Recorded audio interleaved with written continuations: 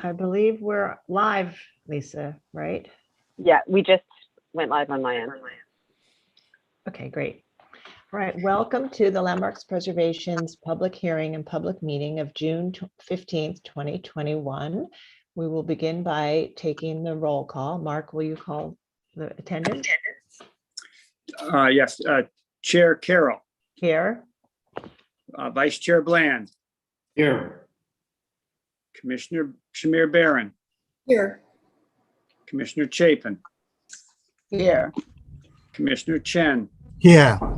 Commissioner Devonshire, Commissioner Goldblum, Here. Commissioner Gustafson, Here. Commissioner Jefferson, Here. Commissioner Lutfi, Here. Commissioner Holford Smith. Here. Great, thank you. And good morning. And as I said, this is the June 15th public hearing and public meeting of the Landmarks Preservation Commission. We will begin the day with a public meeting to vote on two proposed designations, the proposed Dorrance Brooks Square Historic District and the Harlem branch of the New York Public Library. That will be followed by a public hearing and public meeting for applications for work on designated properties. This hearing and meeting is being held via Zoom and live streamed on YouTube. If you would like to watch the proceedings, please visit our YouTube channel to watch the live stream. If you would like to testify on any of the hearing items, please join the meeting at the estimated time for the item as is shown on our hearing agenda, which can be found on our website. And with that, I will turn it over to Kate Lemos-McHale, our Director of Research, to take us through the public meeting for the research items. Thanks, Sarah. Good morning, everyone. The first item this morning is LP 2651, the proposed designation of the Dorrance Brooks Square Historic District in Manhattan.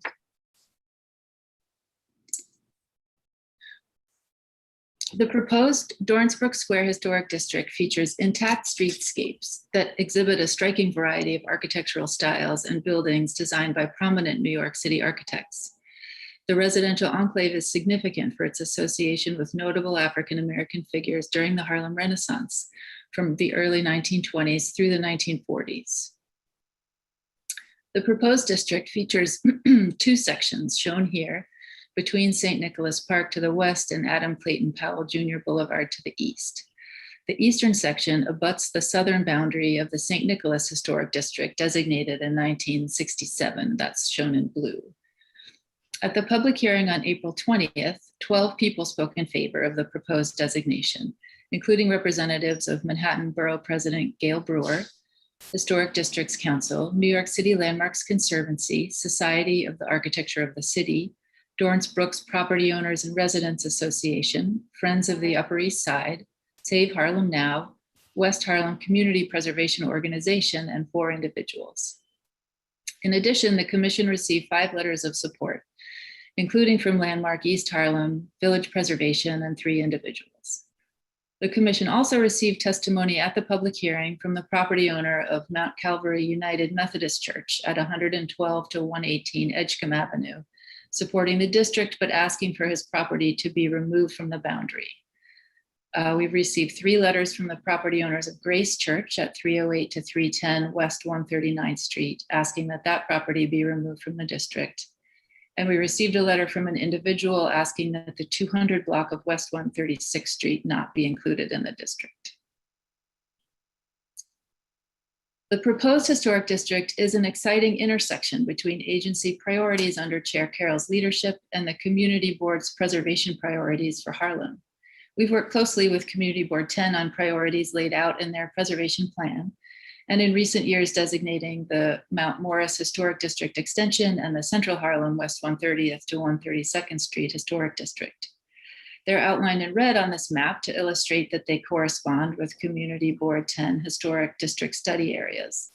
The proposed Dorrance Brooks Square Historic District, also outlined in red, corresponds with 2 more of these priority areas. As noted when the district was calendared, we received a request from Dorrance Brooks Property Owners and Residents Association to evaluate the western section. And as a result of careful research and analysis, we identified these 2 areas separated by recent construction along Frederick Douglass Boulevard but linked historically, architecturally, and by their combined cultural significance. Speculative row house development in the proposed historic district was prompted by the arrival of elevated rail service along Frederick Douglass Boulevard, then 8th Avenue, in 1868, and later in anticipation of the IND 8th Avenue line, which opened in 1932 and is now the B and C lines. African Americans who had been pushed by discrimination and demolition out of neighborhoods on the west side of Manhattan began moving to Harlem in the early 20th century. And by the 1920s, middle-class African Americans, including notable intellectuals, artists, actors, educators, and doctors, began to call this part of Harlem home. Under the speculative development model, a developer would purchase multiple adjacent lots, erect the maximum number of row houses, working with architects and builders well-versed in popular residential styles, and using available architectural elements to minimize costs. Because of this, as is evident in these images, the proposed historic district is characterized by remarkably cohesive streetscapes. Row house development within the proposed historic district began in 1887 and included and continued in clusters until around 1905. Here's the area in 1893 when you can see the St. Nicholas Historic District has been developed and initial rows have been built in the proposed district. And by 1897, more rows had been built in the western section. And in 1916, once all of the row houses in the proposed district had been constructed. Between 1913 and 1930, 5 apartment buildings were built to replace earlier row houses and to infill the vacant triangular block shown at the left near St. Nicholas Park. Anchored by Dorrance Brook Square, the proposed district was home to prominent African-American individuals and organizations in the early 20th century. Dorrance Brook Square itself was named for Dorrance Brooks, a Black serviceman who died in action while serving with the segregated military in the First World War. The square was dedicated in 1925 and was the first public place in New York City to honor an African-American in this way. These images show the square in 1926, just after it was dedicated.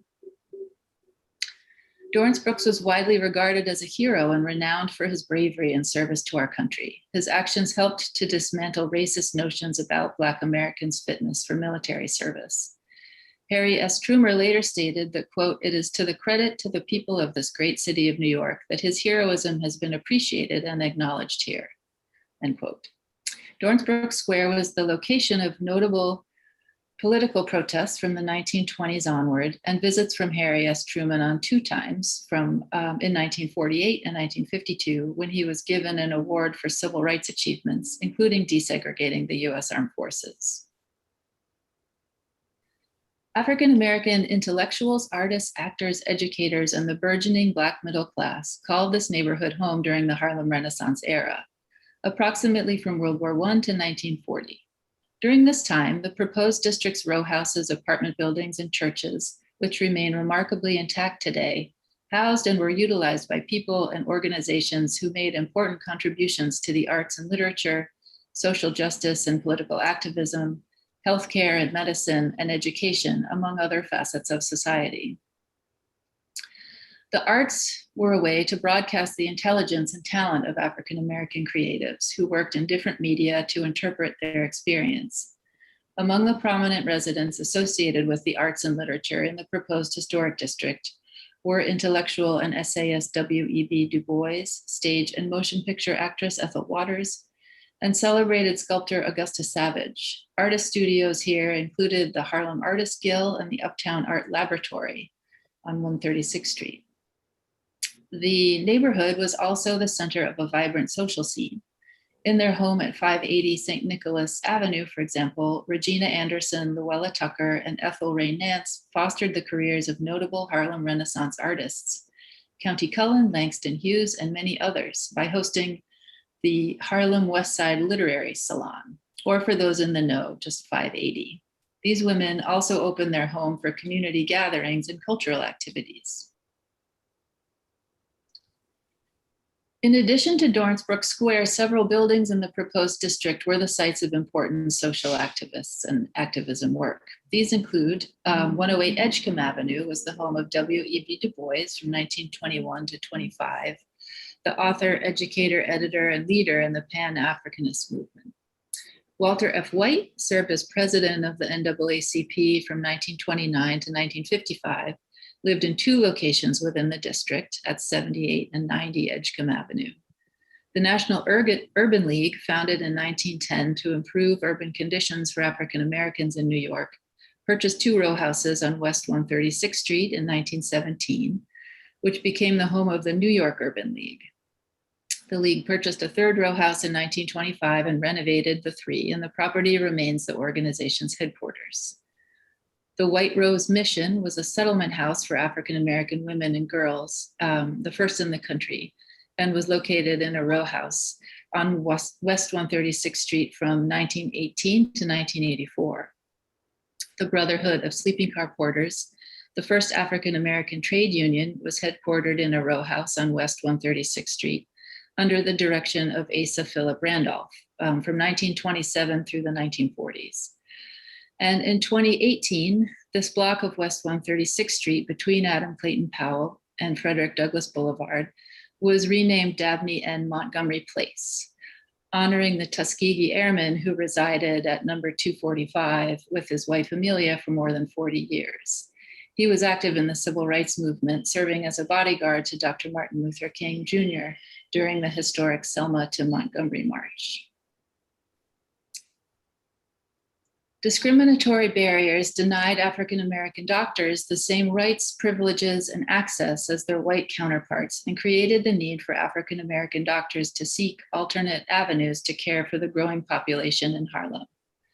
Important hospitals started by African American doctors to serve the Harlem community are located within the proposed district: the Vincent Sanatorium and Hospital and the Edgecombe Sanatorium, shown here. Dr. May Edward Chin was the only Black female doctor practicing in Harlem and served at the Edgecombe Sanatorium throughout the 1930s.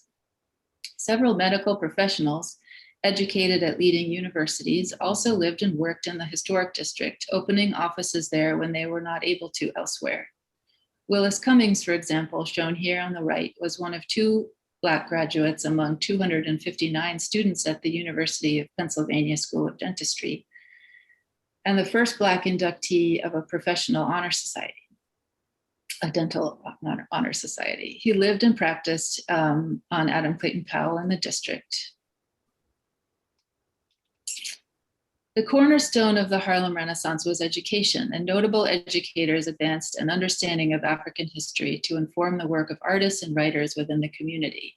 Charles Seifert began to share his vast collection of African art and artifacts and rare historical texts at 313 West 137th Street as the Ethiopian School of Research History. Seifert made it his mission to educate African Americans in African heritage and culture out of his belief that, quote, "A race without the knowledge of its history is like a tree without roots." Visits to Seifert's collection were influential to activist Marcus Garvey, who took up a brief residence in Seifert's home to access his collection, and artists Jacob Lawrence, Romare Bearden, Earl Sweeting, and Robert Savon Pius. Members of Charles Seifert's family wrote to support designation of the historic district and provided additional information about his legacy.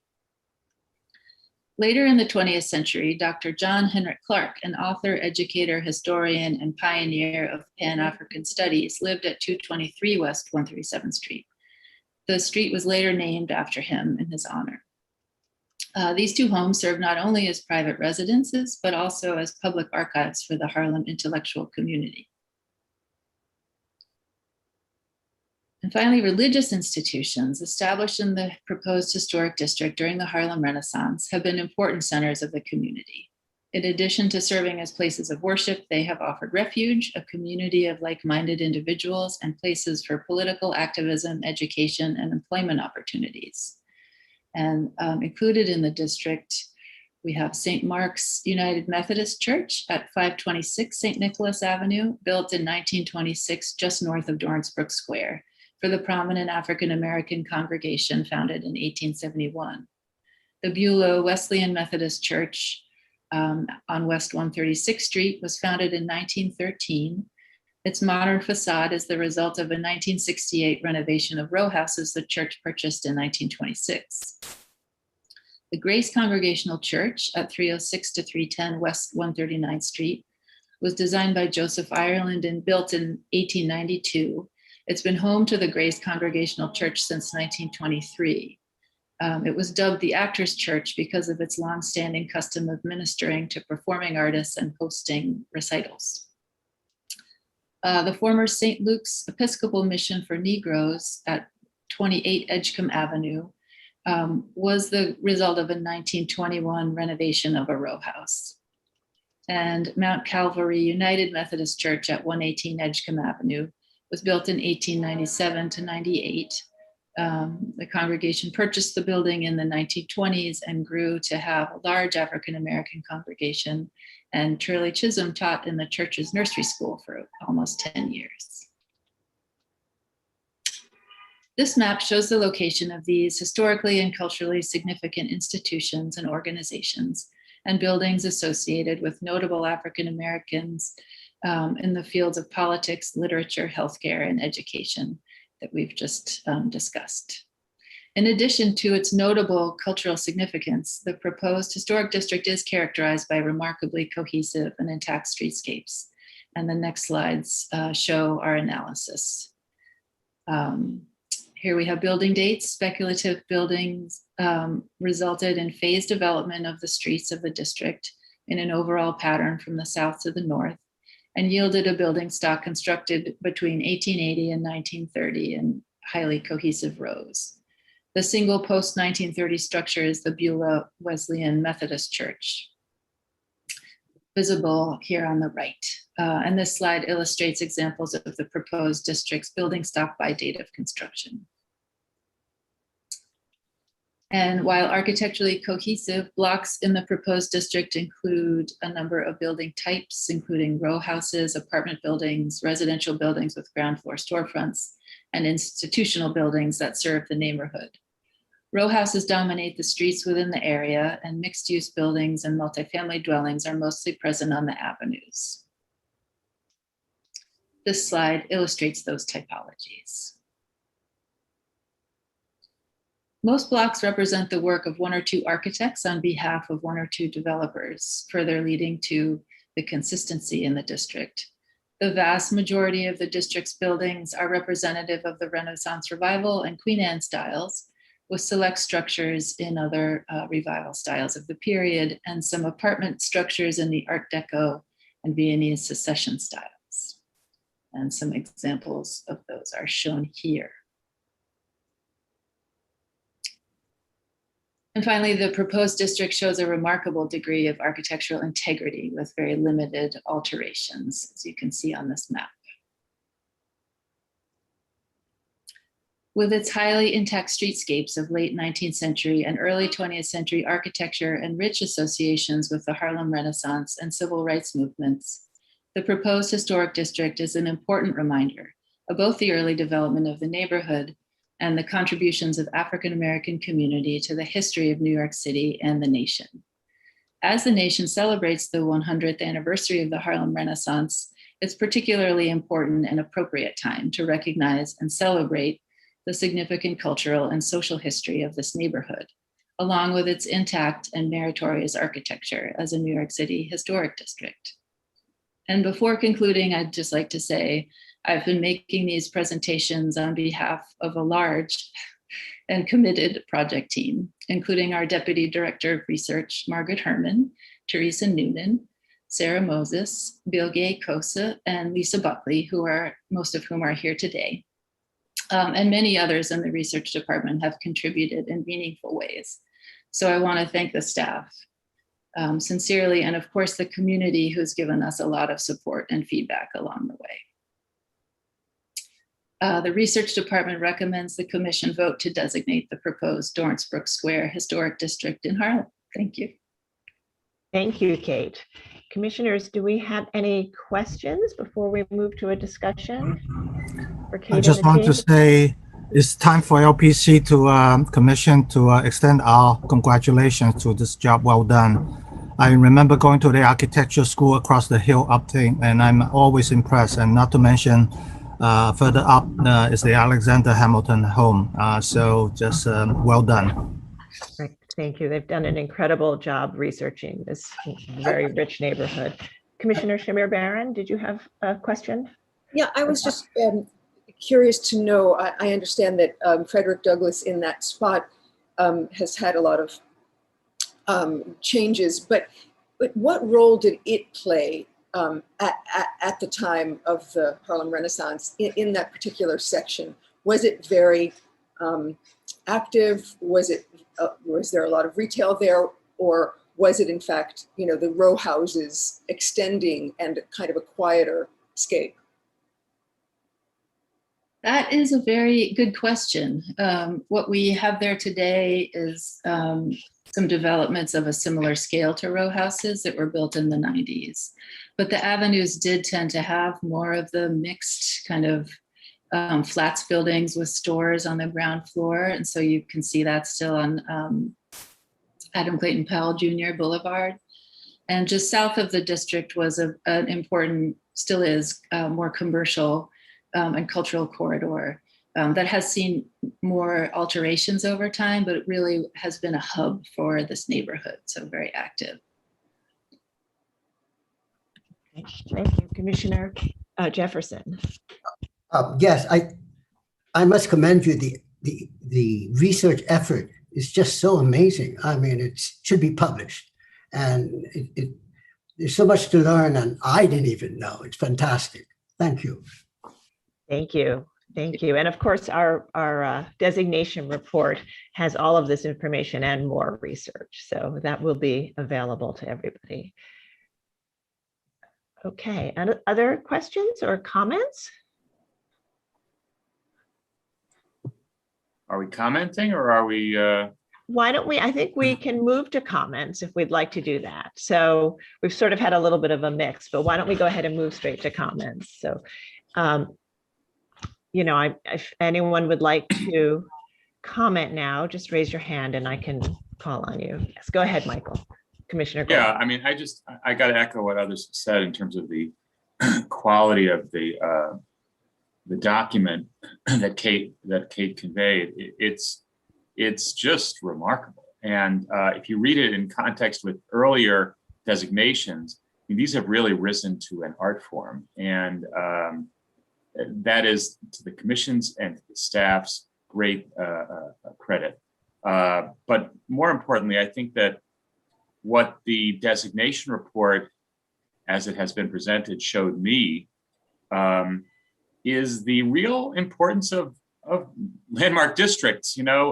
This is a district that has, that marries the intact historic quality with such a rich cultural history that the fusion of the ambiance created by the streetscapes and the stories behind the facades fuses together in a way that I think can really have significance to the city, state, and nation, as we say in the designations, that this is an embodiment of a significant period of time for a significant population in the United States. And I really hope that the commission can work with local community groups and others to have plaques put in so that this story can be visible to people as they go into the district and see it. And I also would say that while I understand the reason for excluding the avenue because of the architectural differences that have come up in the intervening time, I think that I would urge us to consider that the standards for inclusion in a district should sometimes look beyond, not beyond the quality of the buildings, but should not hold to a standard of high uniformity when thinking about borders, especially in a district like this, where the history of the place, the people of the place are so much the story of the district. And those people cross the avenue, and the avenue is part of the cohesiveness of the place. I think that that's something that we should think about how to handle. Even, we have plenty of districts that have non-contributing buildings in them, and it wouldn't necessarily diminish the district to have such places. But I think physical contiguity is important for districts because they tell a story to people who visit it. But I just got to say, it was an inspiring and amazing presentation for a very, very important district. Great, thank you. And I think, we always prefer contiguous sections. And I think our challenge, and this district does contain a variety of building types, so it isn't all uniform. The challenge here was that the avenue is really largely four straight blocks of new construction from the 1990s. So it wasn't a matter of just, we couldn't find the historic buildings to connect to, and just, even if we had a few non-contributing buildings, it's all new construction. So that was our challenge here, but point well taken. Okay, Commissioner Chapin.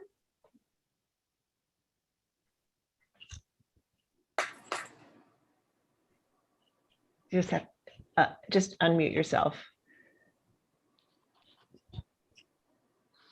Yeah, Michael said so much of what I would have said that I don't want to repeat it, but just to, say here. And the staff, I want to just say they're just terrific in the research department. And it's good to see them get some recognition of their efforts, because they are just doing a wonderful job. And I'm so happy to see this great recognition of the Harlem Renaissance. And I was struck again by the difficulties that African-American professionals have faced and continue to face, unfortunately, in many ways. But that these individuals overcame those difficulties, and it's so great to see them be part of this history of the district that's being recognized. So that's it. Thank you. Thank you. Commissioner Bland. I guess it's more here, but we can't stop the here's on this one. First of all, Sarah, I want to congratulate you on this continuing vision that you have brought forth to the commission of digging deeper, really deep into our history to understand the places and the significant contributions of the African-American community within our city. I guess it's a cliche to say, it's better late than never, but it is true that maybe this should have occurred before. But it also brings up the interesting idea of how many more places like this that we who don't know the whole city so well as those of you who know this area, how many more places like this exist within our city that merit designation as districts. But really, I just think this is such an important initiative that you've brought. And I know you sit on top of a great group of other professionals that help this initiative. But I also want to reach out and shout out, I guess, to Kate Lemos McHale. We at Beyer Blinder Bell benefited for years from her brilliance. And now we're sharing, so to speak, her brilliance with the whole city. And this is just the most recent example of it. And again, I know she sits with, as she honored those of her staff with whom she worked on this. But it's just such a significant, this is a very significant day. And I think the brilliance of both you and your team and Kate and her team have been showcased in a way that today, for me, that I'm overcome with pride on what the commission is now doing. So thank you for letting me ramble on a bit. That's nice. Thank you so much.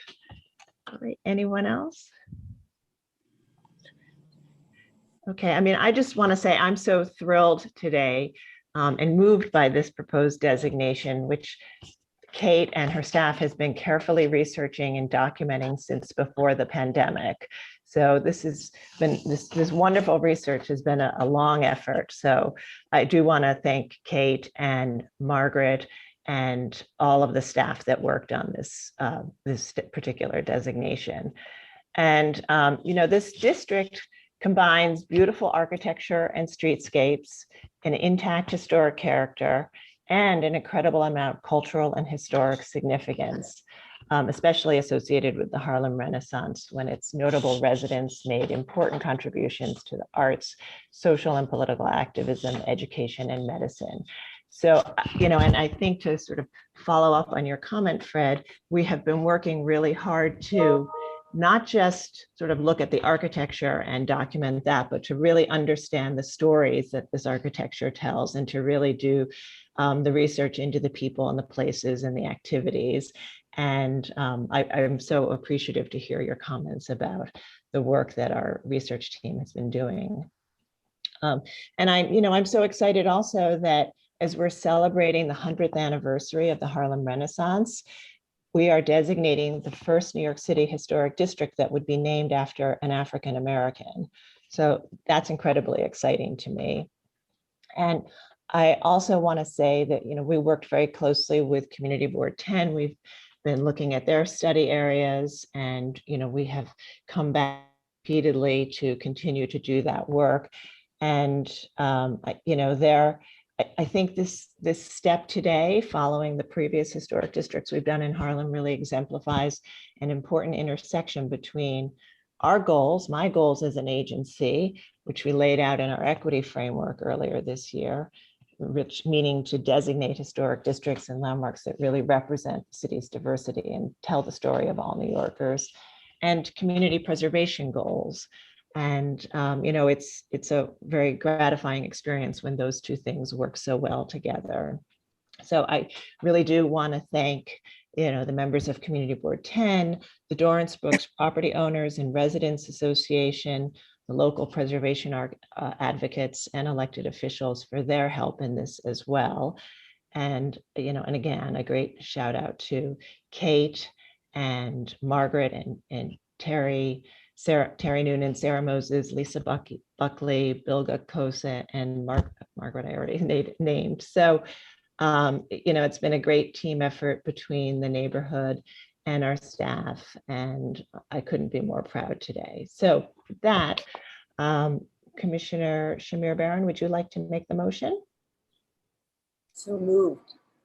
Let me just, oh no. Open it up, yeah. Hold on, I'm sorry. That's okay. Minimize my screen. So sorry. Okay.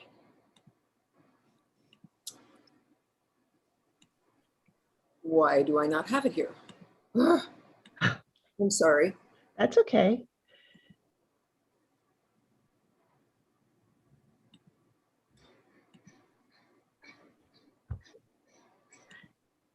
Would you like me to give you a minute, or would you want me to? Here we go. I got it. Okay. Motion to designate Dorrance Brooks Square Historic District in the Borough of Manhattan.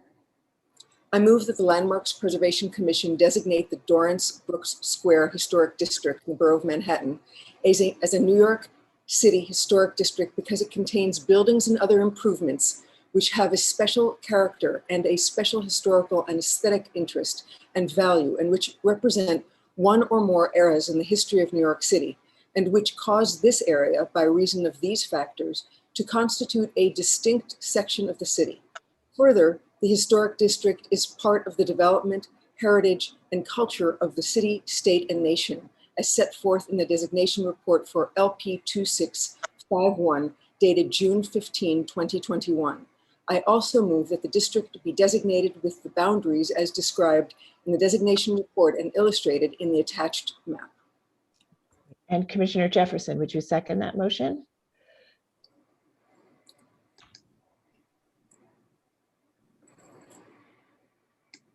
I so second. Thank you. And Mark, will you call the vote? Chair Carroll, Aye. Commissioner Bland, Aye. Commissioner Shamir-Barron, Aye. Commissioner Chapin, Aye. Commissioner Chen, Aye. Commissioner Devonshire, Commissioner here. Goldblum, Aye. Commissioner Gustafson, Aye. Commissioner Jefferson, Aye. Commissioner Lutfi. Commissioner Lutfi? Are you here? Yes, she's here. You're Commissioner Lutfi? You're on mute. Yeah, aye, sorry. Commissioner Holford Smith, Aye. with 10 in favor and none opposed, the motion passes. Thank you all. And I'm delighted to announce our new historic district, the Dorrance Brooks Square Historic District. Thank you. Thank you.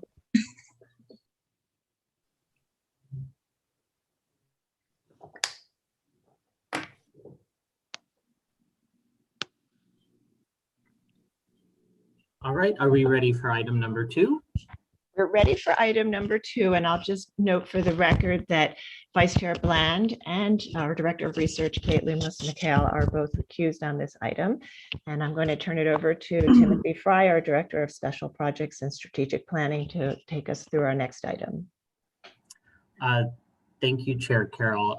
Good morning, Commissioners. Item number 2 is LP 2652, the New York Public Library Harlem Branch at 9 West 124th Street.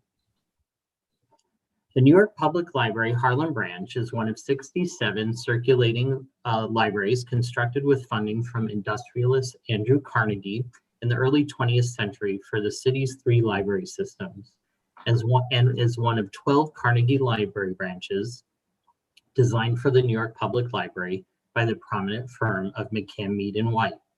In addition to its architectural significance, the library has served the neighborhood of South Central Harlem for over 110 years, providing resources and programs, as well as space for civic and cultural activities.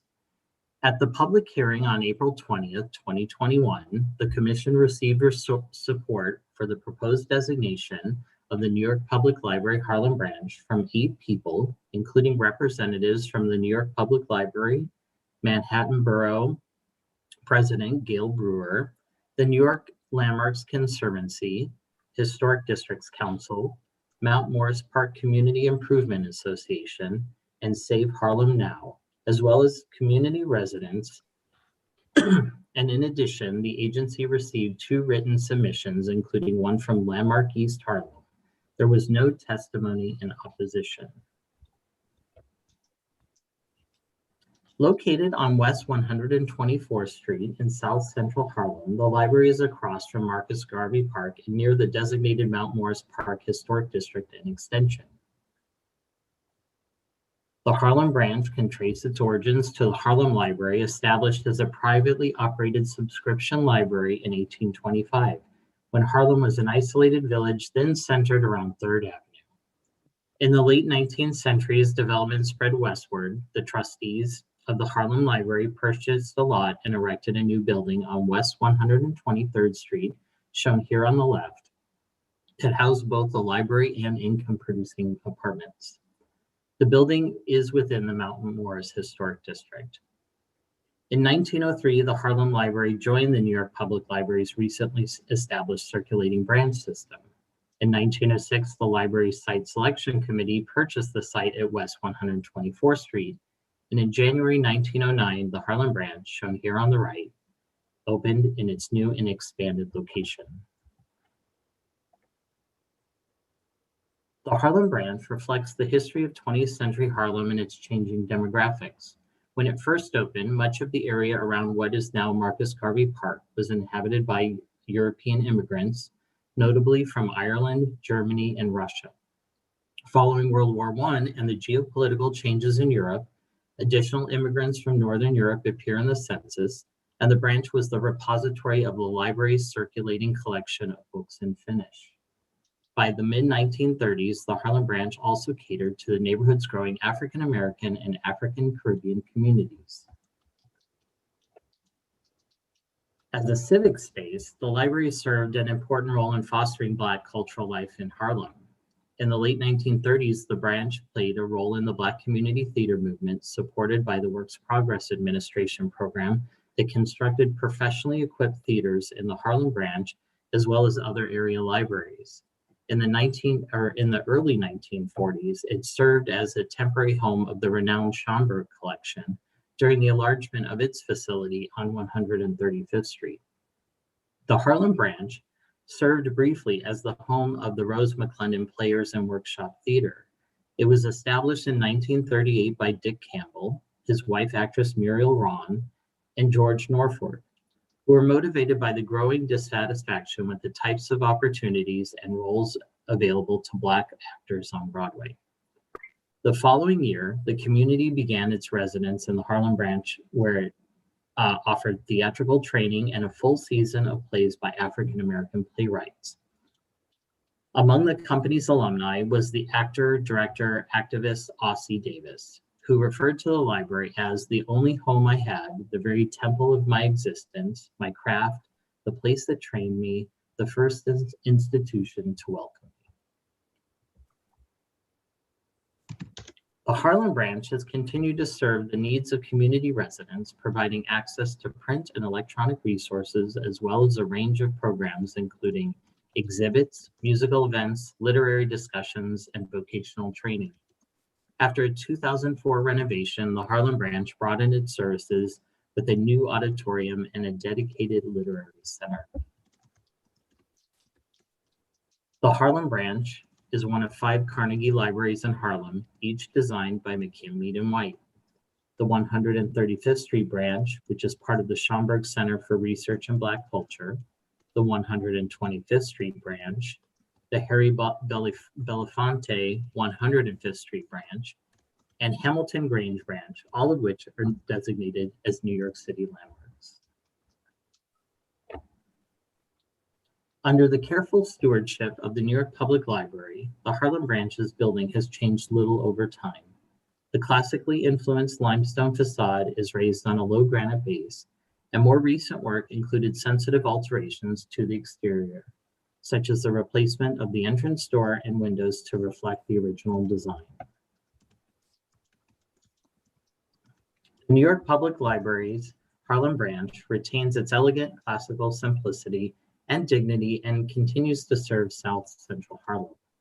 On behalf of research staff, we recommend the Commission vote to designate the New York Public Library Harlem branch as an individual New York City landmark.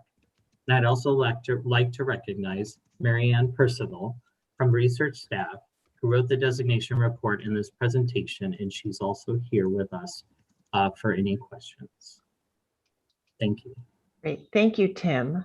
Commissioners, do we have any questions for the staff before we begin our discussion? Okay, yes, Commissioner Gustafson.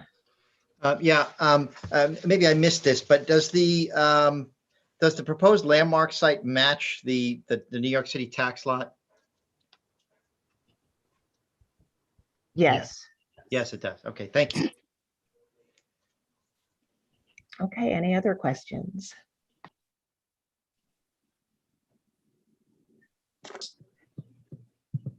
All right, why don't we move to comments? And I can kick it off with the fact that, again, this is a great proposed designation from my perspective. It's architecturally distinctive. It has served this neighborhood for more than a century, providing resources and programs, as well as space for civic and cultural activities.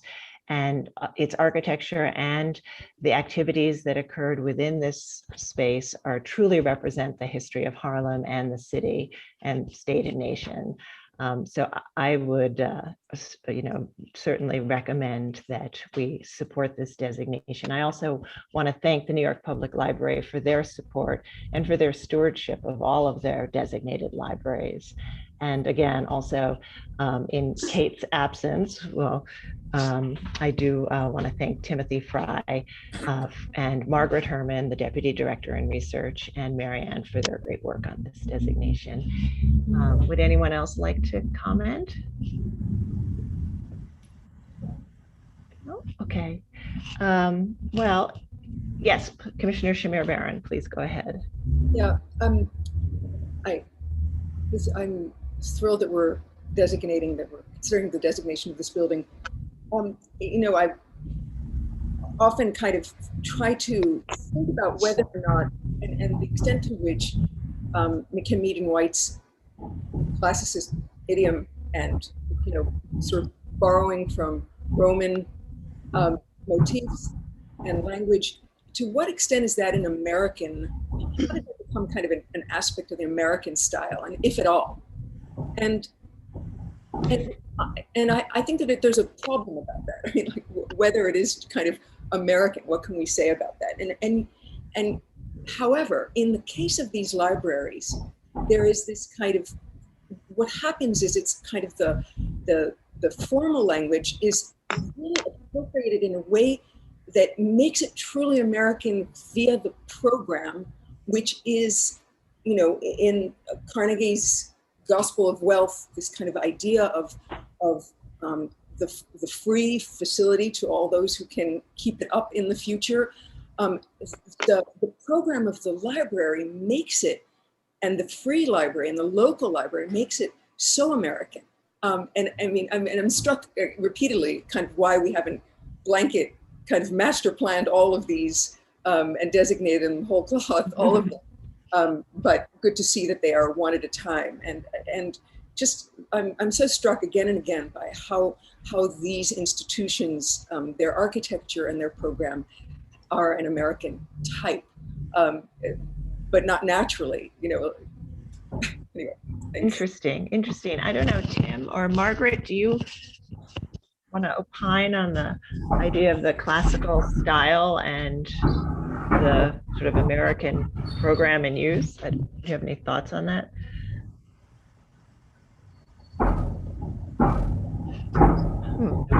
Margaret on that. Hi. Yeah, I mean, I think that's a great point. I think it's particularly in these libraries, it's really a way to elevate the community purpose. I mean, that's kind of how I see these libraries, and the use of that style is really just to kind of elevate within the communities the program and the function and the way that the libraries can connect to the community. Interesting, and something I think to continue to think about. Commissioner Chapin? Yeah, as someone who used to work for a public library, Queens Library, I want to say I just think this is such an appropriate addition to our public library collection of designated buildings. And it's terrific that we're doing that for them to celebrate the role of the city's libraries. And I know I was struck by the comment that was reported about this being the first institution to welcome the individual, because we used to hear all the time in the library that this was the first place that immigrants came when they came to America and they came to New York City, because the library was a place they could expect to welcome, support, and nurture them. And I think that's part of the American role here, that when you talk to people from other countries, they're often very interested in how they could establish a public library, because in many countries, there is not a tradition of public libraries. And it's such an important feature of the education of children and other individuals who do not have the opportunity to receive education readily for economic or other reasons. So including learning English as far as that goes, but also just the general benefits of education which are available. So I think it's a terrific designation. Thanks. Great, thank you. Commissioner Goldblum. Thank you. Adi, of course, touched on a really interesting point, I thought, And she articulated something that I kind of thought about, but never really formulated in my head. And that is that these are kind of like branded objects. They occur often in streetscapes, mid-block sites, very often small, at the scale of residences, but they stand out from the residences by virtue of their architectural style, the austerity, the simplicity, the cleanliness of them was purposeful. I mean, McKinney and White could certainly pull out the stops when they wanted to, but these buildings, in their uniformity and severity and elegance and materiality and style, are like little distillations of the white city of DC, of the municipal presence as a beneficent one. And they're kind of this little placeholder in neighborhoods all around the city, modest neighborhoods, brick neighborhoods, and there's this little limestone, perfectly articulated, proportioned icon of civility and culture. It is a case where the architecture announces the role of civic government as an agent for good in communities, and the fact that it, in this day and age, God, when that seems like such a bizarre concept that people would think to look to government as this beneficent bringer of culture and equality and equity, but here they are, 1901, talking to us today, and hopefully we're able to listen and carry that message forward. But it's a great designation. Thank you for those eloquent words. Commissioner Holford Smith. Yeah, sort of along those lines, I was going to say something very similar to what Michael was saying about the style of the architecture. I think that the deliberate design that McKinney and White used for these, this serves as a symbol of sort of the new democracy that immigrants are now living in. It sort of became the civic style of hopefully of equality, and you tried to bestow a sense of pride in the community that this is, and to recognize it, as Michael said, that sort of in every community you have this building that you can recognize immediately as what this is, and that you're welcome here, and that it's a place for learning and for growth. And I think in that regard that all of the Carnegie Libraries should be landmarks. We'll get to that hopefully.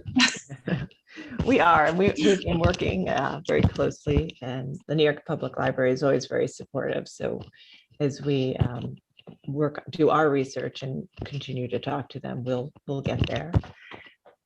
Okay, others? All right, so Commissioner Chapin, would you like to make the motion? Sure, just a second, see if I can get it back up on the screen here. Thank you. I had it a minute ago. If Sarah, it'll take me a minute to find it. So if you, sure. Go ahead, because I just. Okay, how about Commissioner Gustafson? Would you go ahead and make the motion? Conservation Department staff.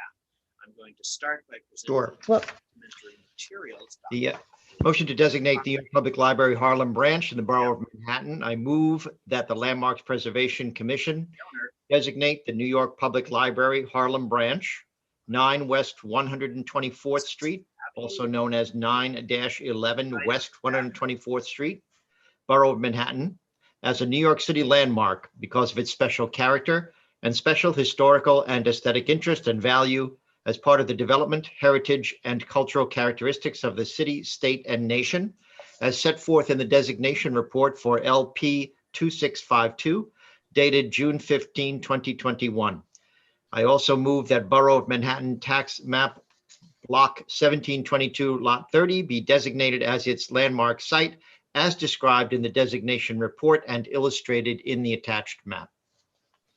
Thank you. And Commissioner Chapin, would you second that motion? Second. Thank you. And Mark, will you call the vote?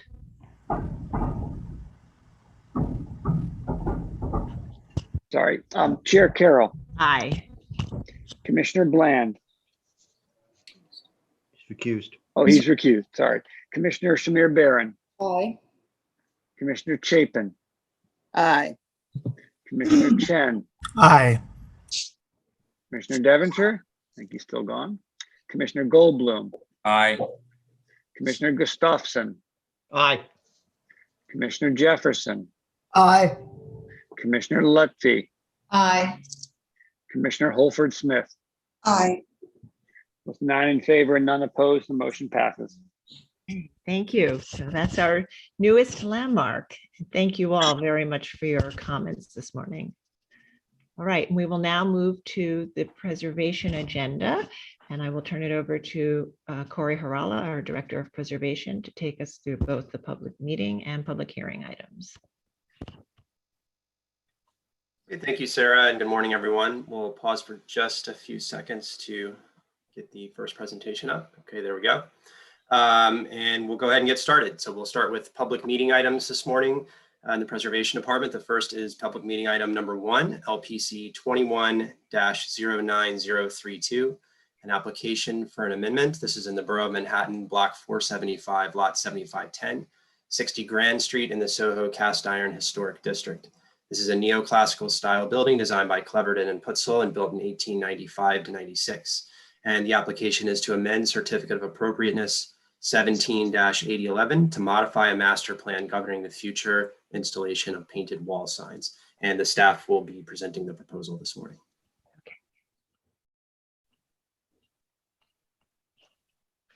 Okay, staff, you have control of the application and you may begin.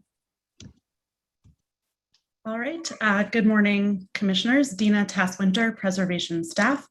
The application before you is 60 Grand Street, located between West Broadway and Wooster Street in the NoHo Historic District.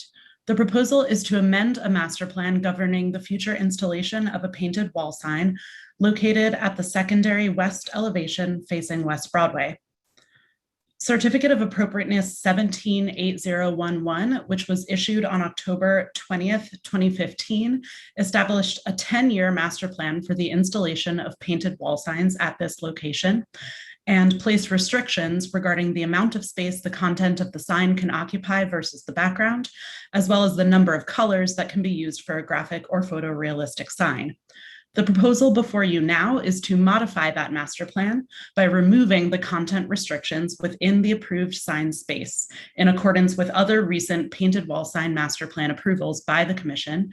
And it is to add a dimension of 3 inches to the border, which is also in keeping with recommendations made by staff in a presentation at a public hearing in March 2019.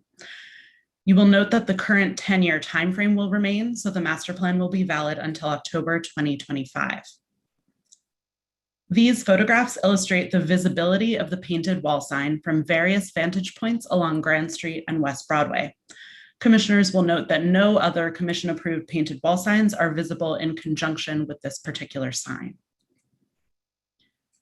This slide includes examples of other approved painted wall signs for which content restrictions have been removed. And these examples shown here are at 155 Wooster Street and 439 Lafayette Avenue. And then this final slide shows recent signs approved by Commission staff under the existing master plan at 60 Grand Street. Note that each iteration of the sign will continue to include a solid black or white border, and that at this location, the vendor tag has already been approved and is consistent with other painted wall sign approvals throughout the district. The applicants are here to answer any questions. Thank you. Thank you, Dina. Commissioners, do we have any questions? Okay, I don't see any questions. And I think, Anthony, I'm going to ask if we received any written comments since this has been posted on the website. I don't believe we did, but. No, we have not. You're correct. Okay. All right, so if there are no questions, I'm going to start to request to unmute all of you so that we can begin our discussion. So look for that message to accept the unmute request. So as Dina presented, this was a master plan that we approved in 2015 for a 10-year period under a set of standards that we were previously using to evaluate painted wall signs. And as you may recall, in 2019, the staff presented the results of the standards that we'd been evaluated and made some recommendations. And the commission approved set a policy at that discussion to modify those standards. And so this is an application for an amendment to the original master plan to change the criteria to bring it in line with the standards that the commission's policy set forth in 2015. And the expiration date will not change. So it was a 10-year master plan to expire in 2025, and that remains. So this will essentially be for 4 more years. So why don't we begin our discussion? Commissioner Lutfi, would you like to start this one?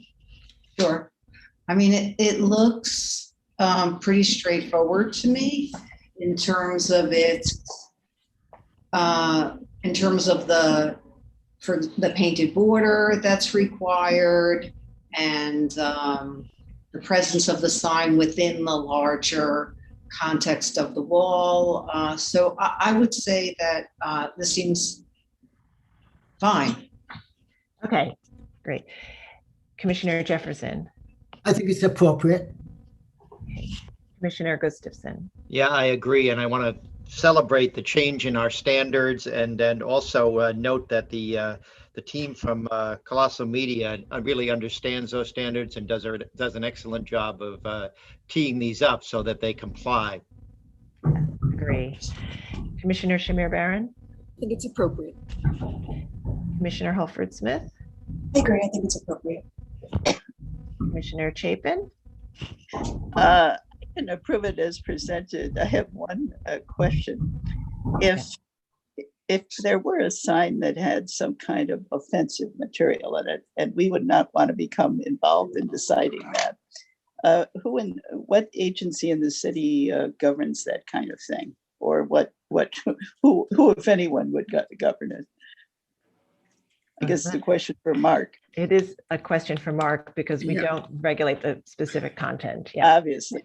Mark. I can't think of what any agency that would regulate the content. I think it would be so nothing comes to mind. A private, if it's it's sort of discriminatory or targets a particular group, I can imagine individuals bringing a lawsuit, but there's no city agency other than the law department on behalf of maybe the mayor that would bring something like that, but I can't say for sure. Thank you. It just crossed my mind because of the issue of content, which, as I said, we would not wish to become involved in anyway. Thank you very much, Mark. All right, it's a good question. Commissioner Goldblum. It's appropriate. And Commissioner Chen. I agree. Okay. Commissioner Bland. Appropriate. Okay. All right. So I think we have a consensus to approve. Commissioner Lutfi, would you make the motion? Sure. And I just want to echo what John said. It's true. Colossal it's been my experience that they, do what they can to be cooperative, collaborative, and really meet the standards that we lay out. So in the matter of LPC 21-09032, 60 Grand Street, Soho Cast Iron Historic District, a neoclassical style building designed by Cleverdon and Putzel and built in 1895-96. The application is to amend the Certificate of Appropriateness 17-8011 to modify a master plan governing the future installation of painted wall signs. I note that the style, scale, materials, and details of this building are among the features that contribute to the special architectural and historic character of the Soho Cast Iron Historic District. I recommend approval, finding that the placement and size of the sign will help it remain a subordinate presence at the building and within the streetscape, regardless of the type of graphics or number of colors used within the body of the sign, that the sign will include a 3-inch solid painted border in either black or white to contrast with the content of the sign, a typical feature of historic wall signs, and that the revised scope of work is in keeping with the intent of the original approval. And Commissioner Gustafson, would you second that motion? Second. All right, and Mark, will you call the vote? Yeah. Chair Carroll, Aye. Commissioner Bland, Aye. Commissioner Shamir Barron, Aye. Commissioner Chapin, Aye. Commissioner Chen, Aye. Commissioner Devonshire, I think is still absent, Commissioner Goldblum, Aye. Commissioner Gustafson, Aye. Commissioner Jefferson, Aye. Commissioner Lutfi, Aye. Commissioner Holford Smith. Aye. 10 in favor and none opposed, the motion passes. That's approved. Thank you. And we'll move to the next item. Okay, the next item is public meeting number 2, LPC 21-08921, application for an amendment in the Borough of Manhattan, Block 513, Lot 7501, 130 Greene Street in the Soho-Cast Iron Historic District. This is a neo-Greek style store building designed by Richard Berger and built in 1889. The application is to amend Certificate of Appropriateness 19-31368 to modify a master plan governing the future installation of painted wall signs. This proposal is nearly identical to the one you've just seen, other than it being a different building and a different applicant. And again, the staff will make the presentation. Okay, staff, you have control of the presentation. Please state your name for the record. You may begin. Good morning, Commissioners. Marie Greene, Preservation Staff. The item before you is for 130 Greene Street in the Soho Cast Iron Historic District. The building is located on the east side of the street between Houston and Prince Streets. The proposal is to amend Certificate of Appropriateness 19-31368, which established a 10-year master plan for the installation of painted wall signs.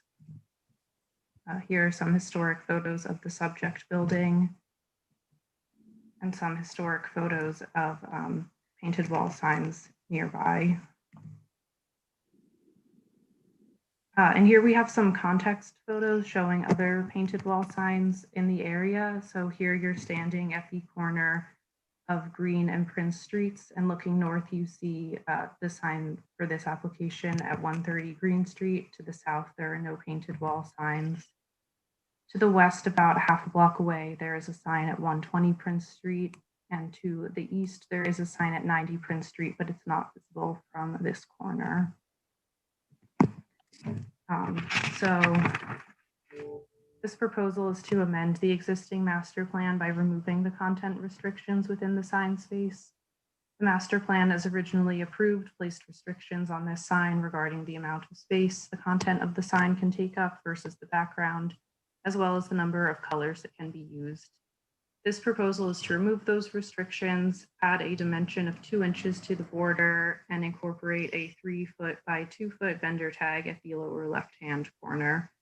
And all of these changes would be in keeping with the recommendations made to you by staff in a presentation at a public hearing in March 2019. And here we just have some sample signs that could be installed under this amendment. The applicant is here to answer any questions. Thank you. Thank you, Marie. Do we have any questions for this one? Okay, I don't think so. And I also just am confirming that we did not receive any written materials since this was posted on the website. Is that correct, Anthony? Yes, that is correct. Okay. All right. So I think we'll move to our discussion. And as Corey said, this is almost an identical situation to the previous application in that they got a master plan just prior to our setting a new policy or amending our policy for painted wall signs. And so they are seeking an approval to amend their master plan to conform to the new standards set forth in our new policy and they would keep their original expiration date. So Commissioner Chapin, would you like to start this one? Sure. I think it falls within the directions that we have established, and I'm comfortable with this and can approve it as presented. Okay, Commissioner Goldblum, I agree. Commissioner Chen, Same here. Commissioner Bland, Yes, this is appropriate. Commissioner Lutfi, I agree, it's appropriate. Commissioner Jefferson, Commissioner Jefferson. Appropriate. Oh, okay, sorry, I didn't hear that. Commissioner Gustafson. Yep, I agree. Okay, Commissioner Shamir Barron, Appropriate. Commissioner Holford Smith. I agree. Okay, so I think we have a consensus to agree here as well. And Commissioner Chapin, would you be able to make that motion? Yes, thank you. The matter of a miscellaneous amendment, Borough of Manhattan, 21-089-21, 130 Greene Street, Soho, Cast Iron Historic District. A neo-brick style historic building designed by Richard Berger and built in 1888 to 89. The application is to amend the certificate of appropriateness 1931-368 to modify a master plan governing the future installation of painted wall signs. I note that the style, scale, materials, and details of this building are among the features that contribute to the special architectural and historic character of the Soho Cast Iron Historic District.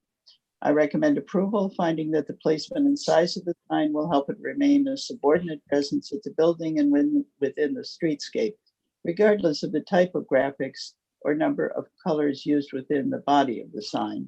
That the sign will include a 2-inch solid painted border in either black or white to contrast with the content of the sign, a typical feature of historic wall signs. That the vendor tag will have a set location at the lower left-hand corner beneath the sign and will be no larger than 36 by 24 inches, and that the revised scope of work is in keeping with the intent of the original approval. Right, thank you. And Commissioner Bland, would you second that motion? Second. All right, and Mark, will you call the vote? Chair Carroll, Aye. Commissioner Bland, Aye. Commissioner Shamir Barron, Aye. Commissioner Chapin, Aye. Commissioner Chen, Aye. Commissioner Goldblum, Aye. Commissioner Gustafson, Aye. Commissioner Jefferson, Aye. Commissioner Lutfi, Aye. Commissioner Holford Smith. Aye. 10 in favor and none opposed, the motion passes. Okay, so that's approved as well, and we'll now move to our public hearing agenda. Okay, we'll start with public hearing item number 1, LPC 21-02318, an application for a certificate of appropriateness in the Borough of Brooklyn, Block 1099, Lot 6, 1207 8th Avenue in the Park Slope Historic District. This is an apartment house designed by William Musgrave Calder and built in 1900, and the application is to legalize the replacement of an areaway fence without LPC permits. The staff will be presenting the proposal for this one. Okay, staff, you now have control of the presentation. Please state your name for the record and you may begin. Good morning, commissioners. Bill Neely with the Preservation Department staff. Just remind me how I'm to advance this, please. You just want to click on the screen and then you can use your mouse or your arrow keys on your computer. Great, thank you. So Bill Neely with the Preservation Department staff. I'm going to start by presenting some supplementary materials documenting the location of the property and the conditions now and at the time of designation. Jason Katz, who's representing the owner, will then have additional information to present specifically addressing the violation. So 1207 8th Avenue is located on the east side of 8th Avenue. Between 12th and 13th Streets, as shown in this map. It's one of a row of 6 apartment houses. The 3 southerly apartment houses are clad in limestone. The 3 northerly houses are clad in brick. 1207 is the rightmost of the houses clad in brick, as seen in this recent photograph. So the application before you today is to legalize the removal of the areaway ironwork as shown in the existing condition photo on the left and a close-up of the areaway on the right. Staff can't be specific about when the work was done, but we do know it was done sometime between the time of designation and 2019. At the time of designation, the historic ironwork remained at 2 of the 6 houses, 1207 and 1213, and currently 1213 retains its original ironwork. And with that, I'd like to introduce Jason Katz, who represents the owner, who has more information and can take any questions. And if I have to advance the slide, just please say next slide. Okay, good morning, everybody. We're working on this presentation for quite some time. We didn't have the resources with which to hire a Excuse me, can you just state your name for the record? Jason Katz. Thank you. We didn't have the resources with which to hire an architect or consulting firm, so we had to do this ourselves, and we did the best we could. So this is our presentation. Next slide. On August 21st, 2019, we received a warning letter from LPC concerning work done without a permit at our building. The warning letter stated that the front ironwork had been replaced without a permit. Next slide. When the LPC paid its visit to our building, we were in the middle of a major boiler replacement and oil tank removal in the basement of the building. The work was totally legally permitted, and the permit is shown on the next slide. That's the permit. When we contacted LPC, we were put in touch with Katie Rice, who made it clear that someone in the building complained about other work at the property, in this case, the boiler and the oil tank. And so that prompted an LPC visit, and LPC saw that the front ironwork looked different than it did when the building was first landmarked in the 1970s. Next slide. It's imperative to understand that we never touched the ironwork in the more than 35 years that we've owned the building. My father bought the property in his personal name in September 1985, and he still owns the property today, more than 35 years later, in his personal name. In that entire time, he never once removed or replaced any of the ironwork at the property. The following historical images from Google Street View are in reverse chronological order, and they show that the ironwork in front of the property today is identical to the ironwork that has been there since my father purchased the building in 1985, and that it happens to be virtually identical to most other ironwork on the block. Next slide. On the left, you see the ironwork as it looks today, or back in September 2020, so basically today. On the right, you see how it looked in June 2019. Next slide. May 2018. Next slide. November 2017. Next slide. September 2017. Next slide. October 2016. Next slide. September 2014. Next slide. So as you can see, it looks identical to the way that it always looked. You may wonder how did it look over 35 years ago, and these next pictures will show. Next slide. This is around 1940, the way that it looked. This is back in the 70s. I don't have the exact date, but on the all the way on the left is our building, 1207 8th Avenue. Then in the middle and on the right, you have our next door neighbors. Next slide. The historical ironwork that was replaced by one of the prior owners looked more ornate than the neighbors. However, the ironwork that is currently at the building and that has been there for over 35 years looks identical to the ironwork in front of the neighboring properties on both sides of our building. For example, next slide. On the left is our building, 1207 8th Avenue. On the right is our next door neighbor, 1205 8th Avenue, identical. Next slide. On the other side of our building is 1209 8th Avenue, also identical to the ironwork that we have at our building, 1207. Next slide.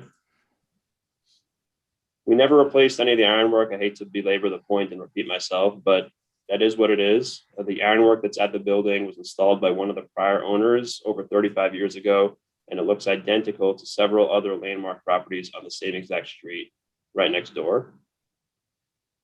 Next slide. This is a building, like I said, that is owned by my father in his personal name. It's not in an LLC or some kind of multinational conglomerate. He lives off the building, the rent collected from the building, that is basically his retirement income. That's all he has.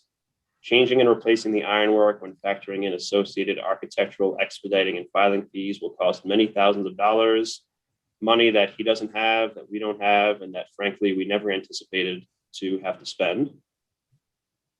Next slide.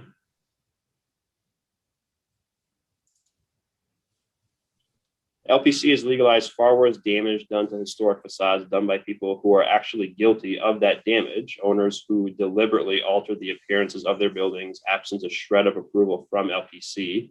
Once they were caught red-handed, the landlords subsequently applied to LPC to legalize the conditions as is, and the LPC granted that legalization, even though the landlords deliberately broke the law in the first place. There's two examples that I was able to look up online, one in Sunnyside, New York, another one on Greenwich Street in Lower Manhattan. In both cases, the owner went ahead and did the work without a permit. He got caught.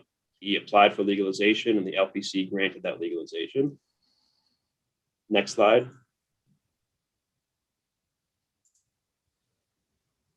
Contrary to those examples, we and my father never did anything wrong or illegal at the property. That includes the ironwork and any other facade issues. Forcing me to change the ironwork will crucify an innocent human being over nothing, and will kind of go against the grain of what LPC has done in prior years regarding projects like this. Next slide. Okay. All right, thank you. All right, commissioners, do we have any questions? Okay, let's see if we have any public testimony, and then we can see if we have any questions after that. So I'll turn it over to Lisa Krasavich, our Executive Director, to walk us through any public testimony. If you're in the meeting and would like to speak on this item, please raise your virtual hand so we can identify you. Okay, we did have one person sign up to speak, but I'm not seeing any hands raised.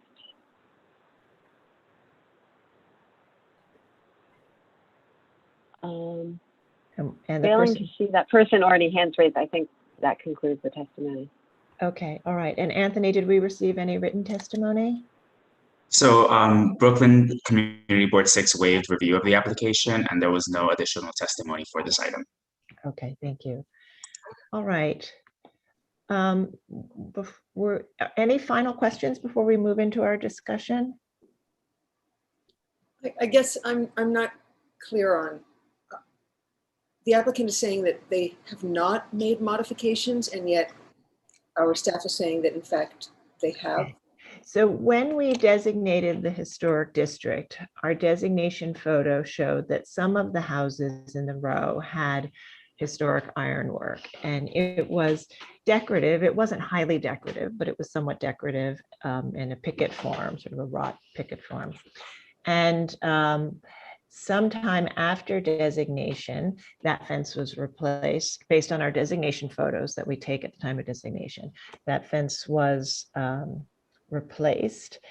So what sometimes happens is that we didn't, in this case, find the violation until, I think it was 2019, I think was what was in the presentation. So sometimes what happens is we don't find it for years later because we're not out, looking around for violations. We rely on reports, and that's how we identify violations. So in this case, I think what the applicant is saying is that the owner purchased the building after the ironwork had been replaced, and that it was the previous, and that they didn't do the work, the previous owner did the work.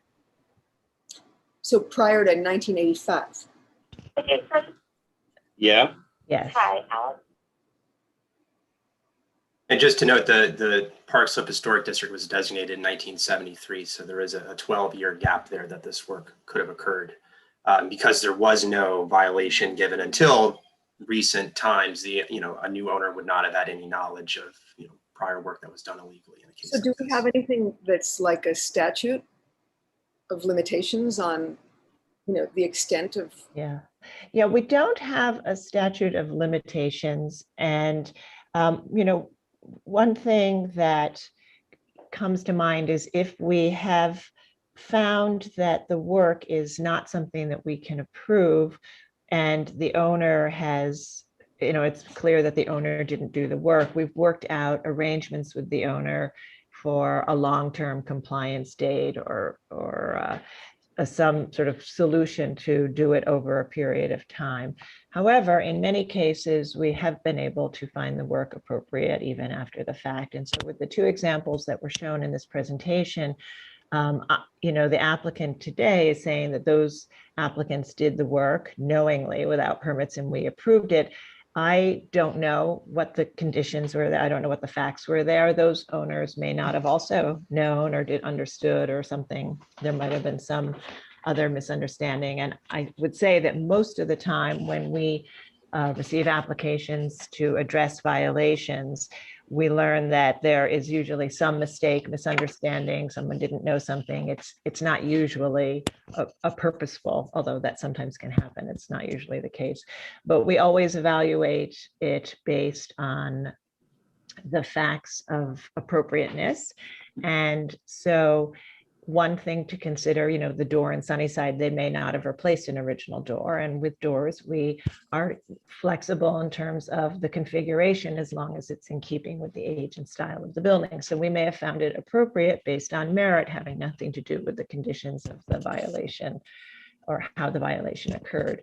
In this case, one could think of the fact that the row, even at the time of designation, did not have all of the historic ironwork and that there were only two there, that it wasn't a consistent row when the ironwork was replaced, or perhaps that it wasn't particularly decorative or ornate, is another, and that the replacement isn't that different. So those are the kinds of things we can think about as we think about appropriateness. But short of being able to find it appropriate, we've worked on compromises in terms of the compliance timeframe. Commissioner Lutfi.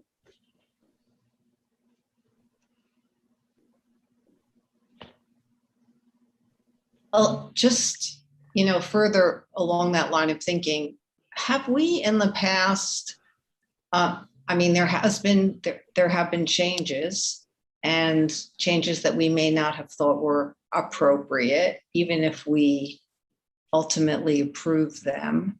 But at some point, under this ownership or a future ownership, this fence may need to be changed. So do we, or have we, I feel like we have said, look, we can approve this, but when it comes time to repair or replace this fence, it needs to not only come back to us, but we're going to be looking to the original historic context that was there. Yeah, I think that we certainly have done that, as I said, in terms of a long compliance date, or even saying, when you replace it, you should replace it with something closer to the historic condition. And Mark, I don't know if you want to jump in, but if we are to, and when we have done that, where we've said this is appropriate now for these reasons, does saying that in the future it needs to be closer to the historic ironwork sort of negate current appropriateness findings, if you know what I mean? Yeah, I sorry, make sure. Yes, we've done it. We've done it kind of both ways, but and so I think we can't say, given how long this has been there and that it will at some point need to be replaced, we can say that at the time of replacement, they need to come back to us, and we can, the commission will consider at that time whether it needs to go back to the historic ironwork, at that time. So we can put that criterion there, and we can also recognize that this is a row. This is something that happened a really long time ago. we have no evidence it was done by this owner, and that given that it is consistent with other fences on the street and fences that we would approve, we could just legalize it as is as well. Yeah, and Mark and Sarah, I would just add to looking at the staff level rules, you know, ironwork fences are one of the more flexible areas on a building, the front of a building, that staff can approve work that does not necessarily match the historic condition. And that's in large part because it has changed in so many places, so many times over the years, but also recognizing that, you know, having something that's not exactly what was there originally doesn't necessarily detract from the building or the streetscape. And oftentimes, maybe as in this case, it's consistent with changes that have happened over time. So simple picket-like ironwork is something the staff regularly approves anyway. And perhaps a neighbor here who never replaced their ironwork before, but has a non-historic condition, could really replace and get the same thing again at staff level. So this is a little more complicated because of the violation, but the ironwork is not inconsistent with what staff might otherwise approve in a case where no historic ironwork exists.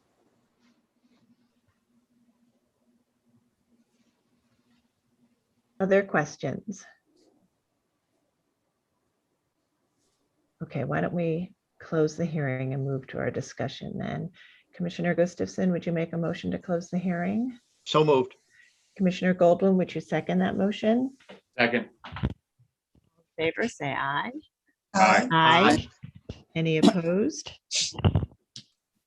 Okay, so we'll begin our discussion, and Commissioner Holford-Smith, would you like to start this one? Sure. Well, I agree that this is sort of a complicated situation where we don't know when the ironwork was replaced. It seems to have been replaced before this owner purchased the property. We don't know for sure, but we know it's been there for a long time. And the fact that the other ironwork on the block is of a similar design, I think that I can find it appropriate to legalize the existing ironwork as it is. Okay, thank you. Commissioner Chapin. I also think I can approve this. What motivates me most is that others were replaced in this role before designation, so that it doesn't look out of context currently. And it is a simple kind of offense, is something we would normally permit. However, obviously, we would not have permitted its being removed originally. And I would like to know that the staff has documented the existing fences where they still remain. I think they're only at a few locations on this block. And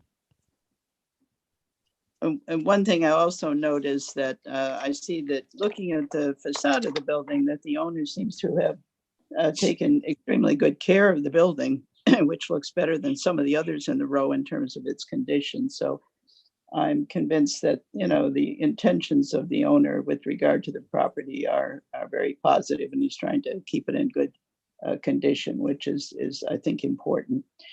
Anyway, it would be nice to see it replaced. Well, when I say replaced, it would be nice at some point perhaps to have this decorative fence. Is very interesting, and if I guess I'd like the opportunity for it to be replaced at some point in the future, if an owner did wish to replace it at some time. So I'd just like to know that we have documentation on the fence that's at the other location on the block. Okay. We do. There is one property, I believe, number 1213, that has the historic fencing still. So we would be able to, if an owner were interested in pursuing a restoration in the future, they would be able to replicate based off of that. Thank you, Corey. So it's only one location, and thank you. Thank you very much. Thank you, Commissioner Goldblum. I agree. I think that this is generally appropriate. I think that the replaced fence is of a type that the staff would have approved it had it been done in the proper way. So we would never have even seen it. And I think that for me, while it may not be the original pattern, it's certainly appropriate to this type and style and age of building. And I guess I would note, just for the applicant, I don't believe that crucifixion is a permitted punishment for landmarks properties. And I can't recall in the last 11 years our having crucified anyone. So I hope that we can disabuse them of that notion. I think we work very hard to help owners meet their needs and make the changes they need to make. All right, Commissioner Chen. Yeah, I agree. Given what it is, this is appropriate. Thank you. Commissioner Bland. I'd agree as well. Commissioner Lutfi.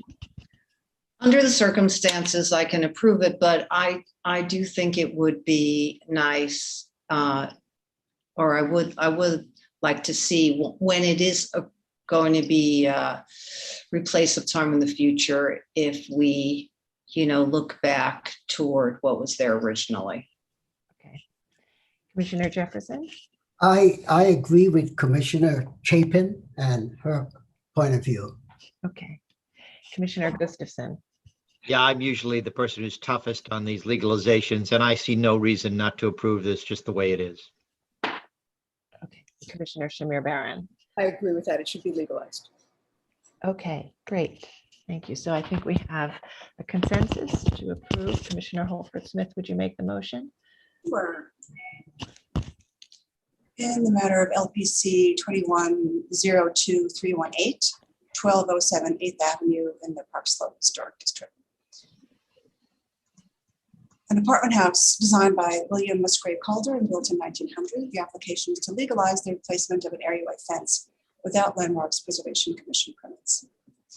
I note that the building's style, scale, materials, and details are among the features that contribute to the special architectural and historic character of the historic district.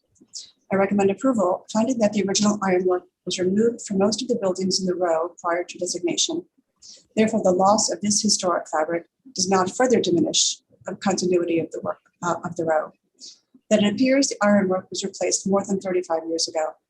That the current ironwork is simply designed and compatible with the variety of ironwork found in areaways in the row and elsewhere in the historic district. And that the additional loss of a small portion of original ironwork within this uniform row of apartment houses does not diminish the special character of the streetscape. Thank you. And Commissioner Gustafson, would you second that motion? Second. All right, Mark, will you call the vote? Chair Carroll. Aye. Commissioner Bland. Aye. Commissioner Shamir Baran. Aye. Commissioner Chapin. Aye. Commissioner Chen. Aye. Commissioner Goldblum. Aye. Commissioner Gustafson. Aye. Commissioner Jefferson. Aye. Commissioner Lutfi. Aye. Commissioner Holford-Smith. Aye. With 10 in favor, none opposed, the motion passes. So that's approved. Thank you. And we'll move to Thank the you. next item. Thank you. Okay, the next item is public hearing item number 2, LPC 21-08130, an application for a certificate of appropriateness in the Borough of Brooklyn, Block 1043, Lot 42, 424 7th Avenue in the Park Slope Historic District Extension. This is a Queen Anne style flats building with stores designed by William H. Worth and built circa 1887. And the application is to reconstruct and modify a garage. Okay, commissioners, the applicants have entered the hearing. You now have control of the presentation. So if you can just click on your screen, you can advance the slides using your arrow keys. And please state your name for the record and you may begin.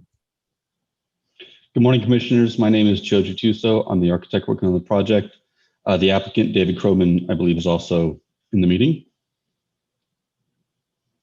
So as stated, this is the renovation of existing one-story garage and terrace at 424 7th Avenue in Brooklyn. Building is located at the southwest corner of 7th Avenue and 14th Street in the Park Slope Historic District Extension here. This shows the 1940s tax photo of the existing primary building and the current photo. The garage is actually on 14th Street, just down the slope here. These are some 1940s tax photos of adjacent properties which catch a piece of the original garage extension.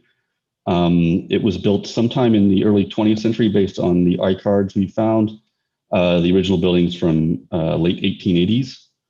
At some point in the 20th century, they expanded and raised up the masonry on this garage, you can see here, to create a terrace for the second floor apartment, as well as a storage mezzanine inside of the garage. And there is a wood latticework fence above that. These are a little bit closer in, showing some of the other details of the current conditions. The original doors have been covered up with metal. The doors on the left have been completely replaced. We have some additional photos further in the presentation. This also shows a door on the terrace, which was under a previous application. We expanded the door opening onto that terrace, along with some other renovations going onto the main building. This also is, shows a detail that we were planning on keeping and using in the proposed design.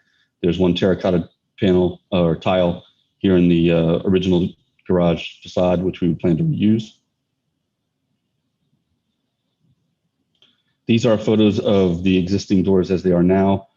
These are the doors on the left, which have been completely replaced. These are the doors on the right, which are open, and you can see on the interior, there are some remnants of the original garage doors, though not all conditions are there, such as the muntins and some of the other hardware for closing the door, but they're essentially falling apart, as well as the way that the masonry facade has been built. There are some kind of reinforcement plates which have deteriorated and causing structural issues with this primary facade, as well as the rear.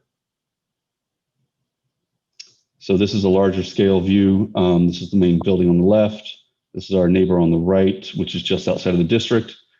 And the next slide shows the proposed renovation of the garage. Essentially, we're keeping the doors the same size, though they will be motorized rolling panelized doors. And we are using a masonry parapet to create a railing at the terrace level instead of the wood fencing. This shows a plan of the garage and terrace. They're essentially the exact same footprint as the original. It's a two-car garage. One side will have a lift so they can fit three. We would be replacing the back wall, the front wall, a portion of the wall facing our neighbor at 370 14th Street. The terrace would be fully paved. We'd be doing plumbing, lighting, et cetera, on the interior of the terrace. We're also proposing there to be two lights above the garage doors to better light the slope of the sidewalk leading into the doors. This is an elevation showing the primary facade of the building, as well as the garage extension here in existing conditions. Note that the overall height of the garage, terrace, and fencing is around 21.4. This is the proposed facade design. The overall height here is about 19.2, also pointing out that the ceiling of the existing garage is slightly higher than what's being proposed because the new structure is a bit stronger, and we don't have a storage mezzanine inside the garage. These are closer in drawings of the proposed renovation, showing the panelized overhead rolling doors, some decorative brick and terracotta detailing, some precast panels where we would try and relate to the string coursing that's on the primary facade of the building. These are side by side of the existing or the original doors on the left and the proposed doors on the right. The proposed doors are a painted steel. They would be the same color as the replacement windows, which were already approved for the primary facade. It has a similar design to the original, where we have a 3/3 and then a 3-panel door, and it's, you know, it attempts to look like the original carriage doors, but again, these panelized overhead rolling doors. So there's a little bit of a limitation to the height of the glazing that can be achieved. These are the materials that we're proposing to use. Essentially, we'd use a red brick matching the primary facade, along with some precast panels using a buff and terracotta color, which are again relating to the primary facade detailing. This is the light fixture we're proposing for over each door, and the dark gray, essentially a black color for the garage doors themselves. This is a structural plan, just calling out a couple of details. We plan on leaving the existing wall against 370. It's a zero clearance wall, and we had the structure engineer take a look at it, and I think it's better to leave it in place rather than disturbing it. We're also planning to leave the existing footings in place, so we don't have to do any excavation. And we basically rebuild the rear wall, the front wall, and the portion that returns back to 370 14th Street. And these are some photos of similar garage extensions in the district, including 422 7th Ave across the street from us, which actually has been converted into living space with a terrace on top. And then 423, which is across 7th Ave, and various garages such as 368, more modern. A few of them have been converted to have terraces on top. The majority are still one-story garages, a bit more utilitarian in nature. And that's the end of the presentation. All right, thank you. Commissioners, do we have any questions? I don't think we have any questions at this time, so we'll go ahead and see if we have public testimony. If you're in the meeting and would like to testify on this item, please raise your virtual hand so we can identify you. And we will call on anyone who signed up in advance first. And I'll now turn it over to Lisa Kersavage to take us through the testimony. Okay, thank you. We have George Calderaro, his hand up and who signed up.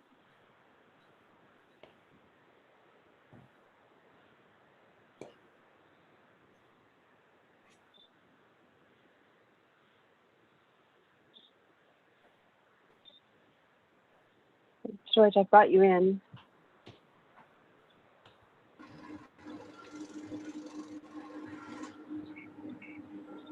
Good morning, Commissioners.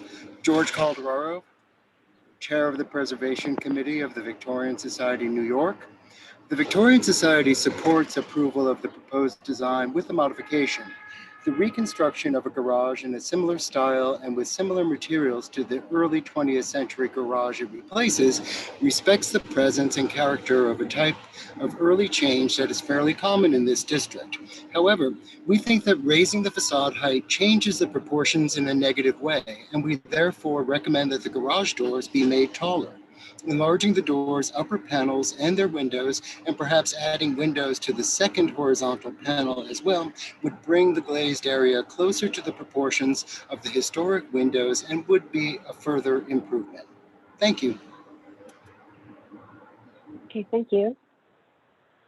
And I don't see any other hands raised. Okay, thank you.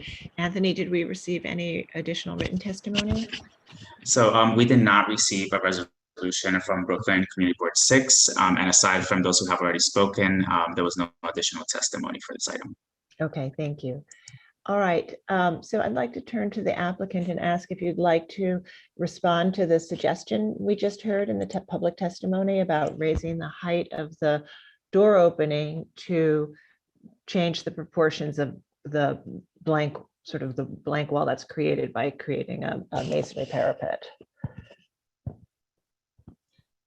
I mean, I don't have a problem with it. You know, the garage doors that we were purchasing were kind of a standard dimension garage door, not a, you know, a custom fabricated garage door. And, you know, if we can find through the same manufacturer something that's a little bit taller, but still off the shelf so that the garage doors don't cost me a fortune, I would be fine with that. I don't know, Joe, if you've had the chance to look at whether that's a possibility or not. But I certainly don't have a problem with the aesthetics and with having a larger garage door, as long as I don't have to, you know, have some custom fabricated thing that, like I said, cost me a fortune. David, could you state your name for the record, please? My name is David Croman. I'm the owner of 424 7th Avenue. Thank you. To speak to David's question, I believe we can have another panel added to the height. The sizes of the panels would be pretty consistent for this type of door. So we could potentially have two sets of glazing, one over the other, versus a taller piece of glazing. The panels just cannot get much bigger than 2 feet to be operable like this. So we can speak to the manufacturer, and there are others, to see what kind of modifications can be made to the height. Okay. But they are relatively standard sizes. I think we can do something about 10 feet tall is typically the maximum you can get. Okay. All right, thank you. All right, commissioners, do we have any final questions? Okay, I think we'll move to close the hearing and begin our discussion. So I'm starting to unmute or request to unmute all of you. Commissioner Shamir Barron, would you make a motion to close the hearing? So moved. Thank you. And Commissioner Jefferson, would you second that motion? I so second. Thank you. All in favor, say aye. Aye. Any opposed? Okay, so we'll begin our discussion. Commissioner Jefferson, would you like to start this one? Oh, sure. I mean, it's really a good job they did, but I think the existing one with the wood fence has so much character in it that this just brick facade doesn't carry that character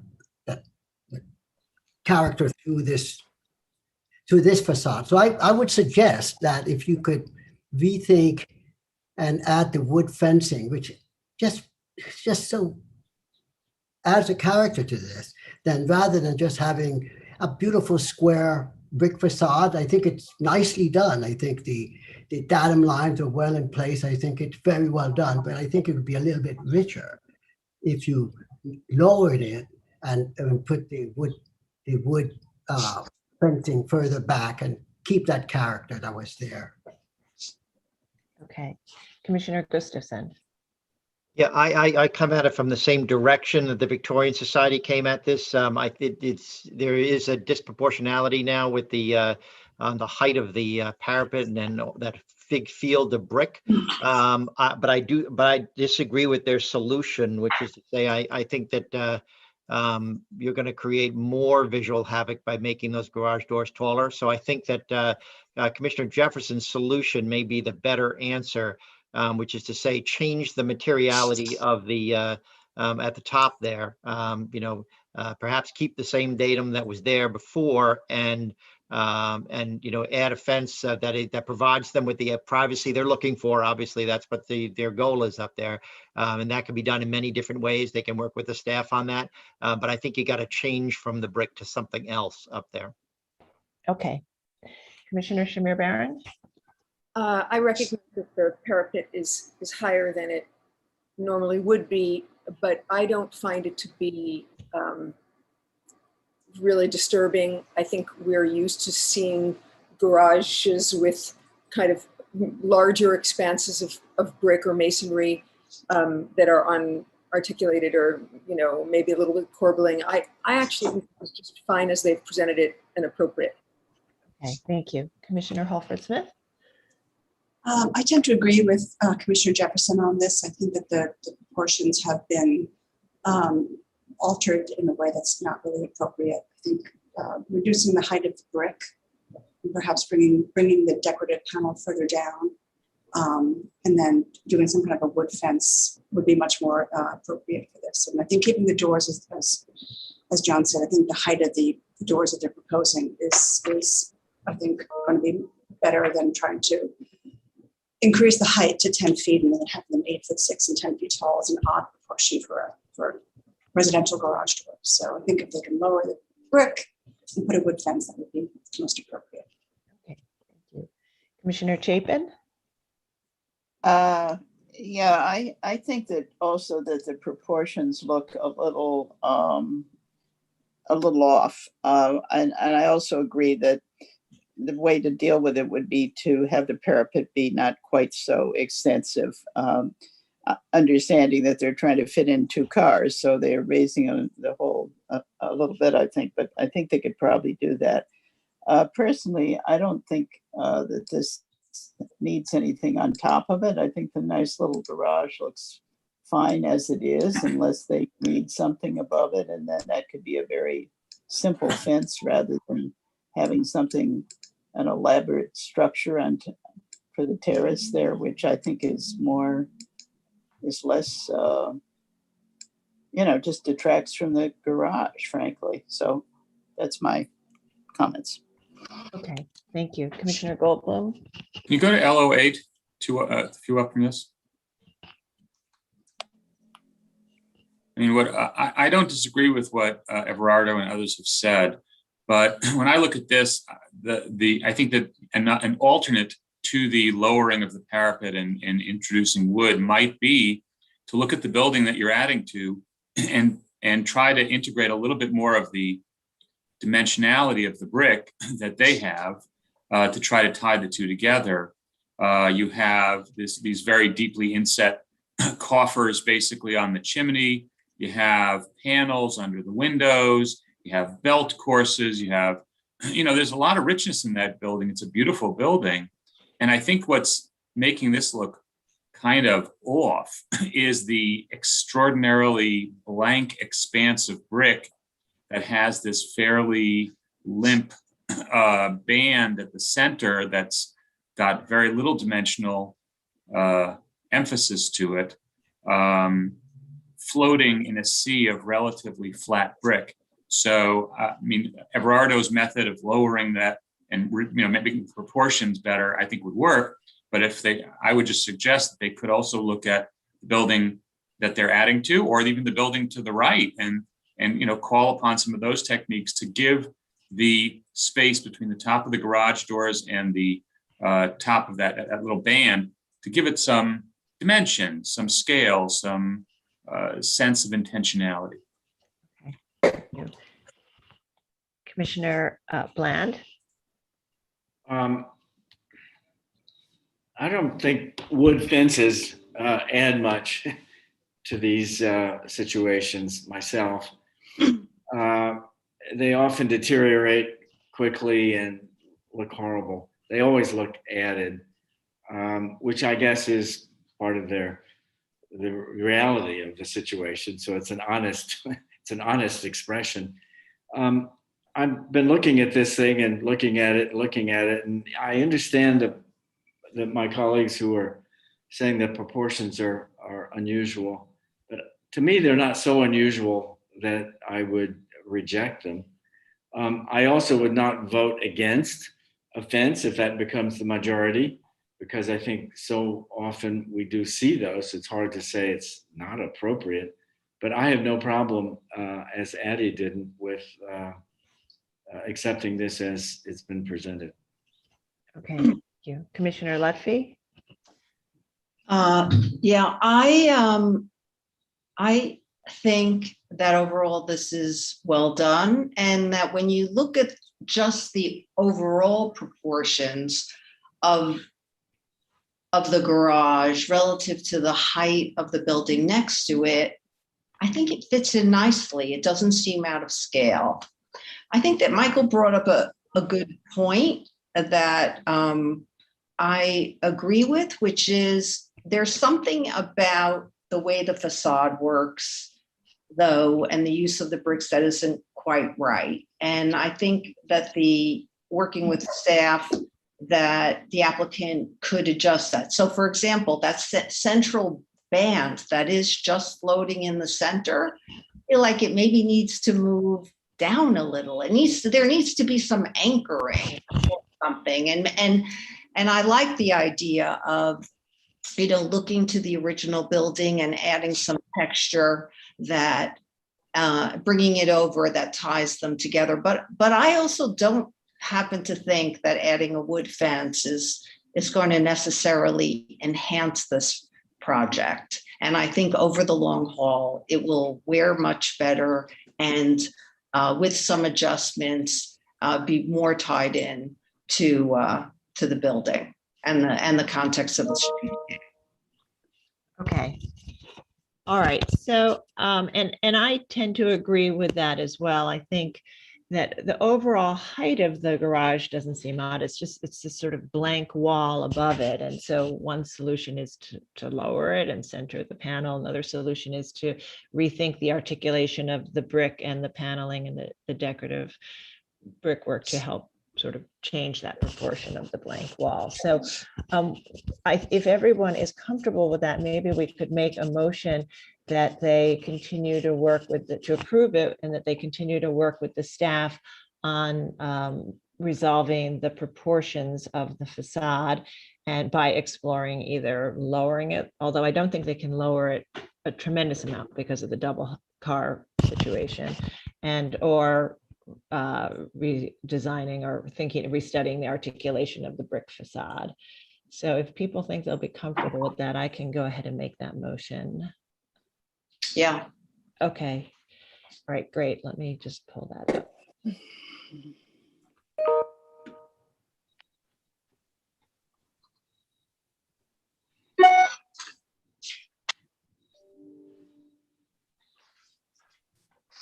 Okay, in the matter of, sorry. Okay, in the matter of docket number 21-08-130, 424 7th Avenue in the Park Slope Historic District Extension, a Queen Anne style flats building with stores designed by William H. Worth and built in 1887. This is an application to reconstruct and modify a garage. And I note that the main buildings, style, scale, materials, and details are among the features that contribute to the special architectural and historic character of the Park Slope Historic District Extension. And I also note that the garage on the site is not described in the designation report. And I recommend approval with modifications that the existing garage is a utilitarian secondary structure constructed after the main building and later altered, and is not a unique or significant example of buildings of this type. Therefore, its alteration will not affect any significant features of the site or the historic district. That the reconstruction of the garage is warranted by its deteriorated condition. That the garage will be reconstructed in the existing footprint. That the materiality of the reconstructed garage, featuring red brickwork, cast stone, and salvaged terracotta, will be in keeping with materials found at existing garages and at the existing garage and of similar buildings of this type throughout the historic district, and will be harmonious with the adjacent building.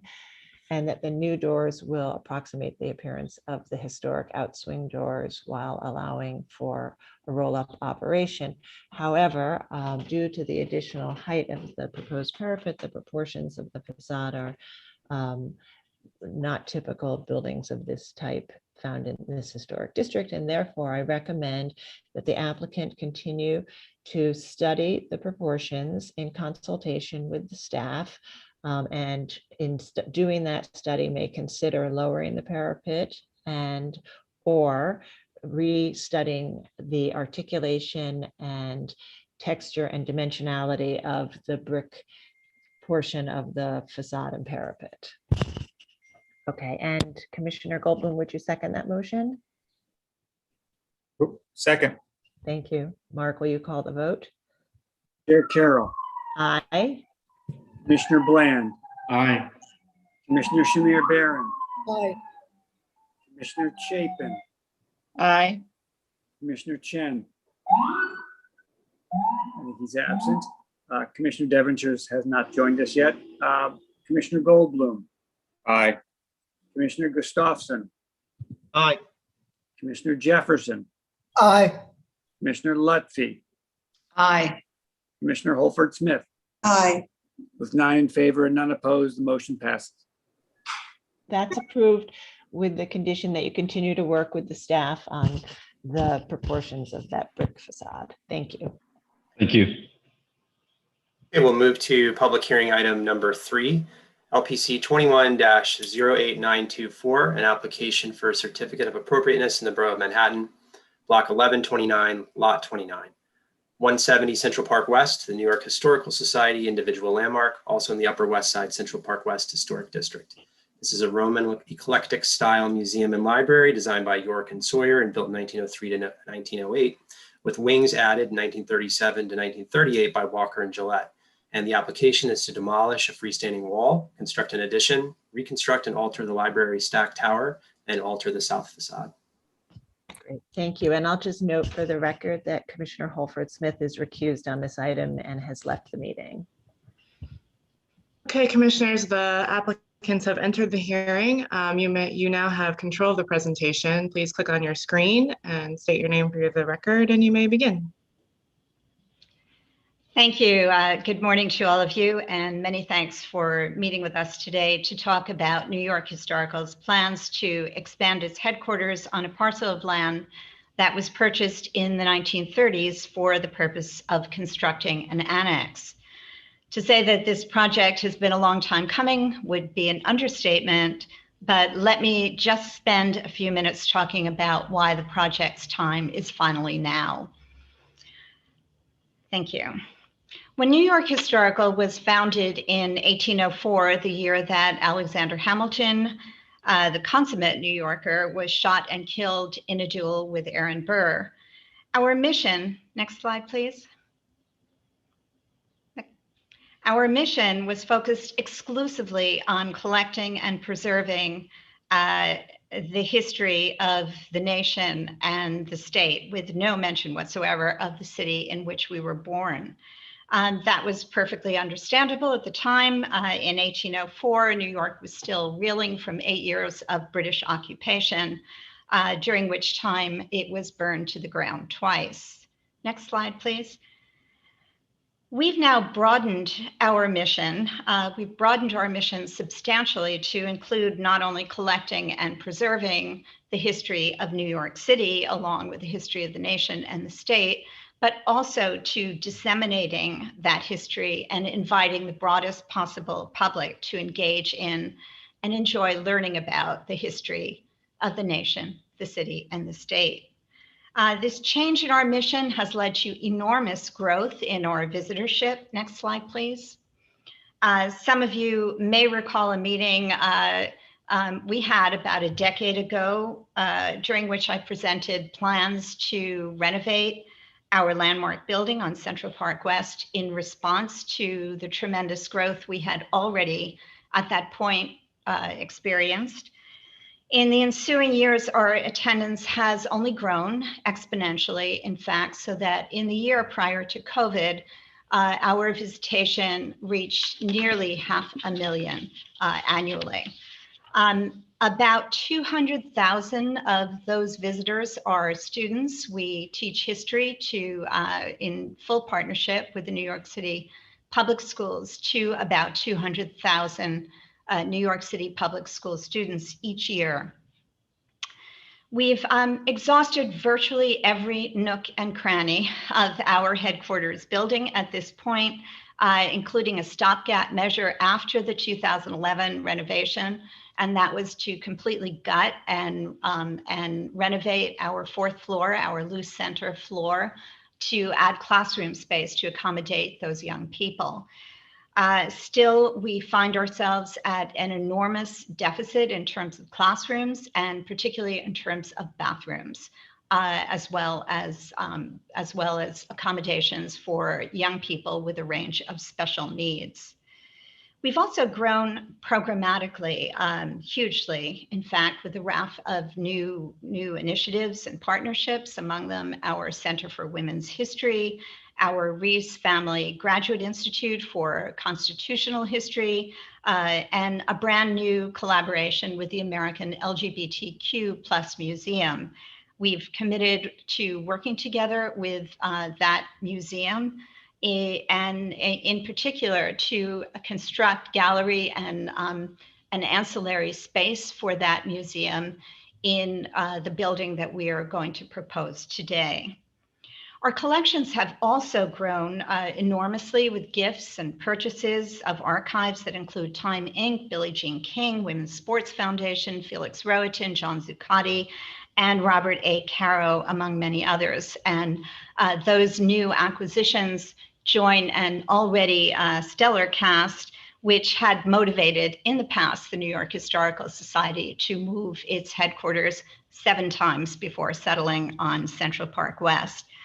Alas, our great library collections are now housed substantially off-site. We finally succeeded in emptying our old stacks, which were original to the building, meaning they were constructed in the early 1900s. The proverbial accident waiting to happen, those stacks had no fire suppression system whatsoever. We are also in the process of emptying and near having emptied our so-called new stacks, the building appended to our headquarters, 10-brick building, which you'll see in a bit, which called the new stacks, constructed in 1937, which relied substantially on a chemical substance called halon for fire suppression. That substance is now illegal. Our proposed new building would enable us to take the collections that are now and will in the future be stored completely off-site and return them to where they belong on Central Park West, adjacent to our library, our great library in state-of-the-art compact underground storage in the new building. Next slide, please. Let me just conclude by saying that we didn't need the events of January 6th to tell us how important it was for Americans to learn about, understand, and appreciate our democracy.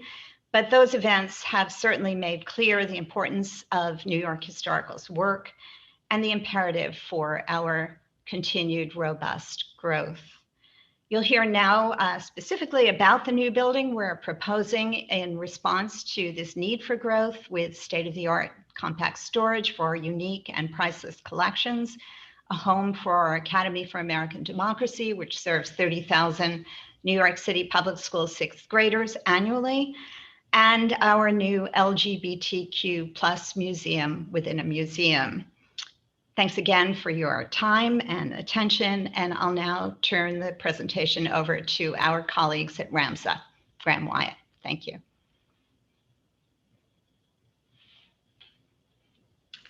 Ready for Graham.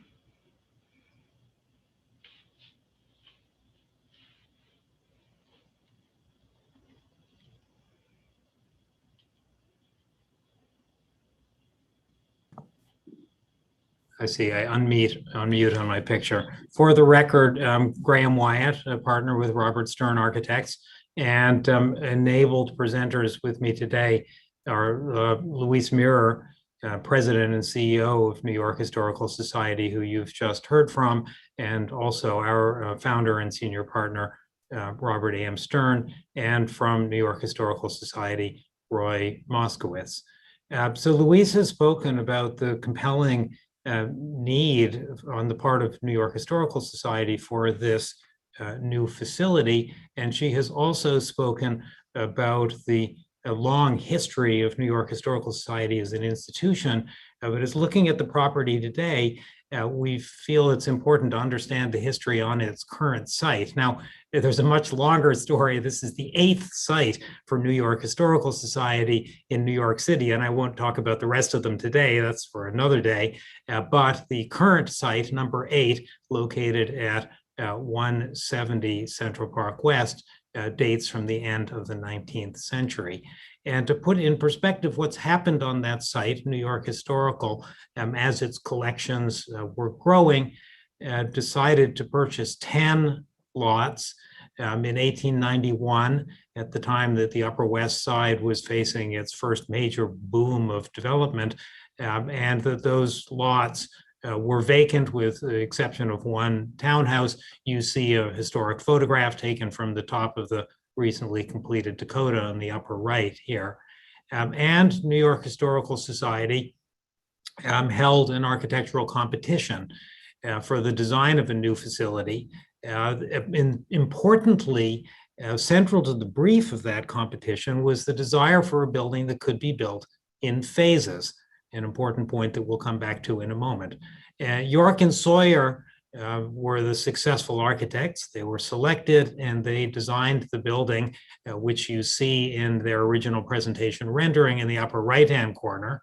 But the portion that they constructed, completed in 1908, was just the central bays with their giant order, and the 2 side bays were not built until later. New York Historical realized that it would need to continue to expand, and in the 1920s, it bought further property to its west, a double lot on West 76th Street and a single lot running through to West 77th Street. So by the time they were looking to complete the intent of the original York and Sawyer design, they were doing so on a larger lot. And at that time, they retained the firm of Walker and Gillette to complete the design and to build the new stack tower, which Louise spoke about a moment ago.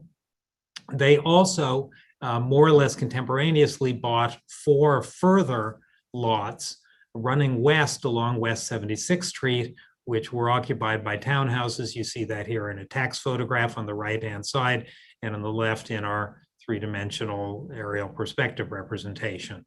And so when Walker and Gillette came to build their building, which you see represented here in the aerial view, the New York Historical Society at the same time cleared the site of those 4 recently purchased townhouses, and that site has sat vacant ever since. That's the subject site for the addition which we're bringing to you today. Walker and Gillette completed their design largely consistent with York and Sawyer, but with several changes to the design, and most significant of which is the expansion on a larger site, which had grown to the west. The New York Historical Society continued to feel the desire to expand and proposed in 1945 an education building on the vacated site to the west along West 76th Street. We find this in the blueprints that you see here on the right-hand side in the files of the New York Historical Society. That building is, of course, unrealized. The building itself is an early member of landmark designation in New York City, 1966, and then it joined the 1973 West 76th Street Landmark District, and then finally the much larger Central Park West Landmark District in 1990. So we think of it as a triple landmark. There have been various proposals on the site, which I'm sure you're all aware of. In 1983, Hardy Holzman Pfeiffer was brought in to look at the expansion of the facilities and the programmatic, in response to programmatic need from the New York Historical Society, but also proposed a revenue-generating apartment tower, residential tower, which is represented here, and that was very controversial and unrealized. But realized as a result of that study were a variety of renovations, significant renovations and upgrades on the interior of the York and Sawyer and Walker and Gillette building. A subsequent study by Platt Byer DeVell White also for expansion on the western lot, also for interior renovations, and also for a revenue generating tower. This also did not proceed. Interesting historical note is the rendering on the right-hand side of that, of the massing that was proposed at that time by Richard Meyer and partners. But also coming out of that series of studies were a series of both interior renovations and some exterior alterations, which many of you are familiar with, including changes to the step and entrance on Central Park West, and also accessibility and altered entrance on West 77th Street.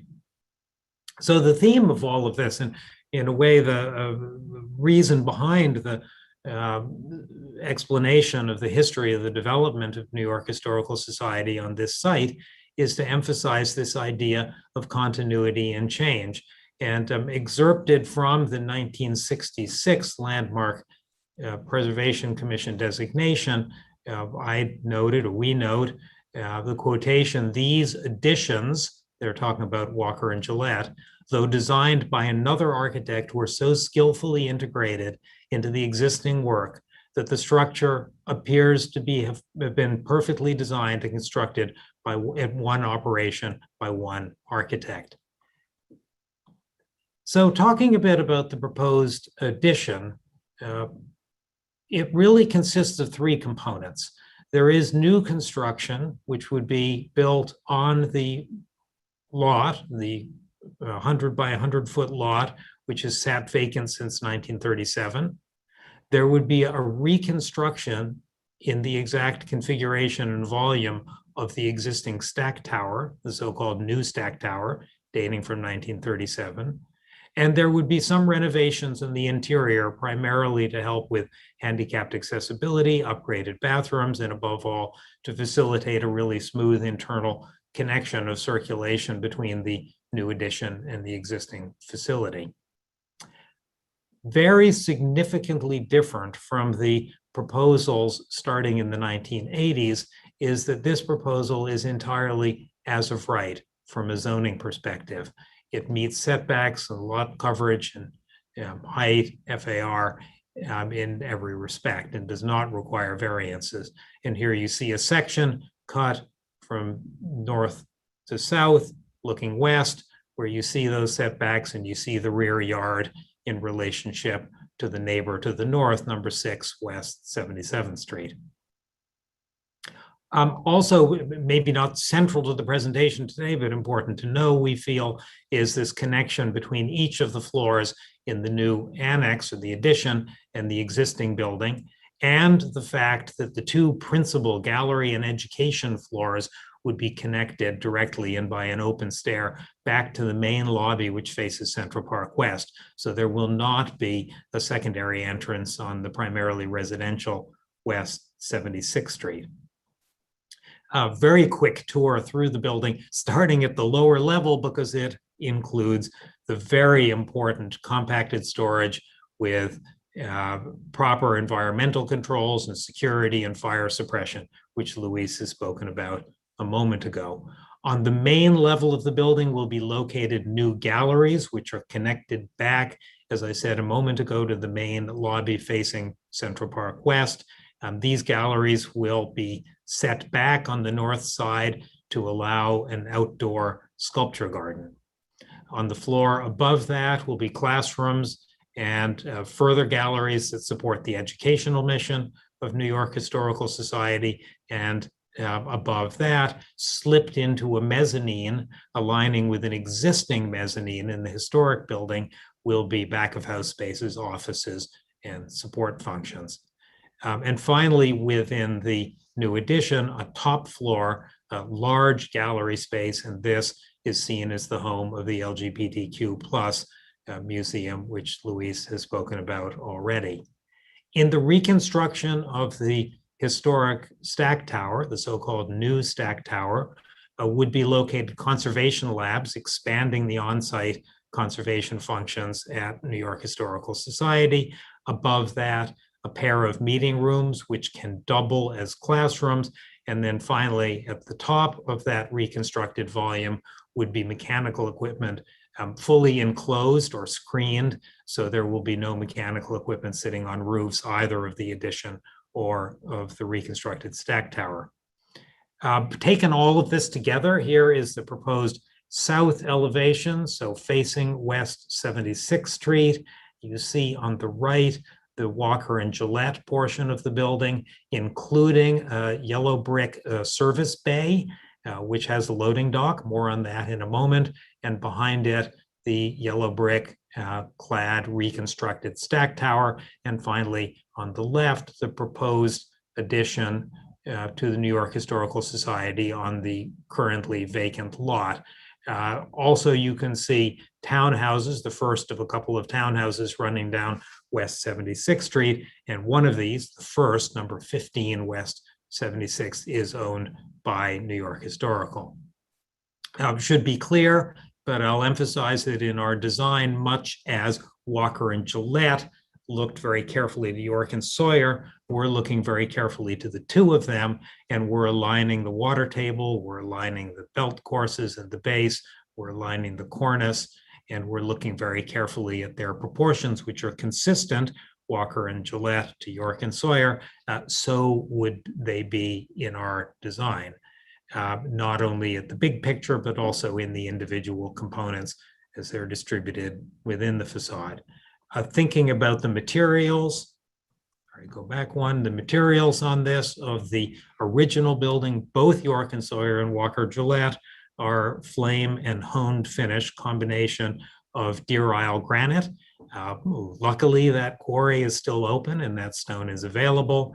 We would be using windows which are bronze clad with the same profiles of the historic windows used in the earlier building, and we would carry across the copper acroteria at the cornice line. There is a, as much as York and Sawyer was charged with coming up with a design that could be built in phases, so we have been charged with a design that could be built in phases, although certainly the desire on the part of New York Historical Society is to be able to build all of this at once. The reason for designing it and phasing has to do with funding, but it also has to do with a compelling need to get as much of the collection back on site as quickly as possible.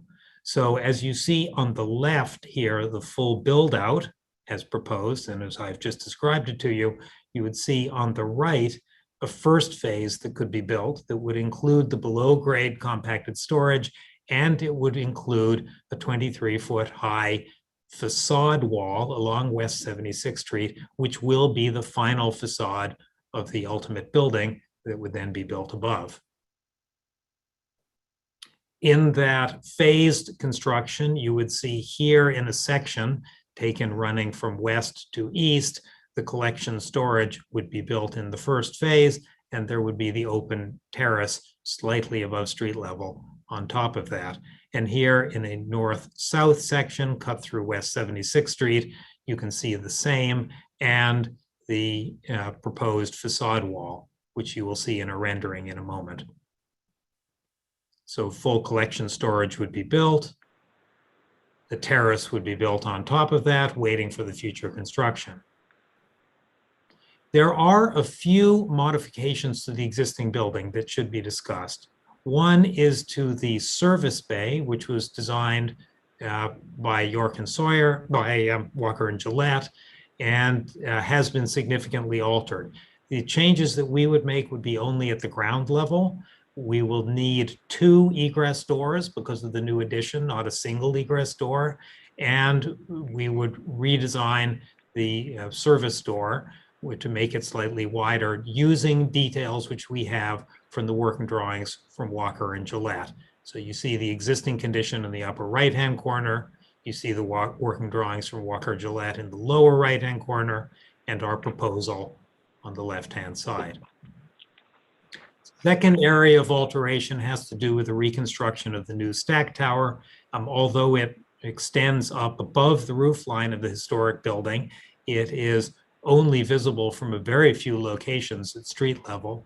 Most significant of these is standing on the east curb of Central Park West, north of the building looking south, and you see it here outlined in magenta. And we propose to rebuild the stack tower in its current volume, but we propose to lower the 2 projections that are on the roof. One of them has to do with a service elevator, which we can now, given new technology, install in a way that it does not require an overrun. And the second is that we will take an enclosure which currently contains a water tank, which is no longer required, and lower it by approximately 12 feet so that it will include the fire stair bulkhead, which is required by code. And so you can see what it would look like in that same view here. There is a rear yard. I've mentioned that before. This is what the rear yard would look like in the first phase. There would be a sculpture garden built in the 30-foot zoning setback zone and an open terrace on top of the collection storage. And here is the same view as this would look in the ultimate construction. And finally, some renderings of how this would appear at street level. First, taken from Central Park West, just to the south of the intersection with West 76th Street and looking northwest, you see in the foreground the Walker and Gillette portion of the existing facility. You see to the left of that the service bay, also Walker and Gillette, and finally the 3 large gallery windows from our proposed addition. And then rising behind that, the reconstructed stack tower, which is now proposed to have windows for the floor that has meeting rooms and would have grills that would allow air circulation for the enclosed mechanical equipment. A second view on West 76th Street looking north and east. Here you see in the foreground the proposed addition. In the middle, the service bay, and beyond that, the balance of the Walker and Gillette building and the reconstructed stack tower behind. And finally, a view of what might be built if this is to be built in phases. This would be the first phase. The underground collection storage would be built. The first full floor of the final facade would be built in its materials, awaiting construction of a future phase on top, which I will return to. So thank you for your attention, and I now throw it back to the commission. Great. Thank you very much for a very complete and presentation. Commissioners, do we have any questions? Okay, I'm not seeing any questions. Why don't we move to public testimony? We may have questions after that. If you're in the meeting and would like to speak on this item, please raise your virtual hand so we can identify you. And I am going to turn it over to Anthony Fabre, our Director of Intergovernmental and Community Affairs, to take us through the testimony. Thank you. So we do have a few signups for this item. The first person that I will bring in is Mark Diller from Community Board 7.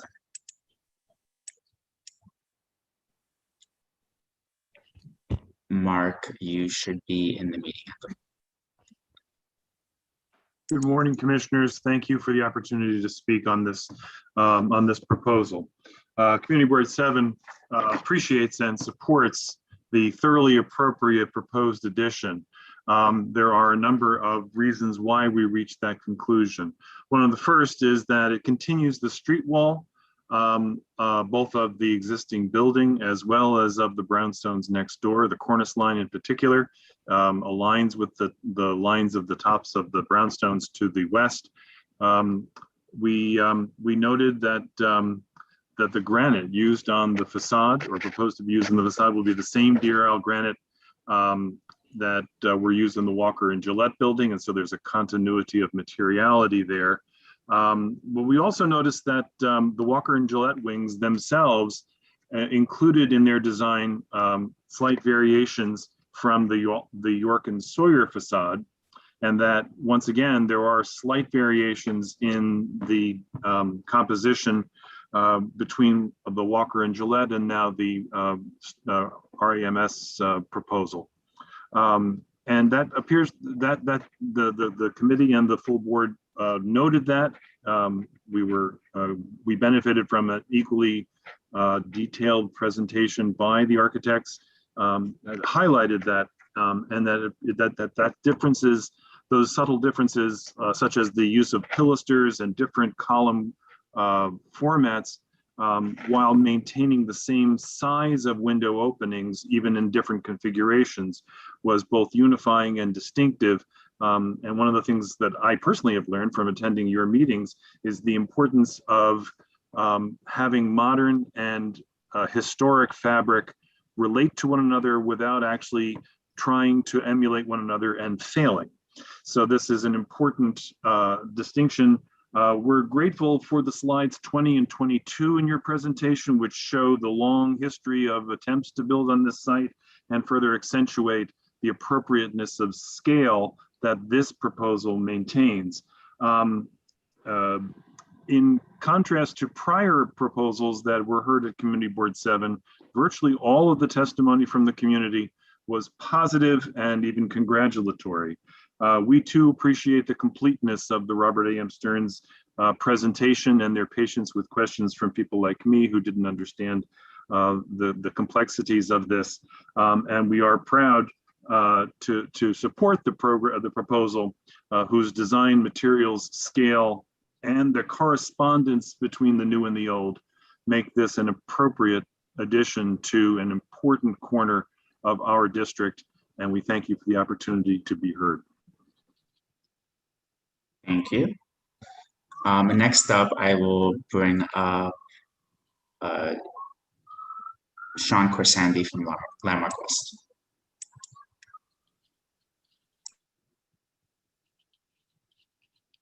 Sean, you should be in the meeting. Good afternoon, Commissioner. Sean Corsandi for Landmark West. The Landmark West Certificate of Appropriateness Committee was fortunate to preview the proposed expansion for the New York Historical Society during a truly memorable presentation in April. Guarded after past proposals for towers by Hardy Holzman Pfeiffer and Richard Meyer, we had steeled ourselves for another round of frank discussions about scale, use, and institutional need. Instead, we received a justifiable reasoning for a mission-driven expansion to improve collection storage, expand visitorship through added classrooms and support spaces, and bring the Upper West Side a new LGBTQ museum, one of the first of its kind. The architects prefaced these needs with a thorough investigation of the site history and existing building limitations. Today's presentation clarifies these even further for additional peace of mind. Although there was some commentary from our committee that the building could have been more daring, we believe that the proposed limestone edifice will unify the museum footprint and volumetrically bridge to the contextually zoned mid-block without overwhelming its context. The specified materials continue a long dialogue between Walker and Gillette and their expansion of the York and Sawyer original, and are wholly suitable for an immortal institution such as the New York Historical Society, who will occupy these buildings for the next century more and beyond. Robert A.M. Stern Architects has struck the appropriate Goldilocks balance for this contested site and has proven that it is indeed possible to work within the context, meet client needs, and respect the underlying community with a timeless solution. We fully support the proposed interventions. Thank you.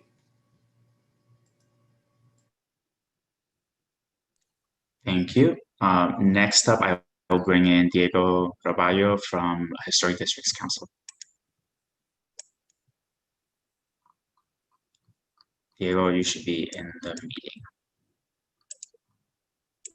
Hello, everyone. My name is Diego Roballo. I work for the Historic Districts Council. HDC supports this proposal. Its scale and design are contextually sensitive, and the changes will be a valuable addition to the surrounding Upper West Side Central Park West Historic District.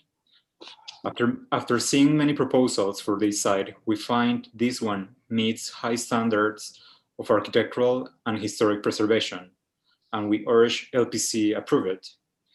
HDC also thanks the applicant for the extensive research, level of detail, and clarity displayed in their presentation.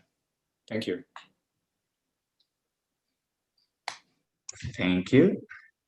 Next up, I will bring in Andrea Goldwyn with New York Landmarks Conservancy.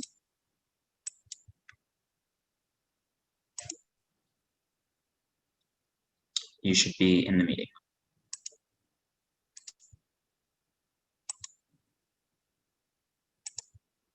Andrea, are you there?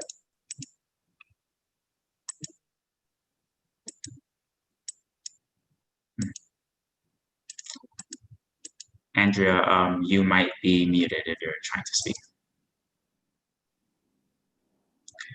So what I will do is that I will bring in I'll bring in George Colorado, and hopefully Andrea can join us in a bit.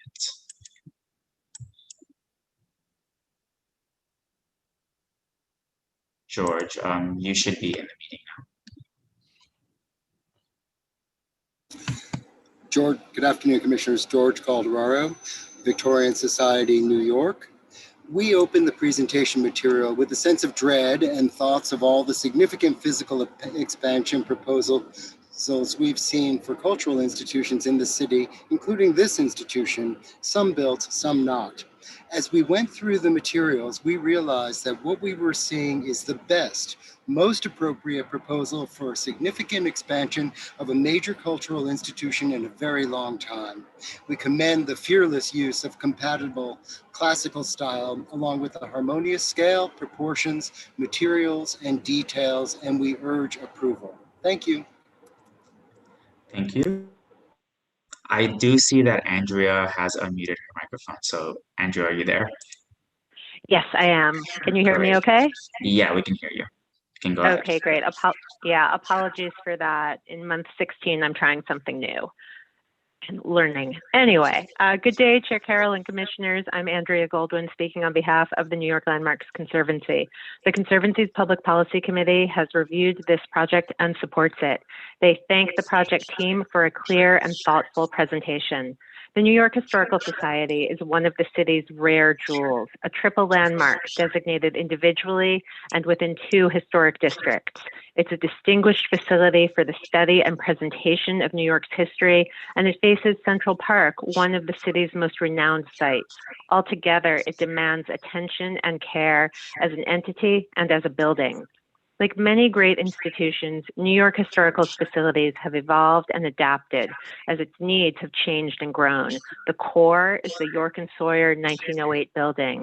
The most significant alteration to this point is the 1938 Walker and Gillette addition, which extended the classical motif of the front facade to wings on the side streets and established the stack tower.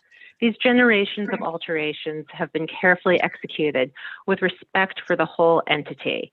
This time is no different. The proposed addition draws from Walker and Gillette's work and will allow New York Historical to welcome new and expanded audiences. The low-scale massing extends the proportions of the existing building. It also respects the row house scale of the surrounding historic district with a street wall height and cornice that meet the roofline of neighboring brownstones. The materials, including the granite facade, bronze-clad windows, and copper cornice, will be essentially the same as the existing building.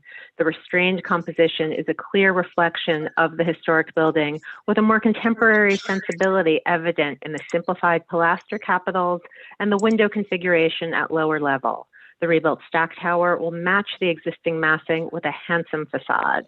The architects have taken what works best in the historic building and let it guide this proposal. This approach creates an attractive addition that respects the landmark and the neighborhood. We look forward to seeing its completion. Thank you for the opportunity to express the Conservancy's views. Thank you. Next up, I will bring in Reverend Schuyler Vogel.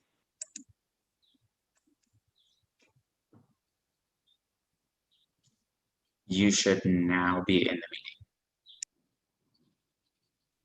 Thank you, Anthony, Chair Carroll, and commissioners. My name is Reverend Schuyler Vogel. I am the Senior Minister of the Fourth Universalist Society, which is located on 76th Street and Central Park West.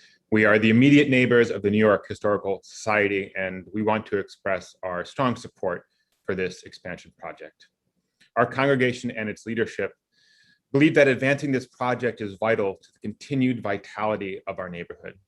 All our institutions benefit when we are each allowed to thrive. We believe this expansion will enable the museum to continue its vital mission, stewarding the historic and cultural legacies of New York City, especially through its representations of populations that have not been historically represented well in museums, like the LGBTQ+ community and communities of color.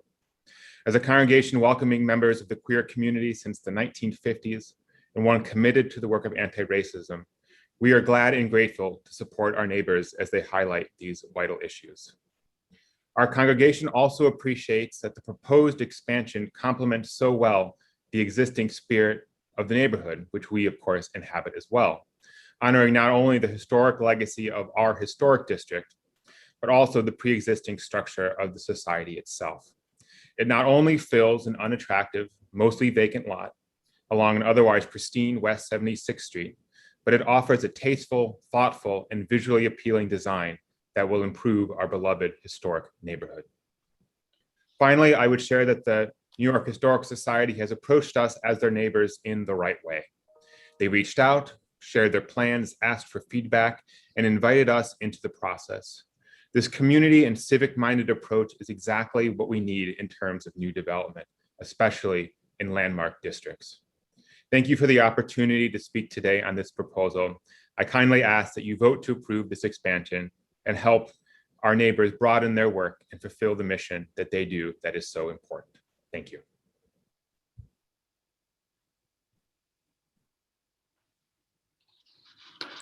Thank you.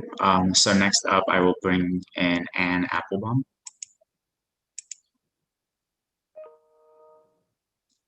And you should be in the meeting.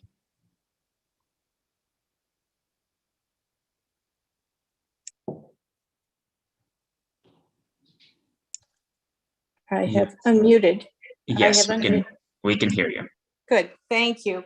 Good morning. My name is Ann Applebaum. I am a member of the Historical Society and a longtime Upper West Side resident. I have asked for time to speak today to express my strong support for the Historical Society's proposed expansion project. The Historical Society's mandate is to collect and preserve whatever may relate to the natural or civil history of the United States, and particularly to New York City. It has submitted an application to expand and modify its building to meet that mandate because, quite simply, it has run out of room.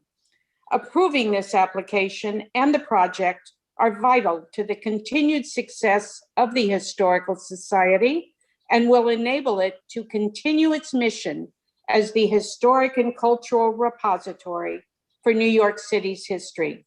I love the Historical Society. I attend their lectures and exhibitions. I have grandchildren who participate in the Society's children's activities. This project will enable the Society to expand its cultural and educational programming. They cannot do that if the proposal is not approved. I have read the application submitted and reviewed the proposed addition and modifications. The design appears to me to be an appropriate addition to an individual landmark and to one in a landmark district. And I am confident that the designers and architects have taken meticulous care to ensure that the materials used will match the original granite used to build the first Society building in 1908. I can see from the application that the addition takes its design cues from the existing structures and meets the height and scale of the current building. The plan protects the architectural and historical significance of the building while still meeting the Society's compelling programming needs. It's a necessary project, and as a member of the Historical Society, I urge the Landmarks Commission to issue its approval. Thank you for the opportunity to express my support.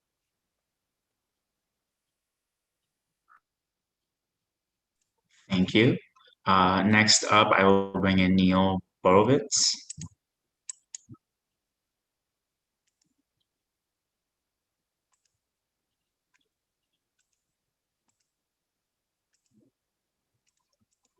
Neil, you should be able to speak now. You just have to unmute your microphone.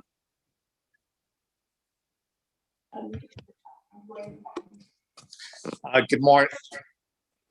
Good afternoon. I thought it was still morning, but it's good afternoon. My name is Rabbi Neil Borovitz, and I'm an Upper West Side resident and a strong supporter of the New York Historical Society. I've been a member for many years, and I asked for time to speak today to voice my support for the proposed expansion of the Historical Society. I visit the Historical Society often. I attend lectures, programs, and exhibitions. I use the facilities, and it's clear to me that this expansion is necessary. I reviewed the application submitted to the Landmarks Commission by the Historical Society, and the design is terrific. I thought today's presentation really emphasized that. The beautiful new addition will, I understand, use historically appropriate materials. The new building will fit much more appropriately with the neighborhood buildings and connect the historic structures along West 76th Street, including the adjacent townhouses, by filling in a missing link. It appears to me that the Historical Society's team has done an excellent job crafting a design that will respect the historic legacy of one of New York City's premier cultural institutions, and one that happens to be one of my favorites. The new building will be a wonderful contributing structure to the historical district and to the entire New York City community. Thank you for the opportunity to speak, and I respectfully request that the Landmarks Commission vote to approve this expansion and help the New York Historical Society broaden its work and fulfill its mission to guard, preserve, and share New York City's rich history. Thank you. I did see that we had a phone number ending in 204 that had raised their hand, and they are no longer raising their hands. So just in case you are trying to speak, just make sure you raise your hand so I can pull you in. Okay. That is everyone that signed up. There's one person that signed up that is not in the meeting. And there are no more hands raised for this item. Okay, thank you. And was there any written testimony? Yeah, Manhattan Community Board 7 already presented. They approved the proposal as presented. And we received one additional letter in support of the project from Borough President Brewer. Thank you. All right. Well, I think this is first to have completely supportive testimony without any suggestions, but I would like to turn to the applicants and ask if there's anything you'd like to add at this time, and then we'll have commissioners' questions if we have any additional questions. So I think we'd be pleased to have you proceed. Thank you. okay, all right, thank you. So, Commissioner Bland, I know you had your hand raised for a while. Did you have a question? Well, I did, and it seems almost out of order at this point, but I'll ask it anyway. Was it 3 windows that are now arranged vertically as a proportion, the same proportion as those? There we go. The 4 or 5, 4, I guess 1, 2, 3, 5. Well, I can understand it visually as an architect, a design architect. I might have done the same. But I'd love to hear the explanation from you, the architect. Well, it's got an interesting historical twist to it, as everything at New York Historical Society does. When York and Sawyer designed their building in 1904, that was built in 08, they showed vertical windows along the 2 side bays, which of course they didn't build. Walker and Gillette ultimately did. Then when it came to Walker and Gillette, those windows were shown as horizontal. And the reason, as I infer it, is that there were galleries along those 2 side bays in the Walker and Gillette design. And so they wanted high clear story windows to maximize the amount of surface area on which they could present exhibits. And in the galleries, as now designed in the new edition, our feeling was that there was plenty of exhibit space, but we wanted something that would provide a little bit of relief from gallery fatigue. So we thought, well, why not go back to what York and Sawyer had thought about in their original design and put that in so that it wasn't just a literal continuation of what Walker and Gillette did. So there is, Commissioner Bland, there's a bit of a historic background to it, but there's also in our mind a kind of functional justification for why we're doing it. I hope that answers. I would just add something, which is that we have a lot of materials regarding the history of this building and commentary that they just couldn't afford all that glass. Glass was expensive. So that may really be the short answer to the question. All right. Well, thank you. I like the long answer too, though. All right, thank you. Commissioners, any other questions?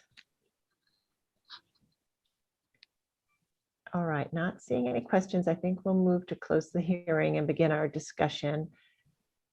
And so I am now asking to unmute all of you. Commissioner Gustafson, would you make a motion to close the hearing? So moved. Thank you. And Commissioner Devonshire, would you second that motion? He's not there. Second. Oh. He joined us during the presentation. Okay. All in favor, we have to vote. All in favor, say aye. Aye. Aye. Any opposed? Okay, so the hearing is closed and we'll now begin our discussion. And again, I want to thank the team and Graham for this very complete and thorough and interesting presentation. And it was very clear and helpful in presenting the scheme and the appropriateness. So commissioners, there are sort of 3 areas to discuss. One is the addition to the west, which may be built in phases with the ground floor wall facade being built first.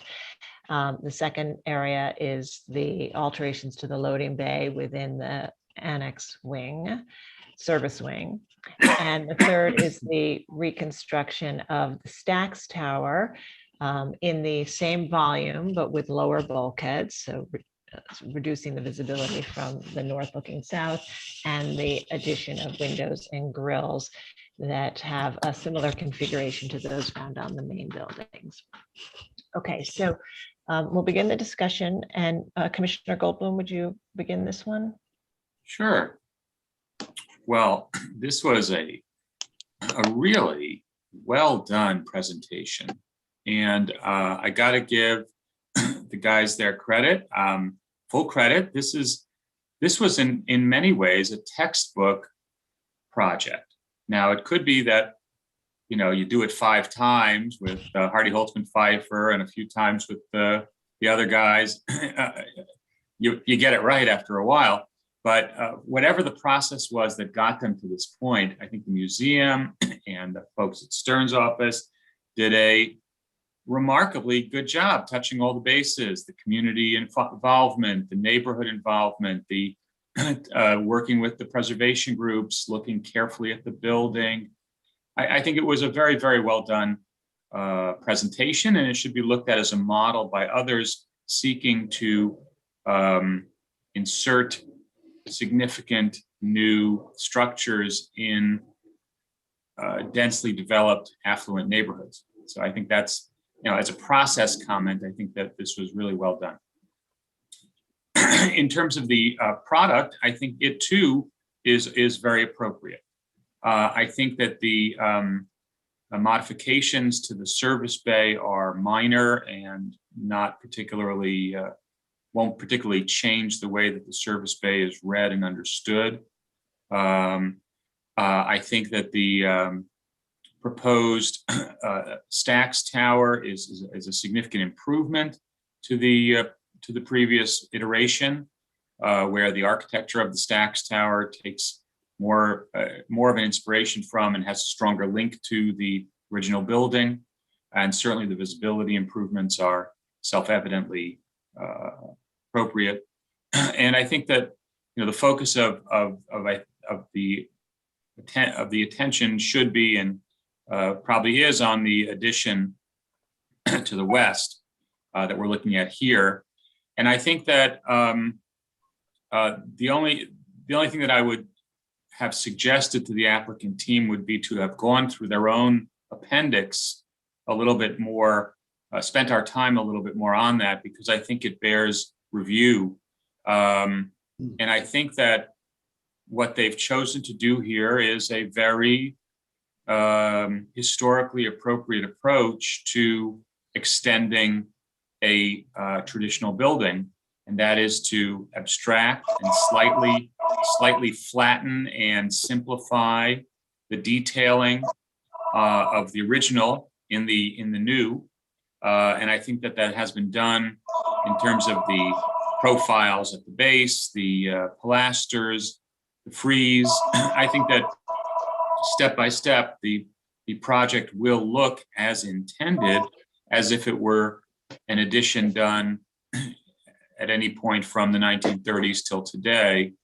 I think it's a very conservative approach. I think it's very, in that regard, very safe.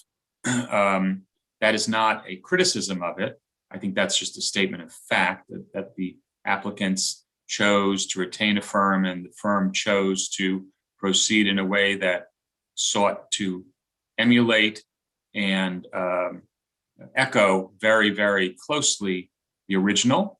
And I think that that's an appropriate approach to an addition in a historic district to a historically valuable building. So I really don't think that it's in any way a negative to say that. I think that the project is going to be an enhancement to the museum. I think the internal planning is excellent. And I wish them the best of luck and think that this is a completely appropriate project. Okay, thank you. And Commissioner Devonshire, were you here long enough and I know the materials were sent to you in advance. I don't know if you've had a chance to think about I this was topic. not, but I'm loving what I'm seeing here. And I would just say, Commissioner Goldblum, what he said. Okay. All right. And Commissioner Bland. Well, I think Michael, the Michael, and then the ditto Michael have really said it beautifully, but so did all the testimony. And I want to echo the and thank and kind of breathe a great sigh of relief that this is what we're seeing and what is being asked of us to approve. I think it's really a very, very skilled scheme, as we would expect from this firm. It's been noted that it's not daring, but sometimes not daring is the right approach. But just skill and articulate and smart way of adding to old can be this way.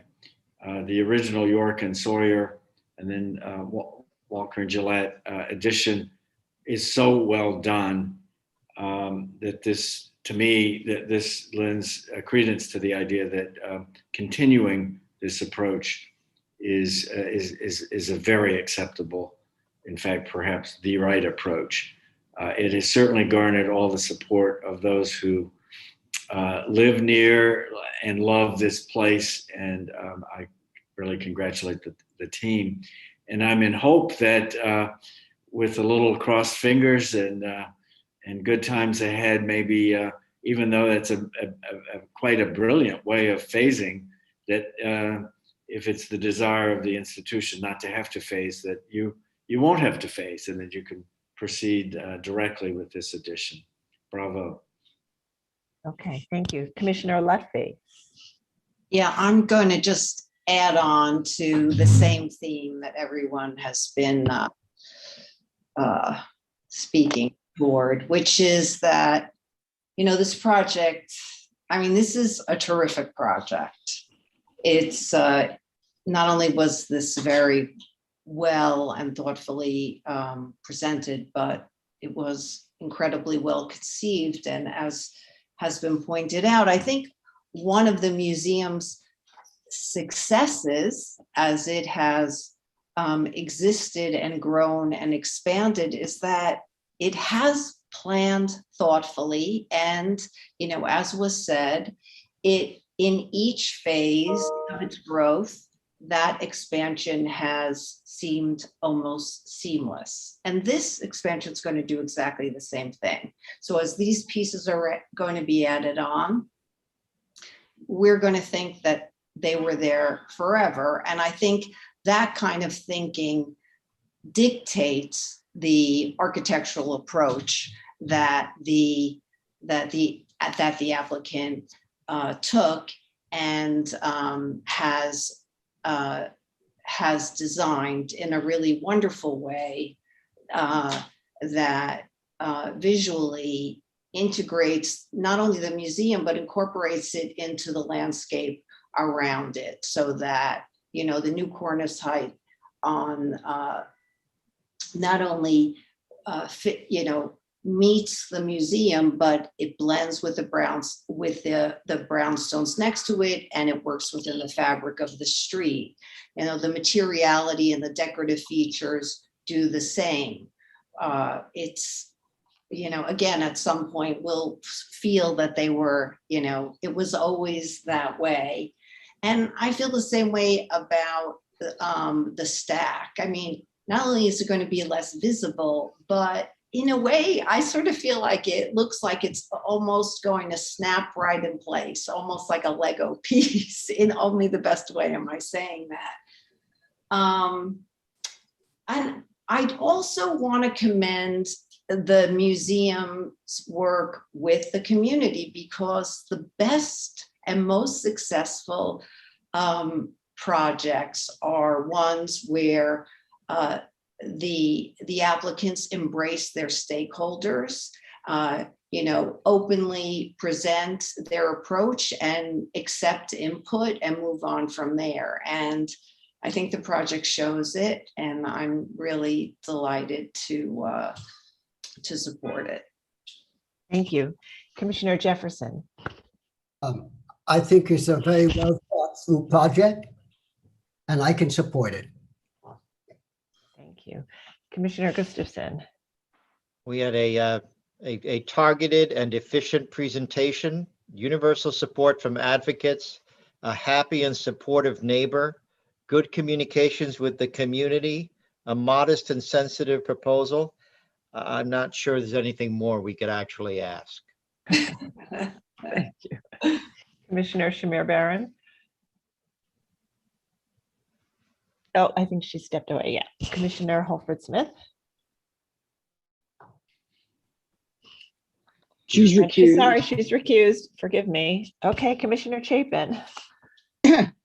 Yeah, well, I can definitely fully support this proposal. I'll run through a couple of things because I know we're asked to really address specifics and say that I think that the fact that they've taken a height along the street wall, which fits in with both the existing building height and the townhouses, makes it fit well into the street wall, including the additional setback. That the vocabulary they use on the new building, the addition is appropriate in fitting in with the existing building, with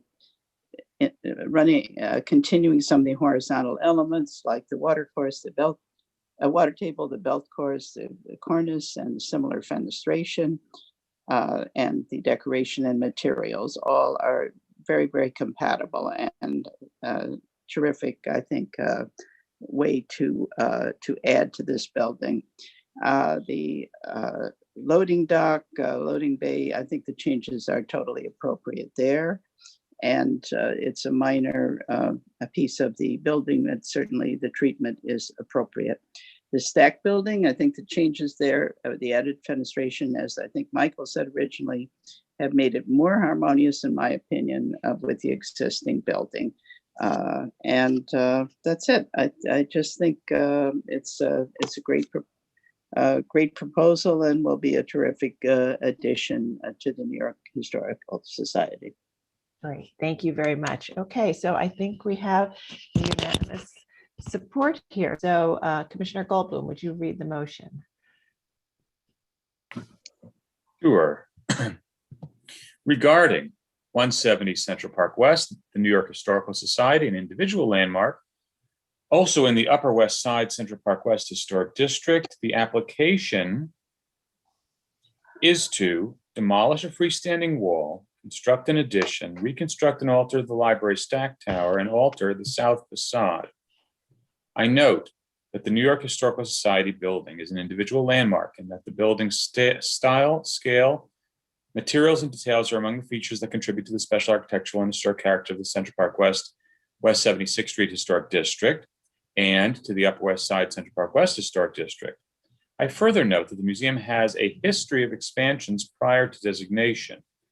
I recommend approval, finding that while the existing service yard wall is a historic feature, it is utilitarian in design, and its removal will not cause the loss of any significant architectural or site features, that the cornice height of the proposed addition will match the street wall height of the existing museum building, and the overall height of the massing of the building will be harmonious with the streetscape. That the addition will step back as it meets the adjoining row house, creating a harmonious transition at the street wall. That the proposed design continues the horizontal features of the existing building's facades, including the water table, belt course, and cornice coping, and has similar fenestration, thereby tying the proposed addition into the composition of the existing museum building, much as such features tied the 1930s wings into the original structure.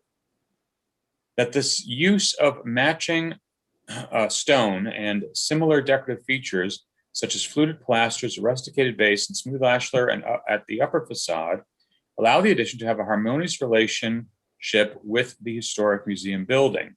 That the proposed modifications to the existing service dock ground floor openings will not cause the removal of any significant architectural features. That the proposed paneled service and egress doors are in keeping with the utilitarian nature of the service dock facade. That the existing stack tower is a utilitarian structure with no distinguishing architectural features, and that its demolition will not cause the removal of any significant architectural or historic features. That the design of the proposed stack tower will draw on some of the details of the museum building, including the multi-pane windows and decorative grills, thus better integrating this utilitarian feature into the overall design of the building. That the simplified more regular massing of the proposed stacked tower, as well as its reduced height, will be more harmonious with the low height and horizontal and symmetrical composition of the museum building. That the overall footprint of the addition will maintain green space at the center of the block, and that the rear facade is commensurate with the rear facade of the museum building in terms of material and details, and that the work will create a designed, usable outdoor space for the museum. That the addition will be constructed in phases, with the first phase consisting of the base, which in itself comprises a cohesive design. And should the construction of the rest of the addition be delayed or abandoned, this element will have a harmonious relationship as a standalone building with the museum building and the streetscape. And that the proposed addition and alterations to the museum building will allow this important city institution to continue to grow while maintaining the historic and architectural integrity of the landmark. Thank you. And Commissioner Bland, would you second that motion? Second. And Mark, will you call the vote? Chair Carroll, Aye. Commissioner Bland, Aye. Commissioner Shamir Barron, if you're here, Yes, I am. Aye. Commissioner Chapin, Aye. Commissioner Chen, not here, Commissioner Devonshire, Not Commissioner voting. Devonshire, He's Did you say having, aye? he's having internet troubles, so. I'll give him 1 minute to hold. To see if he can He join said us. he wasn't voting He said he wasn't voting. in a snippet, I heard. I didn't see enough of the Okay. presentation. Okay, thank you, Commissioner. Commissioner Goldblum, Aye. Commissioner Gustafson, Aye. Commissioner Jefferson, Aye. Commissioner Lutfi, Aye. with 9 in favor and 1 recused, 1 abstaining, the motion passes. Okay, that's approved. Thank you and good luck. We look forward to Thank you very seeing the much. next phase. Thank you. Thank you all. Thank you. All right, and we'll now move to our next and final item. Okay, item number 4, LPC 21-08864, application for an advisory report. This is in the Borough of Manhattan, Block 1130, Lot 1, 200 Central Park West, the American Museum of Natural History individual landmark, also in the Upper West Side Central Park West Historic District. This is a complex of museum, exhibition, and support buildings designed by Fox and Mold, Katie Bergen C., Trowbridge and Livingston, John Russell Pope, Charles Volz, and others, located within a park and built between 1874 and 1935. And the application is to remove a statue, modify stairs and paving, and install markers.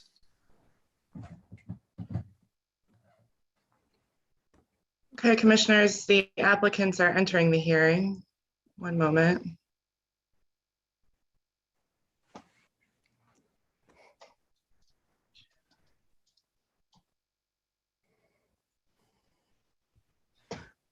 Okay, they now have control of the presentation. Please state your name for the record and you may begin.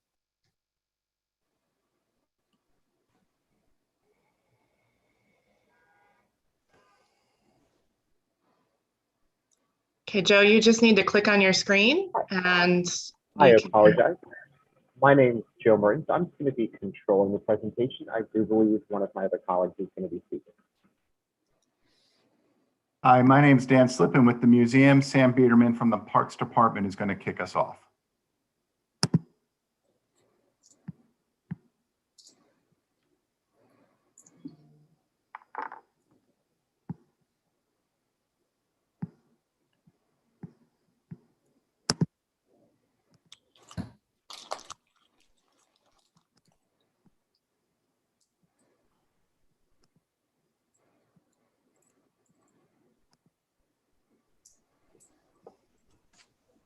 I'm not sure that he's in the meeting. I'm looking. Sam Biederman. In the attendees list, there is someone titled 200 Central Park West with a hand raised. I'm not sure if that is Sam, but does anyone on the applicant team know or can confirm that? Sam is saying he's in the meeting, and that is him. Okay. Hand up. Okay, he should be entering momentarily.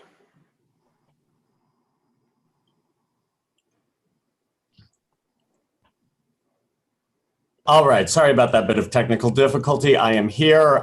Thank you for your patience. So, my name is Sam Biederman. As Dan said, I'm Chief of Staff and Assistant Commissioner for Community Outreach and Partnership Development at the Parks Department, and I want to thank all the commissioners here for having us today. So, Parks and the American Museum of Natural History are here today to present the commission the proposal for the removal and relocation of the equestrian statue of Theodore Roosevelt from the main or eastern entrance of the museum. I have slide 2, please.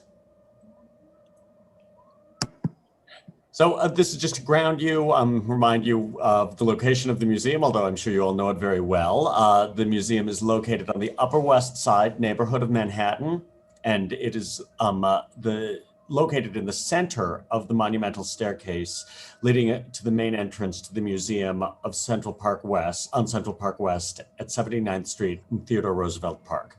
So the statue, the monument, is on that staircase. Third slide, please. So this is a view of the sculpture in its current location. You can see the scale and size of it. It's a grand entrance. Slide 4, please. And this is another view of the artwork itself. This is the view as museum visitors approach the artwork as they enter the museum at this entrance. This is outside of the wing built by the state of New York as the official state memorial to honor Theodore Roosevelt. Slide 5. The statue by James Earl Fraser consists of a heroically sized bronze figural group atop a granite pedestal. Roosevelt is depicted on horseback, flanked by a Native American and an African figure on foot. So our statement from Parks is that the city, in partnership with the museum, is proposing what is really an incredibly rare action here, but we feel it is the right course of action. We are the stewards of the city's collection, a responsibility affirmed by the Supreme Court, which in 2009 unanimously supported the city's role in determining what is, quote, appropriate for the place in question based on aesthetics, history, and local culture, end quote.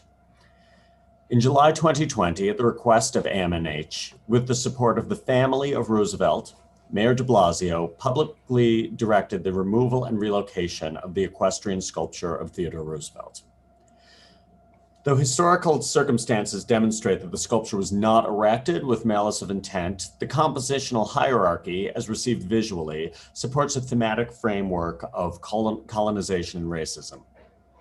The city and museum proposed relocation by long-term loan to a cultural institution or its grounds dedicated to the life and legacy of Theodore Roosevelt. I would now like to introduce Dan Slippen from the American Museum of Natural History to further elaborate on this proposal. Thank you, Sam. Madam Chair, Commissioners, thank you for your time today. Joe, next slide. This slide is a model of the design for the Roosevelt Memorial.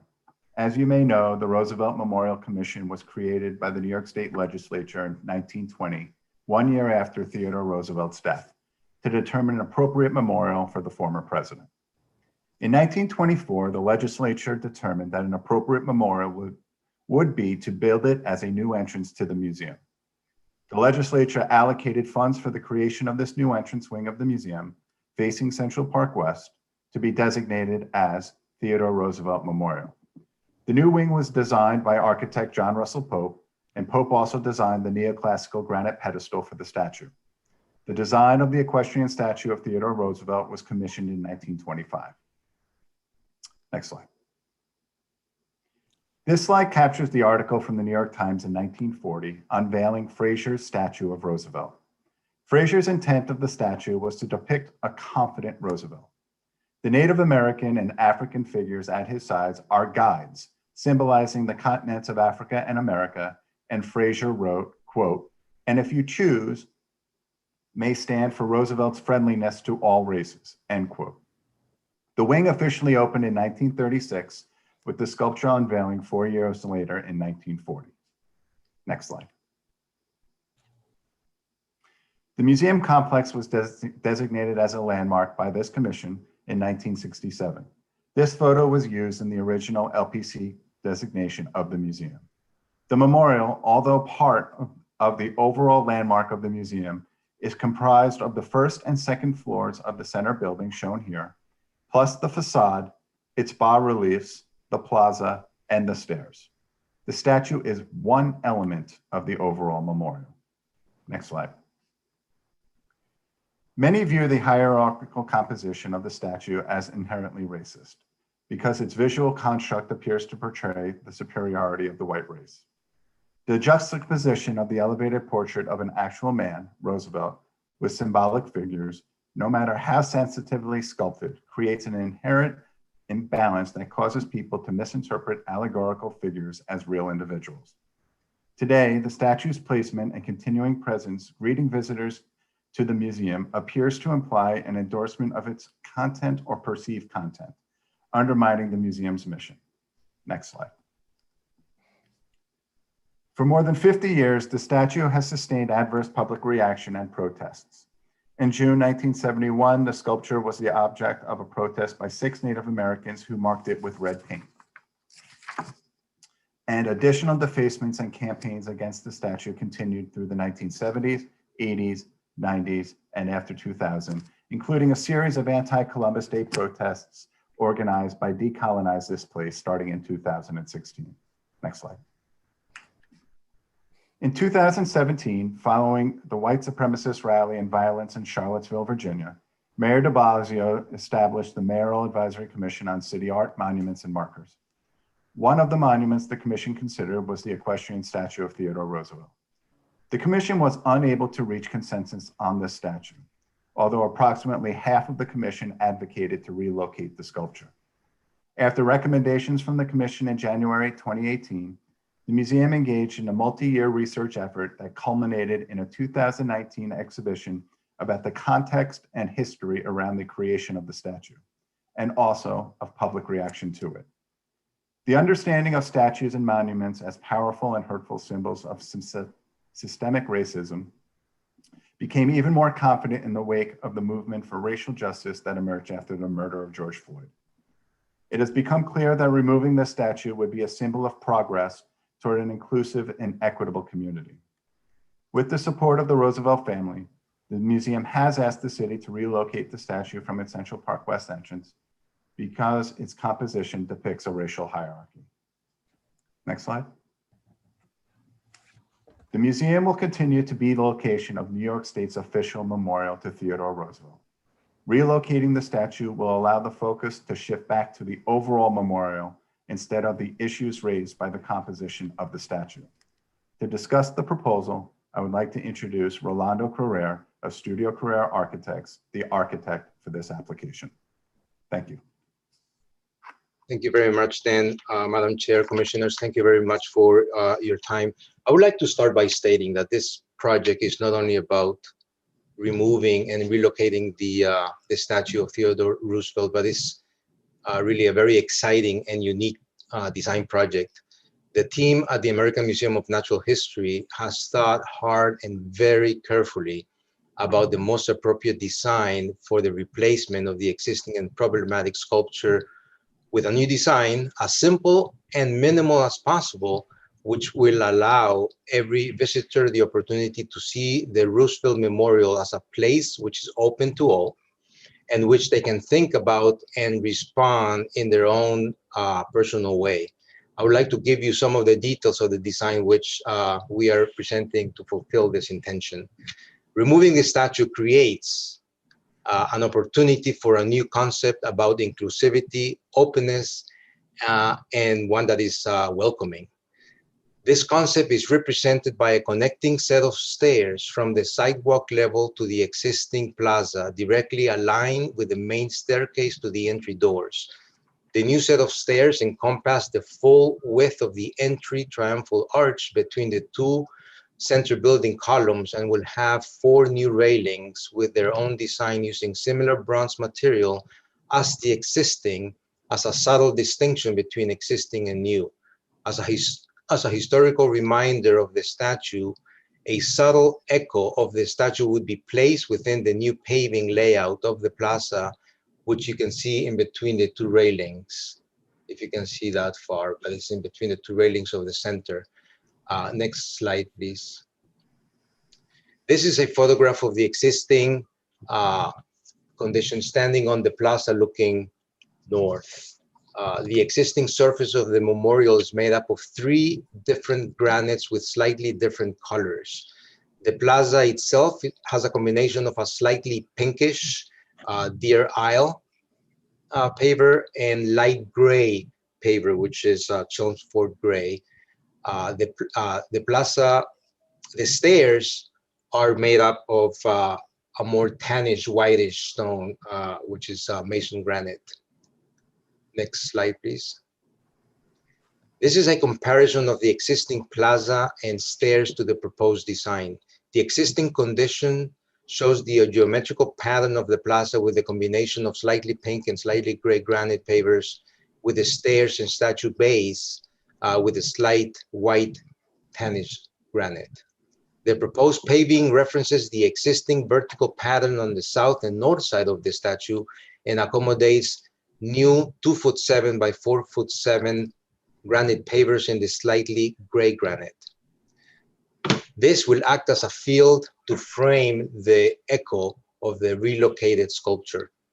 A ½ bronze ribbon will be inset into the stone in the shape of the former statue stone base. The pattern would provide both legibility of the footprint of the relocated sculpture and subtle but harmonious distinction between the existing pavement and the new infill. Next slide, please. This is the proposed view showing the new paver pattern on the plaza with the ribbon of the echo flush with the pavers. The new railings are of a new design with using similar bronze material as the existing, as a subtle distinction between what is existing and what is new. The location and design of the railings will of course comply to code. Next slide, please. This is a drawing showing a larger area of the existing plaza and statue stone base. Next slide. Compared to the new design where the new stairs have been introduced and the echo of the statue pushed back towards the upper staircase. Next slide, please. The museum is proposing plaques with 2 essential goals. First, to inform the visitors of the Theodore Roosevelt Memorial, and second, to recognize the history of the statue and the reason for its removal. Next slide, please.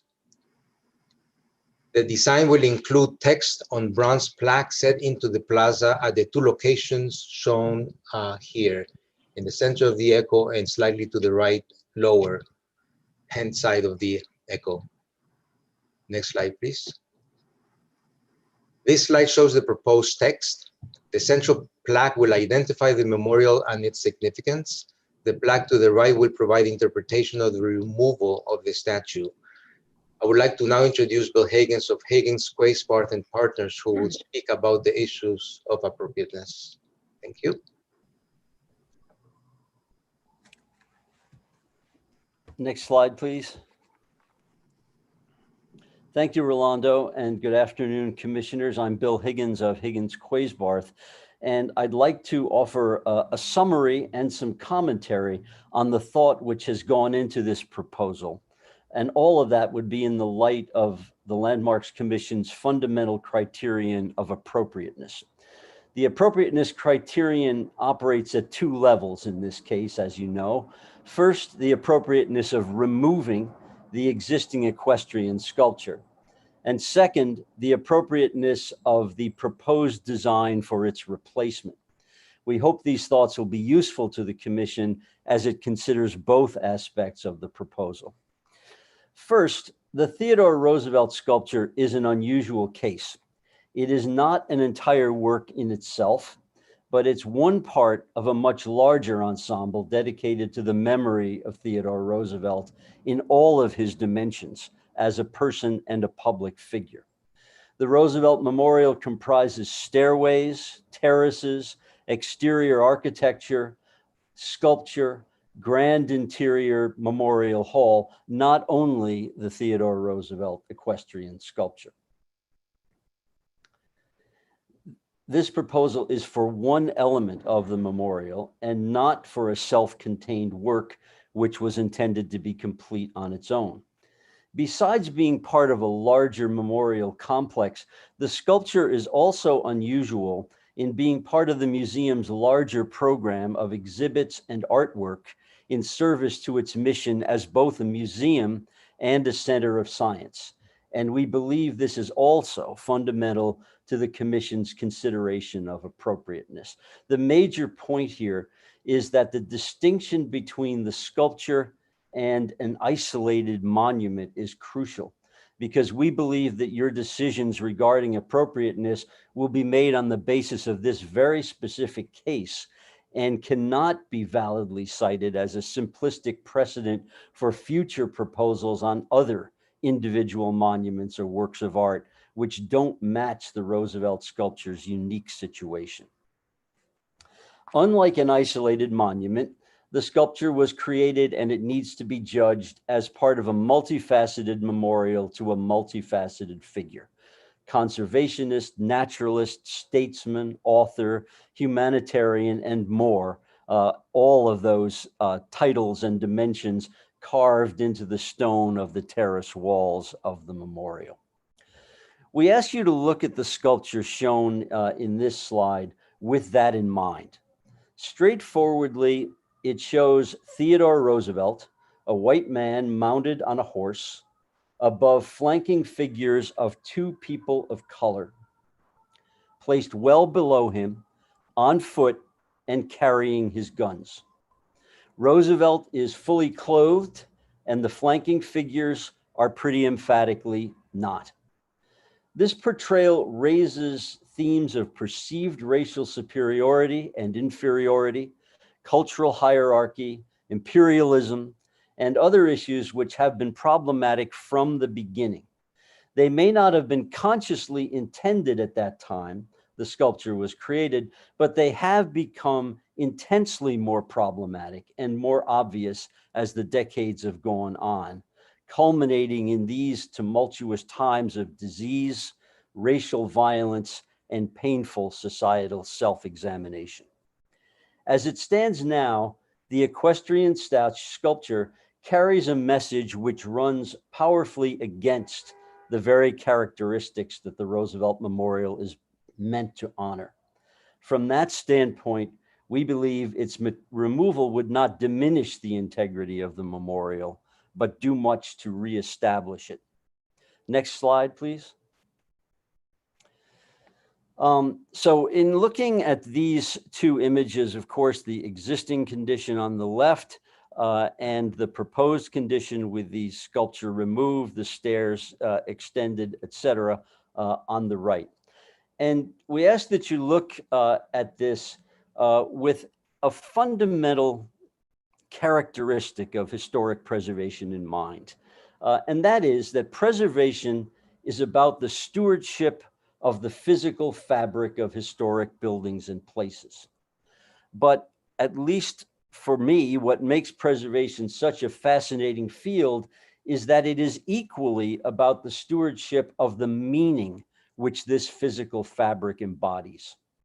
And the meaning of physical fabric can change radically as the cultural context which surrounds it changes, even without any physical change to the material itself. Again, I'd ask you to consider these images of the existing and proposed Roosevelt Memorial with that principle in mind. As a result of the tumultuous change which surrounds it, the negative cultural messages which the sculpture has always carried have been so powerfully magnified that the sculpture fundamentally detracts from the meaning of the entire memorial.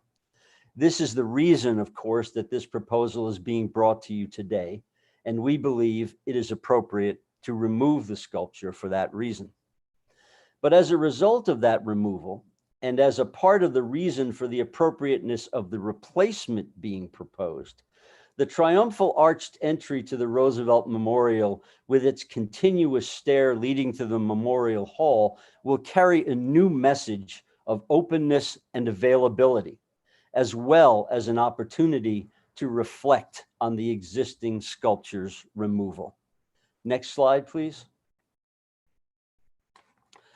Existing floor plan on the left and proposed on the right. The essence of the design proposal for the reconfigured entry to the Roosevelt Memorial is simply summarized in these plans. The sculptural object, whose base is shown in the existing plan on the left, will be replaced by an extended stair and terrace with an outline image in bronze of the statue's base inlaid into the stonework of the terrace. There will be brief text contained on 2 bronze plaques explaining the sculpture's removal and the reasons for that removal, and the fact that the Theodore Roosevelt Memorial is, as it has always been, a larger composition of which the sculpture is a part, and one which will remain very much present after the sculpture is removed. As Rolando noted, this proposal is for a new design, not only for a removal.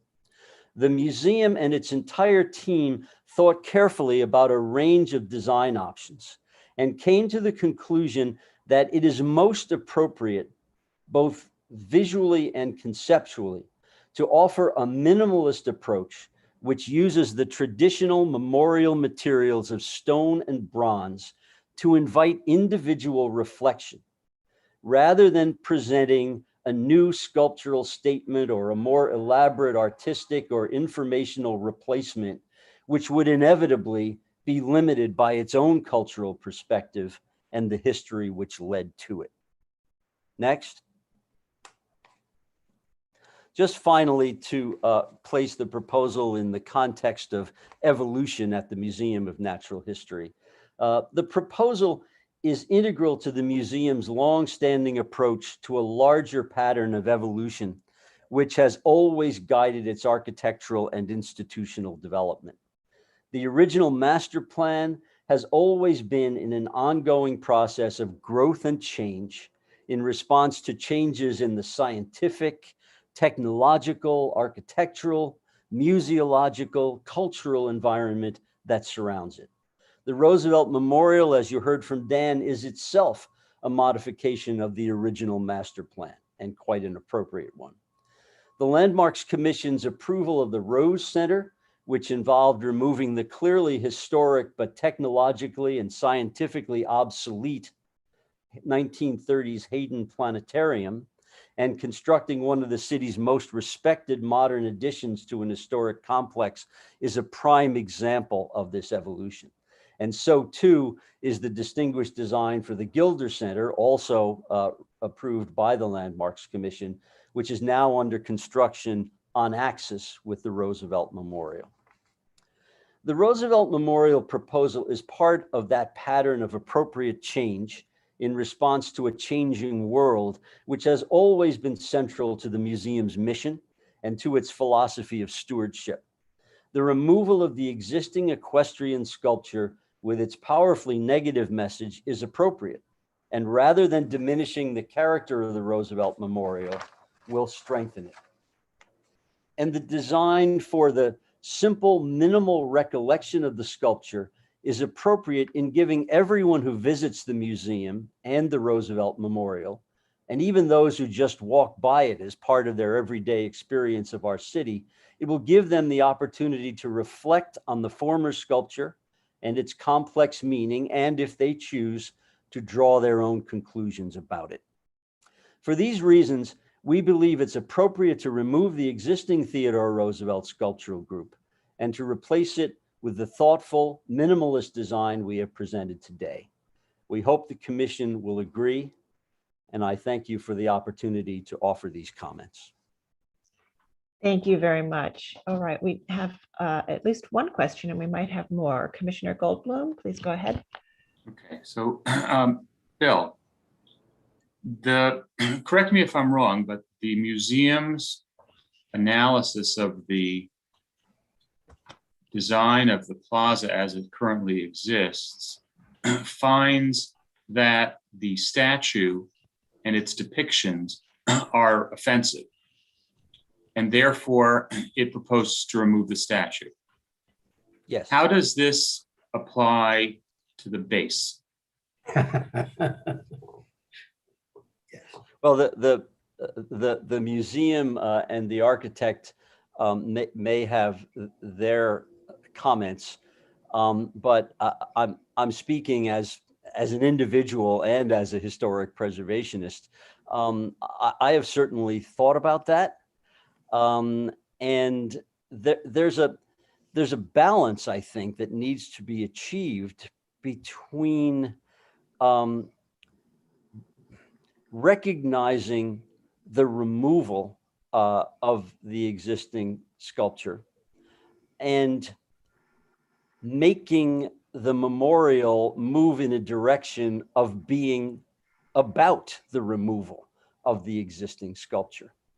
And my own feeling is that leaving the base would really emphasize the removal to a degree that I think is disproportionate to the significance of the sculpture as a part of the larger memorial. I don't know if the museum or Rolando has any further thoughts. Those are my own thoughts about that. If I could, sorry, Bill, I'd also like to add that the base and, forgive me, the base and bronze are going to the new location as a piece. So that may add to the important piece of information. And can I also add that the base is very much part of the sculpture. It's not just the sculpture, it's just not the base. It would be similar to thinking of leaving the bronze statue of Theodore Roosevelt and just removing the two figures on either side, right? So the base is very much integral with the sculpture, which we thought of it keeping it all together. And I agree with with Bill in terms of that it will emphasize the removal as opposed to this new design and this new approach that the museum is thinking about. But just to clarify, and I'll get out of the way, the base was not designed by the sculptor, it was designed by the architect, and the base was built prior to the positioning of the sculpture. Are those correct statements? The sculpture was designed with the base on hand, and the whole notion of its proper location in terms of height from the plaza was very much considered and was part of the design of the sculpture. Great, thank you very much. Okay, Commissioner Bland.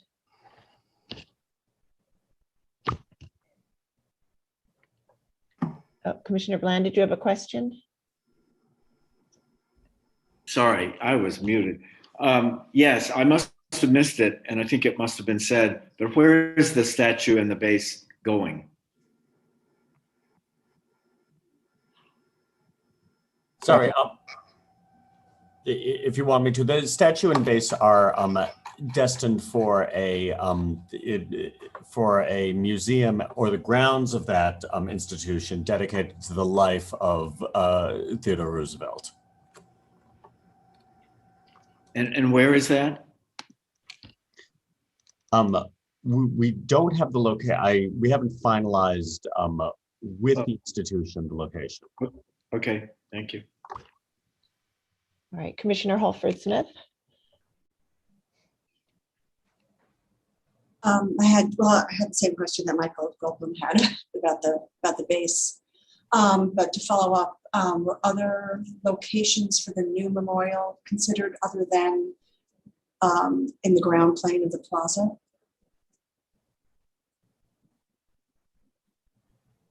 I'm sorry, can you repeat your question again, Commissioner?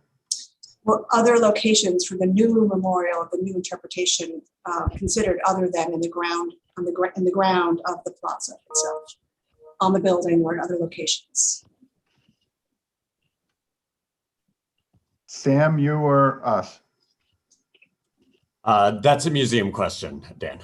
Okay, so Commissioner, we, in working with the Parks Department, the City of New York, and the Roosevelt family, the location that is being determined has been, thoughtfully, discussed, And the location that Sam is referencing, although we cannot say it at this time because of, Dan, forgive me for interrupting. I think you may have misinterpreted the commissioner's question. It was the replacement on the ground where on the stair. Right. So yes, I would have answered the question about the destination of the event. Yeah. In working with, well, I guess I could say in working with the city and with the Roosevelt family, we feel that the interpretation for the plaques and the echo were a great suggestion to recognize that the statue was there and to recognize that the memorial is before you. Right. So I think, as I understand it, the memorial is the whole building, and the statue is one element of it, and the echo and the plaques that interpret it tell you about its removal. And I think that's why they chose the same location, to sort of say this was here and not here for these reasons. We just feel it's for the best way for the public to understand. Thank you.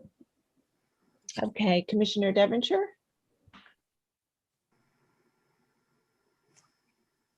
Thanks, Sarah. I hope I don't break up too much. I'm having a tough time here. I just, a couple of things. I'm curious to know if there is an idea that the base is sort of integral to the sculpture and it is being removed, why then are we replicating the outline of the, which is not minimal at all? And two, as William said, what now that this sort of, you know, I have to say that this statue has always been an embarrassment to me. It's just phenomenal. Although I understand the social period in which it was constructed, it's phenomenal to me that it's lasted this long in that place. But once it is gone, as William said, what we have then is the triumphal arch behind it, which has, it's essentially a frame for that aqua banner, which is in the arch of that triumphal arch. Are we considering getting rid of that so that the actual triumphal arch becomes a beautiful monumental element of this building again? We did not consider any changes to the banner system on the front facade.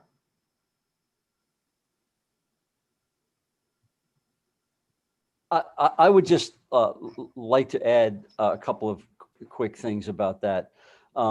First of all, I think that the scale of the stairway and the scale of the arch and all of the other elements that comprise the memorial is really considerable. And at least I believe that opening that up, making that stair continuous, leading directly visually and physically to the arch would be a major statement of openness and entrance and permeability. The other thing, just quickly, is that I think that like any design or any historic preservation intervention, there is a balancing act to be done here. And I think that all of the commissioners' questions point in that direction. On the one hand, at what point do you make the intervention so entirely about the removal that it loses the balance of the memorial function of everything that is there? But on the other hand, it would certainly be easy to just erase it entirely and make believe it was never there. And that, we feel, would be an inappropriate measure. So it is the bronze echo and the brief explanations that we felt struck the right balance between recognizing and encouraging thinking about the removal and not making the entire intervention and the entire memorial about the absence of that sculpture. Okay. Commissioner Jefferson. So one of the main principles of preservation is the fabric, the existing fabric of the building. Now, this statue base is designed by the same architect, I think you said, and it's part of the fabric of this building. So why not? I mean, I know the message would be a little difficult, but why not? I don't understand the reason for removing all that fabric in your argument.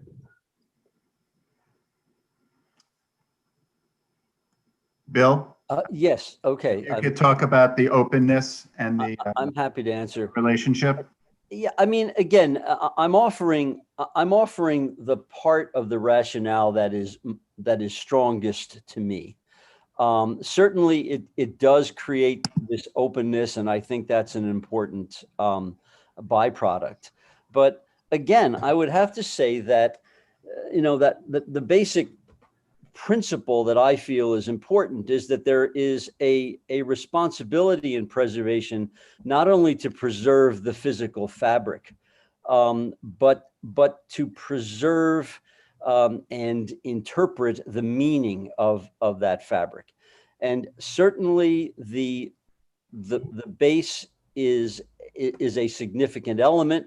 I think it is also a significant element to the sculptural group itself, as has been said earlier. But I think if the base were to stay without the sculpture, simply because it is a part of the historic fabric, I'm afraid that the meaning, the message would be distorted so that it would be too much about what is missing, what has been removed, rather than the overall memorial to Theodore Roosevelt in all of his dimensions.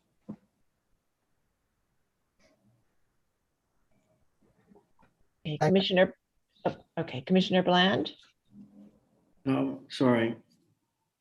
No, I don't have anything Oh, more. not an additional question. Okay. All right, any other questions? Why don't we move to public testimony and then we'll come back. And if you're in the meeting and would like to speak on this item, please raise your virtual hand so we can identify you. And I'm going to turn it over to Anthony Fabre to walk us through the testimony. Thank you. We do have a couple of signups for this item. The first person I will bring in is Michelle Parker from the Community Board.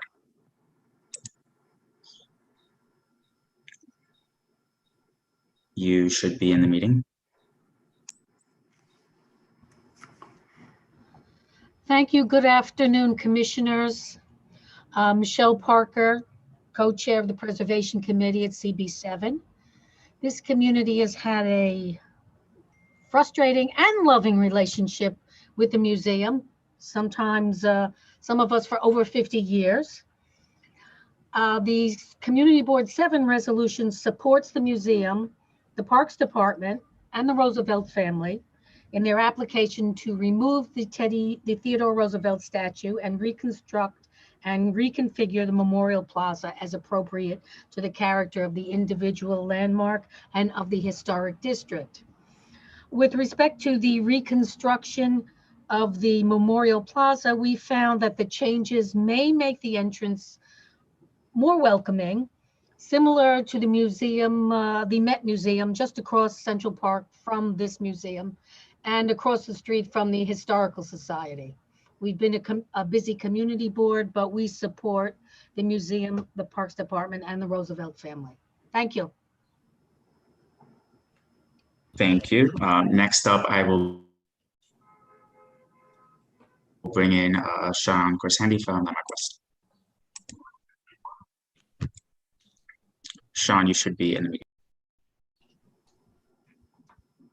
Good afternoon, Commissioners. Sean Corsandi for Landmark West. The Landmark West Certificate of Appropriateness Committee is unequivocally clear that we 100% support the removal and relocation of American sculptor James Earl Frazier's equestrian statue of Theodore Roosevelt from its 8 decades-long perch along Central Park West before the Theodore Roosevelt Hall at the American Museum of Natural History.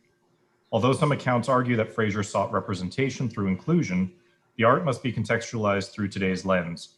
And these eyes witness a hierarchy of subordination and a painful message, whether intended or not, by the artist or not, that has no place in the public realm, especially on city-owned property. Historic preservation offers us a view to our past and can integrate our past to ignite a better understanding of craft, technique, use, and values while raising many reflexive questions. Unlike architecture, civic art has been an even deeper purpose to inspire and uplift. Today, Frazier's work does neither, and in fact calls into question the very legacy it sought to promote. While we support its removal, we further support its relocation. Whether long-term storage, a contextualized exhibition, or simply for future study, not only of Roosevelt and his legacy, but again, for our own understanding of our past, both good and bad. And just as a moment off script, we too were weary of removing the base itself, but ultimately our committee felt that if the base was left, there'd be a certain latency, and we just needed a clean slate. Thank you. Thank you. Next up, I will bring in George Calderaro.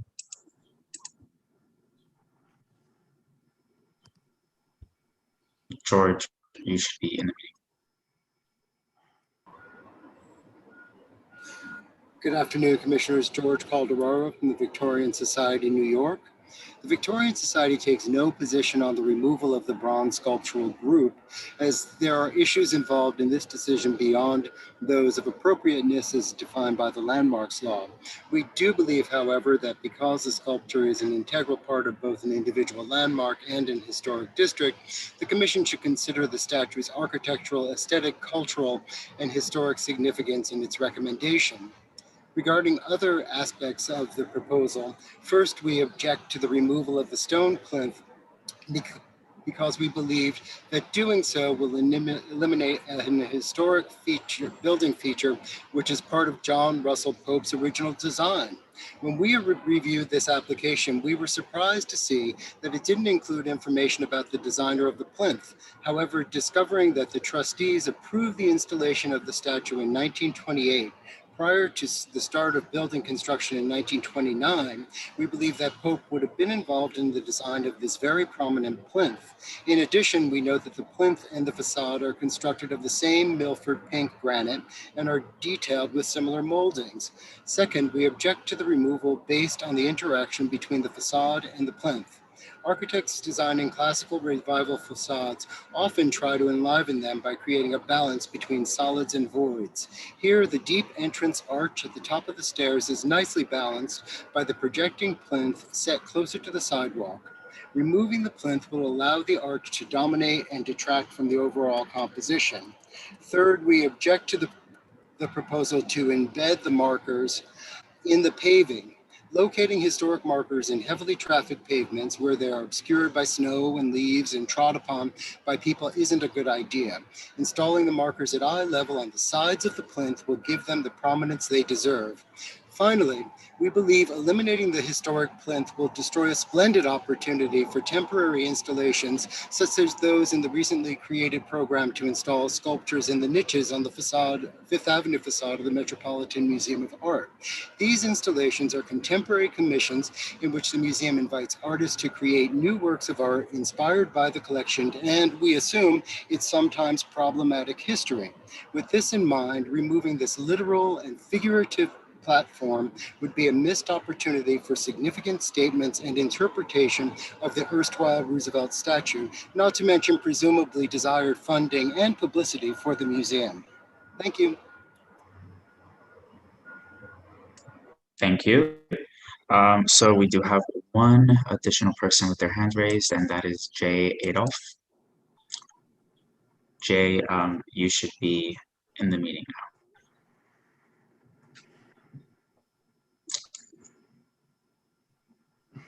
Jay, you just have to unmute your microphone.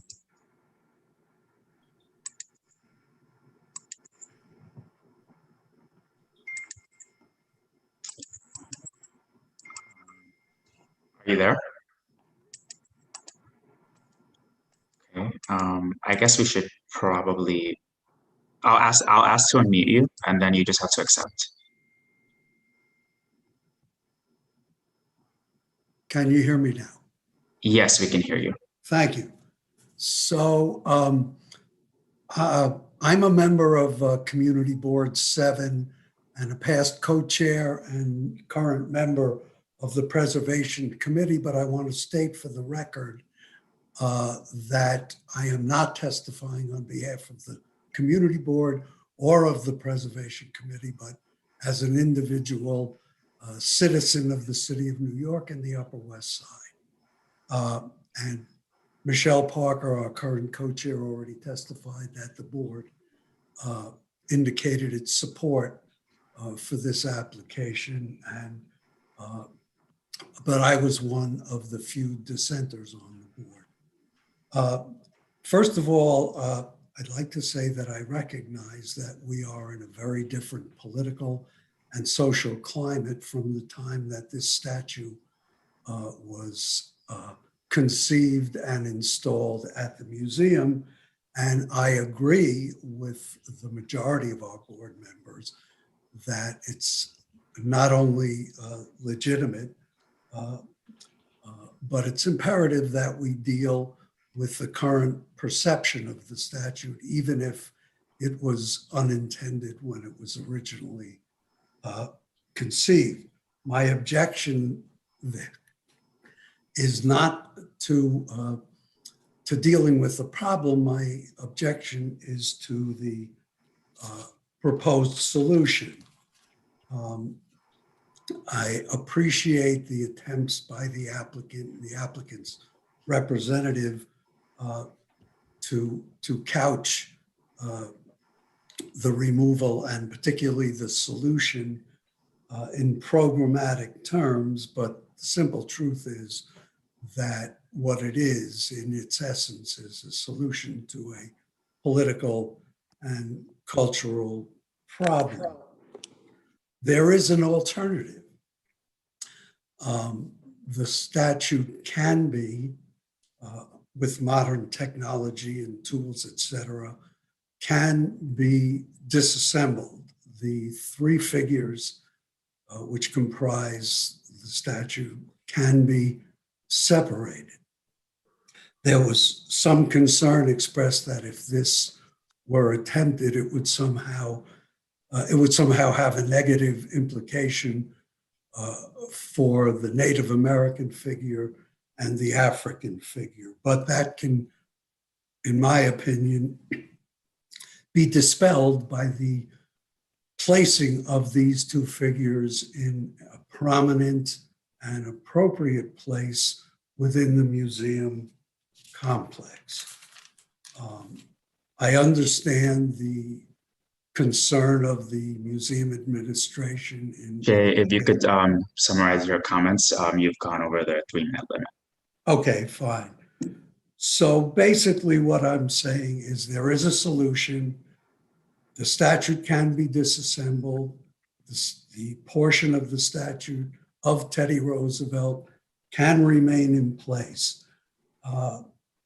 And frankly, if we don't do that, then what we've got is a solution, really an emperor's clothes solution, if you will, taking this grand, iconic monument and replacing it with steps.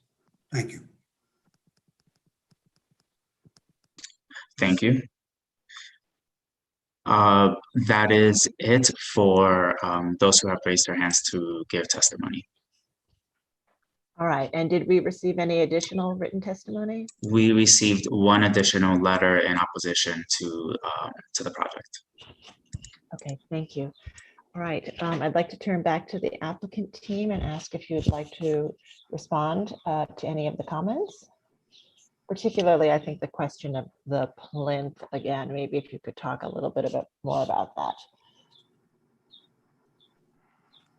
Chair, just to clarify the question, the particular question about the plinth and whether or not the reasoning behind its removal along with the bronze, yes? Yes. I would like to defer to Bill on that if, Bill, you want to elaborate on that a little more? Well, at the risk of repeating, I think there are a number of issues here. One is that the plinth is a part of the whole ensemble, and it is most immediately a part of the sculpture. And if the sculpture itself is going to be ultimately relocated to another place, which is under development, then it would be a part of an individual work of art. It's kind of interesting to me that we've got this overall ensemble of architecture and environment, et cetera. And we're talking about removing parts of that, or a part of that. And we're also simultaneously talking about taking the sculpture and removing parts of it. I'm not sure where that leads, but it shows the difficulty of this whole question, where we start taking things apart and then taking the parts of that apart and putting them back together again. I think that we have a base, a stone base, and a bronze sculptural group that form together a unit. I think we have a primary issue about the meaning of that sculptural unit and how it relates to the intent and meaning of the entire memorial complex. And I think we have the issue, as I've stated, that as strongly as the preservationists, all of us as preservationists, are drawn to the historic physical fabric, there is another dimension, which is the meaning of that fabric. And this is a very unusual situation happening at a very unusual time in world history, where that issue is really being concentrated on with, laser force. And I think that it calls for a balanced intervention, which does not leave a message that what this whole thing is about is why the statue is no longer there. I think that loses the balance of Roosevelt. And again, I'll just conclude with, if you look at the carvings on the walls and above the benches that flank the terrace, there are maybe a dozen characteristics of Theodore Roosevelt, which pretty clearly state the breadth of the individual that this monument is meant to honor and memorialize. And I, for one, am concerned that balance and breadth is going to be lost if somehow the main topic is about the negative message that the sculptural group conveys. All right, thank you. Thank you very much. Okay, commissioners, do we have any final questions? All right, I am starting to request to unmute all of you so we can begin our discussion. All right, and Commissioner Holford-Smith, would you make a motion to close the hearing? So moved. Thank you. Commissioner Chapin, would you second that motion? Second. All in favor, say aye. Aye. Aye.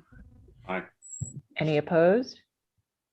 Okay, the hearing is closed and we'll begin our discussion on this application, which is for an advisory report, as the Public Design Commission has binding jurisdiction over city-owned and public artwork. And so this is a proposal to remove a sculptural unit that, and to mark its former presence with an inlaid bronze outline and plaques to interpret the story. And that unit is to be removed from this otherwise designed memorial by John Russell Pope. So let's begin our discussion. Commissioner Bland, would you like to start this one?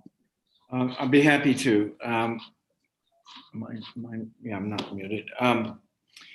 First of all, very interesting discussion on this very unusual application, which I found really fascinating, and as I'll explain, personal in a minute. Let me address some of the issues, first of all, as I see them. First of all, I just want to reinforce, which I often have done over the course of years of being a commissioner, that this word appropriateness is such a wonderful word that defines our commission, as opposed to other types of preservation commissions, including at the national level. It allows us to interpret over time and change over time what appropriate means. And so what might have appeared appropriate many years ago or generations ago might not feel appropriate now. And to me, that keeps preservation alive and germane to the public and to our society. So I think that's a kind of a wonderful thing to be thinking about again as we confront this issue. The second issue I want to bring up is this issue which did not occur to me until the question started being asked, and that is, why not leave the plinth, so-called, and remove the statue? And I think the answer was given, but on both sides. And for me, the answer is that the plinth is much more associated with the statue, this statue, than it is with the architecture, even though the architect designed the plinth. I still can't see the plinth there without the statue, or with some other statue or some other modern stuff there. I think this was all done of a unit, and I think it's right that they leave as a unit. I think the appropriate the plaque on the floor, although there was resistance to it by some, maybe snow and ice, etc., leaves. Well, all true, but I think we have plaques all around the city, and I think people do read them, and I think this is the appropriate way of remembering what was once there, but not overplaying it, and not making more of the removal of this, and why then we need to. And I thank Bill Higgins for his always thoughtful and philosophical approach to helping us understand that issue in this regard. I want to add this personal level. I have the unusual, I have an unusual friend who is my neighbor and at least a 35-year-old friend, who is the great grandson of the president, who lives right down the block from me with his name.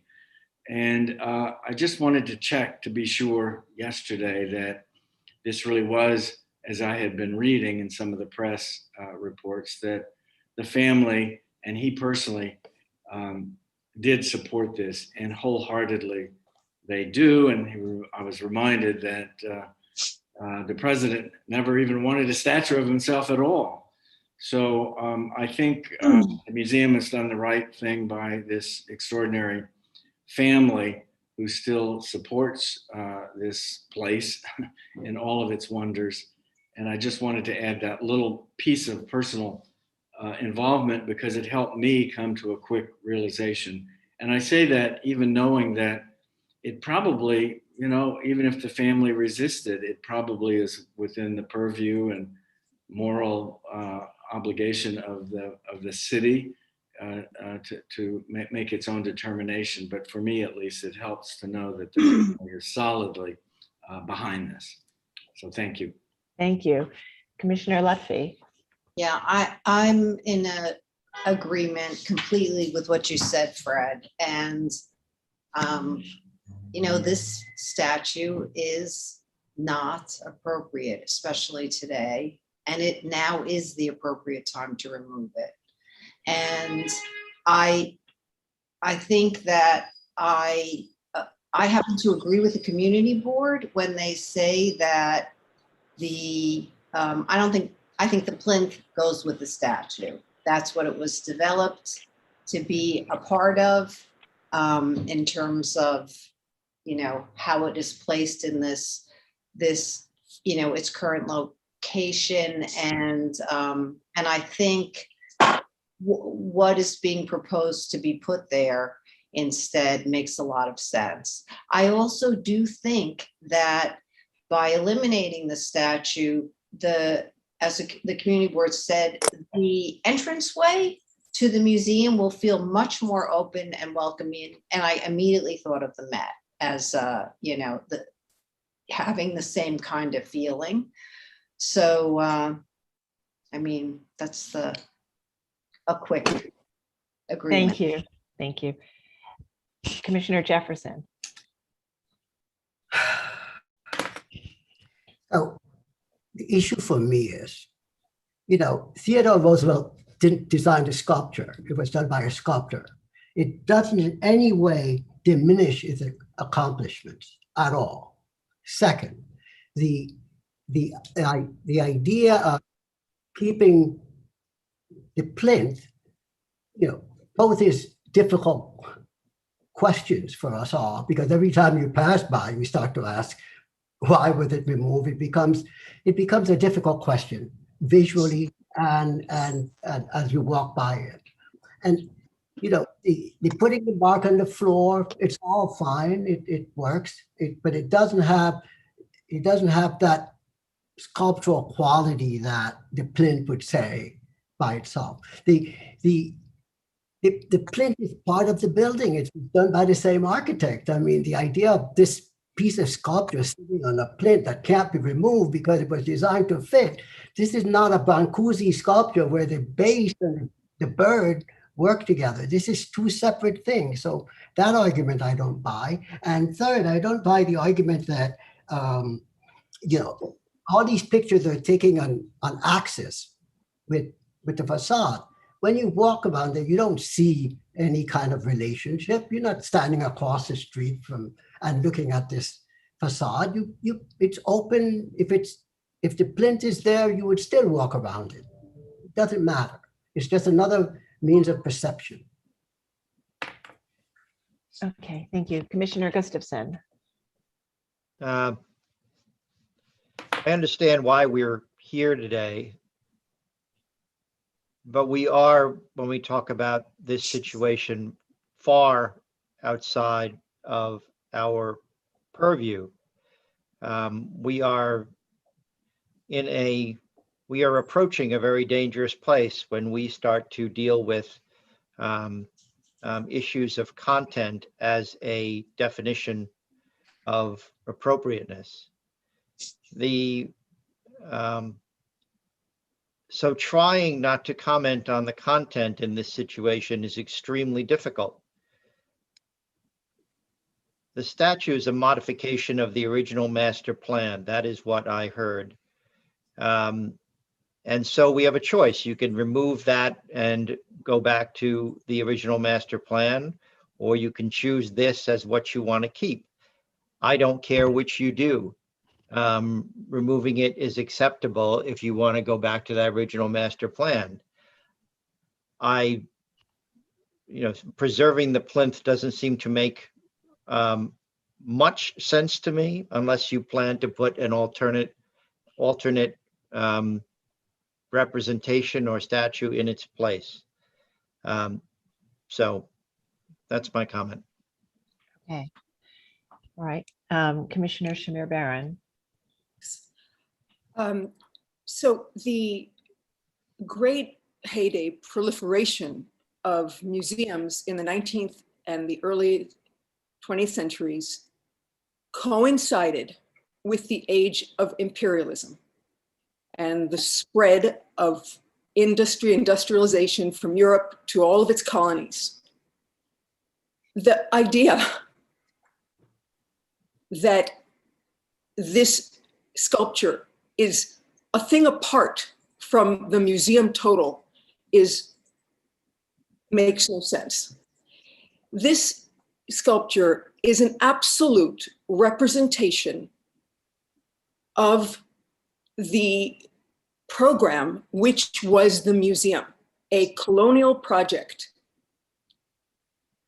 We just got through early in the day patting ourselves on the back for designating Dorrance Brooks because of the kind of the simultaneity of fabric, of material and culture, meaning kind of spoken meaning, the thing that occupied the building, the story of the place. And here we are imagining that it's appropriate and correct to remove this sculpture and separate it in a sense from its actual sort of origin story. So I actually think that number one, the removal, firstly, the sculpture itself, the fact that it makes some people, as Commissioner Devonshire said, embarrassed, should be the point. I mean, the whole project is wrapped up in a kind of the rationalizing impetus, intentions of the kind of the extension of the Enlightenment project. And so it is an absolute act of cowardice to remove the sculpture. The beauty of a kind of museum, of a curatorial practice, is interpretation. So one could imagine that an interpretation might give additional kind of layer of story to what exists. But all we ever try to do is to uphold the kind of the intactness and then to celebrate the intactness of historic conditions. And here we want to support and further the dissembling of this thing. It makes no sense to me. I am categorically opposed to the removal of this fabric, the removal of this story, the removal of its meaning from the context which we've understood is one and the same from the applicant's narrative. And I think it is wholly inappropriate and wrong to remove this sculpture. Okay, thank you. Commissioner Holford-Smith? Well, I think I fall somewhere in between the statements that have been made so far. I agree that sort of trying to erase this statue is the wrong thing to do, which is why I'm concerned about just taking everything out, putting in some stairs and putting in something on the plaza that no one's ever going to look at. I understand that to me, the base of the sculpture is the sculpted portion that is the same size as the sculpture. But then there's the plinth that sits on. And for me, I can understand taking the statue with its stone base and putting it somewhere, but maintaining the plinth with the conical bollards and the steps, and maybe that first layer of platform, and that is where you put your interpretive plaque, so that people understand that there was something here, and they're not just going to walk over it and dismiss it. And I think that keeps more of the historic fabric and the original intent of the architect by maintaining that plinth and the original sort of the way you circulate around that, that's public space, and not just to blow it out and put just some stairs. So that's my thought on it. Thank you. Commissioner Chapin? Yeah, I, like Anne and others, it's difficult. This is part of the whole issue surrounding statues around the country and removal of historic statues. And on the one hand, I hate to see something which is historic fabric removed. At the same time, just trying to have it stay there with interpretation is very difficult.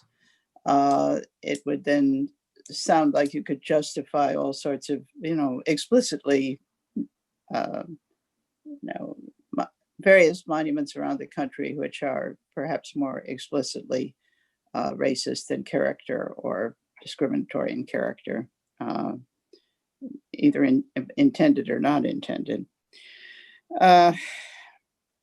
And I'm also, and I think about, an example is the civic virtue in Queens, which was removed some time ago and had originally been at City Hall and was removed from there because people at the time even complained about the fact you had a man trampling women who represented vice. But anyway, and I'm struggling with this issue of whether the plinth and the statue could be separated, because I do think that the plinth was created by the the artist to go, or they with the artist to create, to be a part of the statue. So although I like the idea of having something there, as Anne does, that's more indicates there was something there to begin with. But maybe it should be something entirely different, actually. And I know there's the proposal to do a plaque, but I think it has much less voice than something larger would have. And I understand that the visual impact of this current statue, which I've seen many times myself, of course, has the negative implications of what it appears to represent. So I'm kind of struggling with it, as Anne, with this. Is there some solution that's a little bit different than what's been proposed, which would still involve, regretfully, the removal of the statue, but regretfully in the sense that it's a historic artifact, and I hate to see a historic artifact removed, but I understand the need to do that. But I'm not sure that the proposal for what should be there is the right one. So. All right, thank you. Commissioner Goldblum. Wowee, here we are in the middle of the culture war that just come into our little corner of the world. It's very, very interesting. I think that I probably agree most with Adi's sentiments, but I'm looking at it in a different way. I'm trying not to let my personal views on this bigger topic affect my analysis of this. So I'm trying to look at this as if it were not related to a political hot button issue, but strictly from a preservationist perspective. Here we have an object which is deemed inappropriate. And then it's part of an ensemble that was designed by a significant architect. I think there's no question you can remove the inappropriate object, the sculpture, and then deal with the rest. The architect knew that he was placing an obstacle in the path of movement. He did not create the Metropolitan Museum of Art. He did not create, Columbia's Low Library has a sculpture in the middle on purpose. It's not because they were trying to mess with the circulation. It was a purposeful thing. This is a memorial, and at its very center, the apex of the memorial is the statue. Now, we can say that the statue is inappropriate, but what is being proposed is, in no uncertain terms, an erasure. It is not a removal, it's an erasure. It's paving it over as if it were never there, and it is taking the architect's decision and remapping it.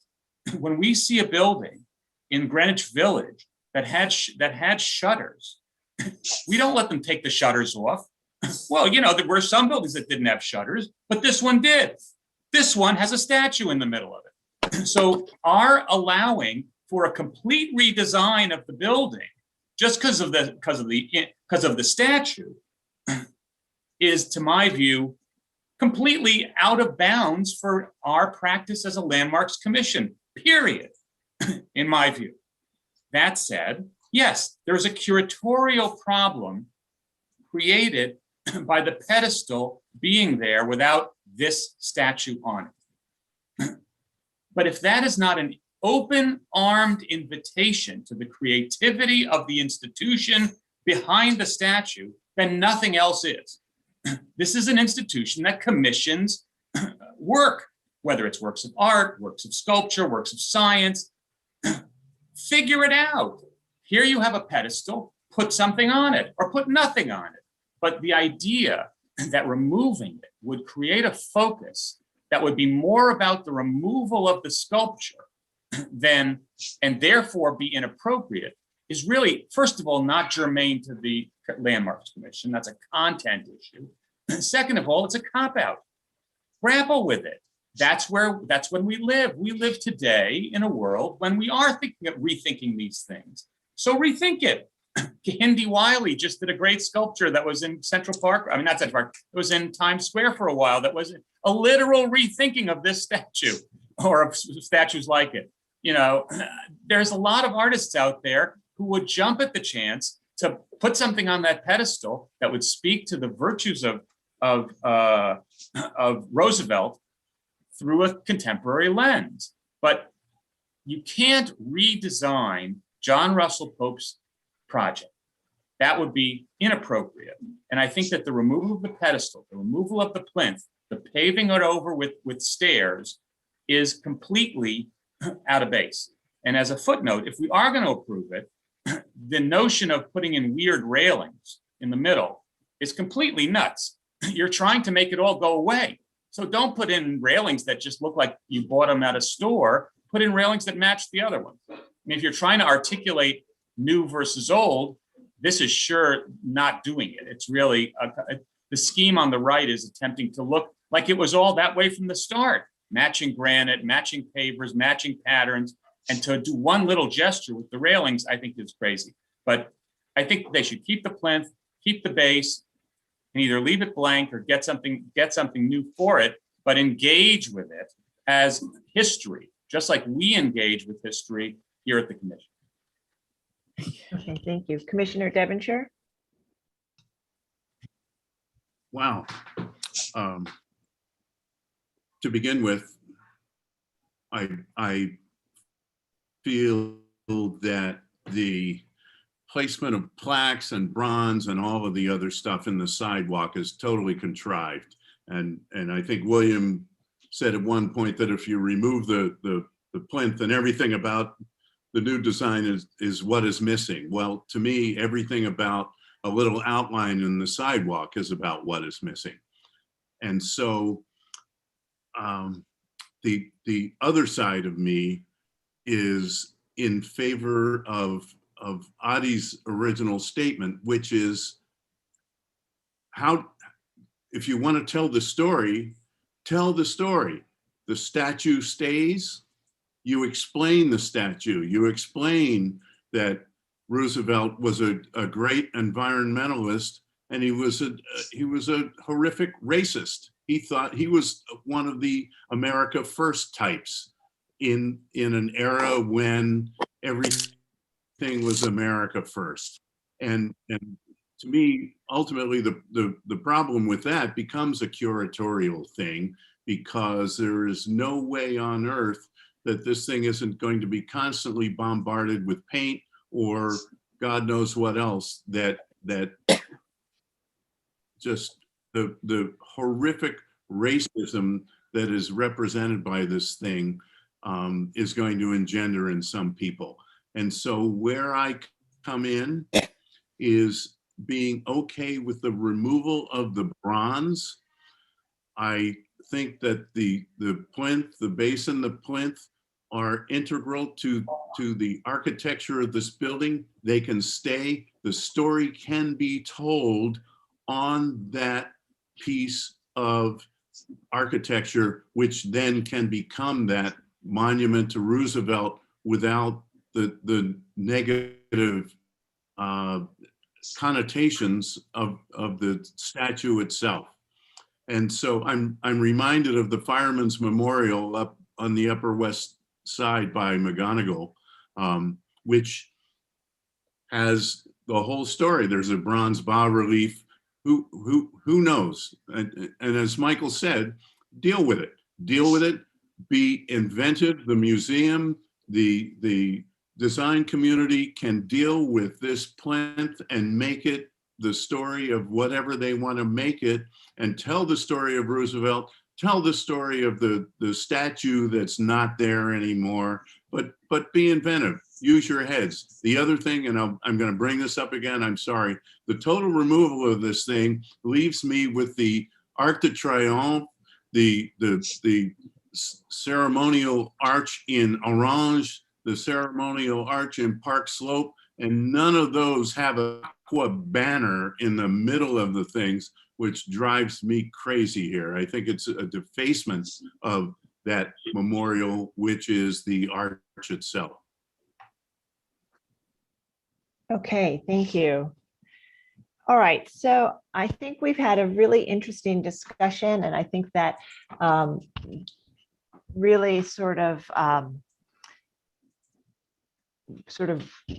exemplifies the struggle that we as a society are facing today, and the fact that we had mixed testimony. We had support from the community board and from Landmark West. We've heard others that talked about keeping the plinth, and then on our own commission we've had a variety of opinions. And I think that some commissioners I think many commissioners actually find it appropriate to remove the statue itself, the bronze units, and others, some in there that in its entirety with the plinth, finding that the plinth was meant for the statue, even if the statue was designed later, and that they go together. Others find that the plinth or some portion of the plinth should remain as it was designed by John Russell Pope.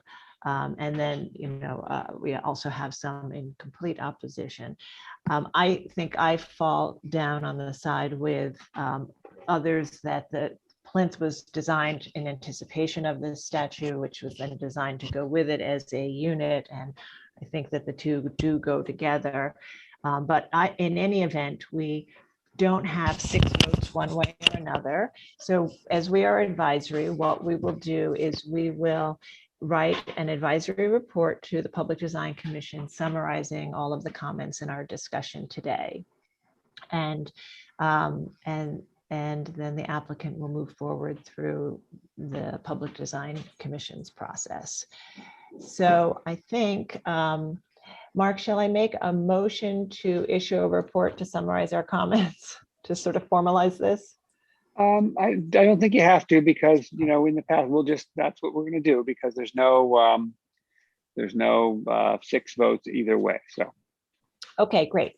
So again, thank you all for your comments and your thoughts on this. I think this is just incredibly important that we as a society continue to discuss and think about these issues and reckon with them. And there are many different, even as was stated by the applicant, the Commission on Monuments was split on this particular one. So I think that sort of reflects all of us grappling with it, but it's a good thing that we are. So we thank everyone today, and we will, as I said, just issue a report summarizing all of the comments. And that concludes our hearing for today. So thank you all for another hard, very good day, and as always, for your commitment and dedication. And I want to thank the public for their participation as always too. Thank you and have a great day.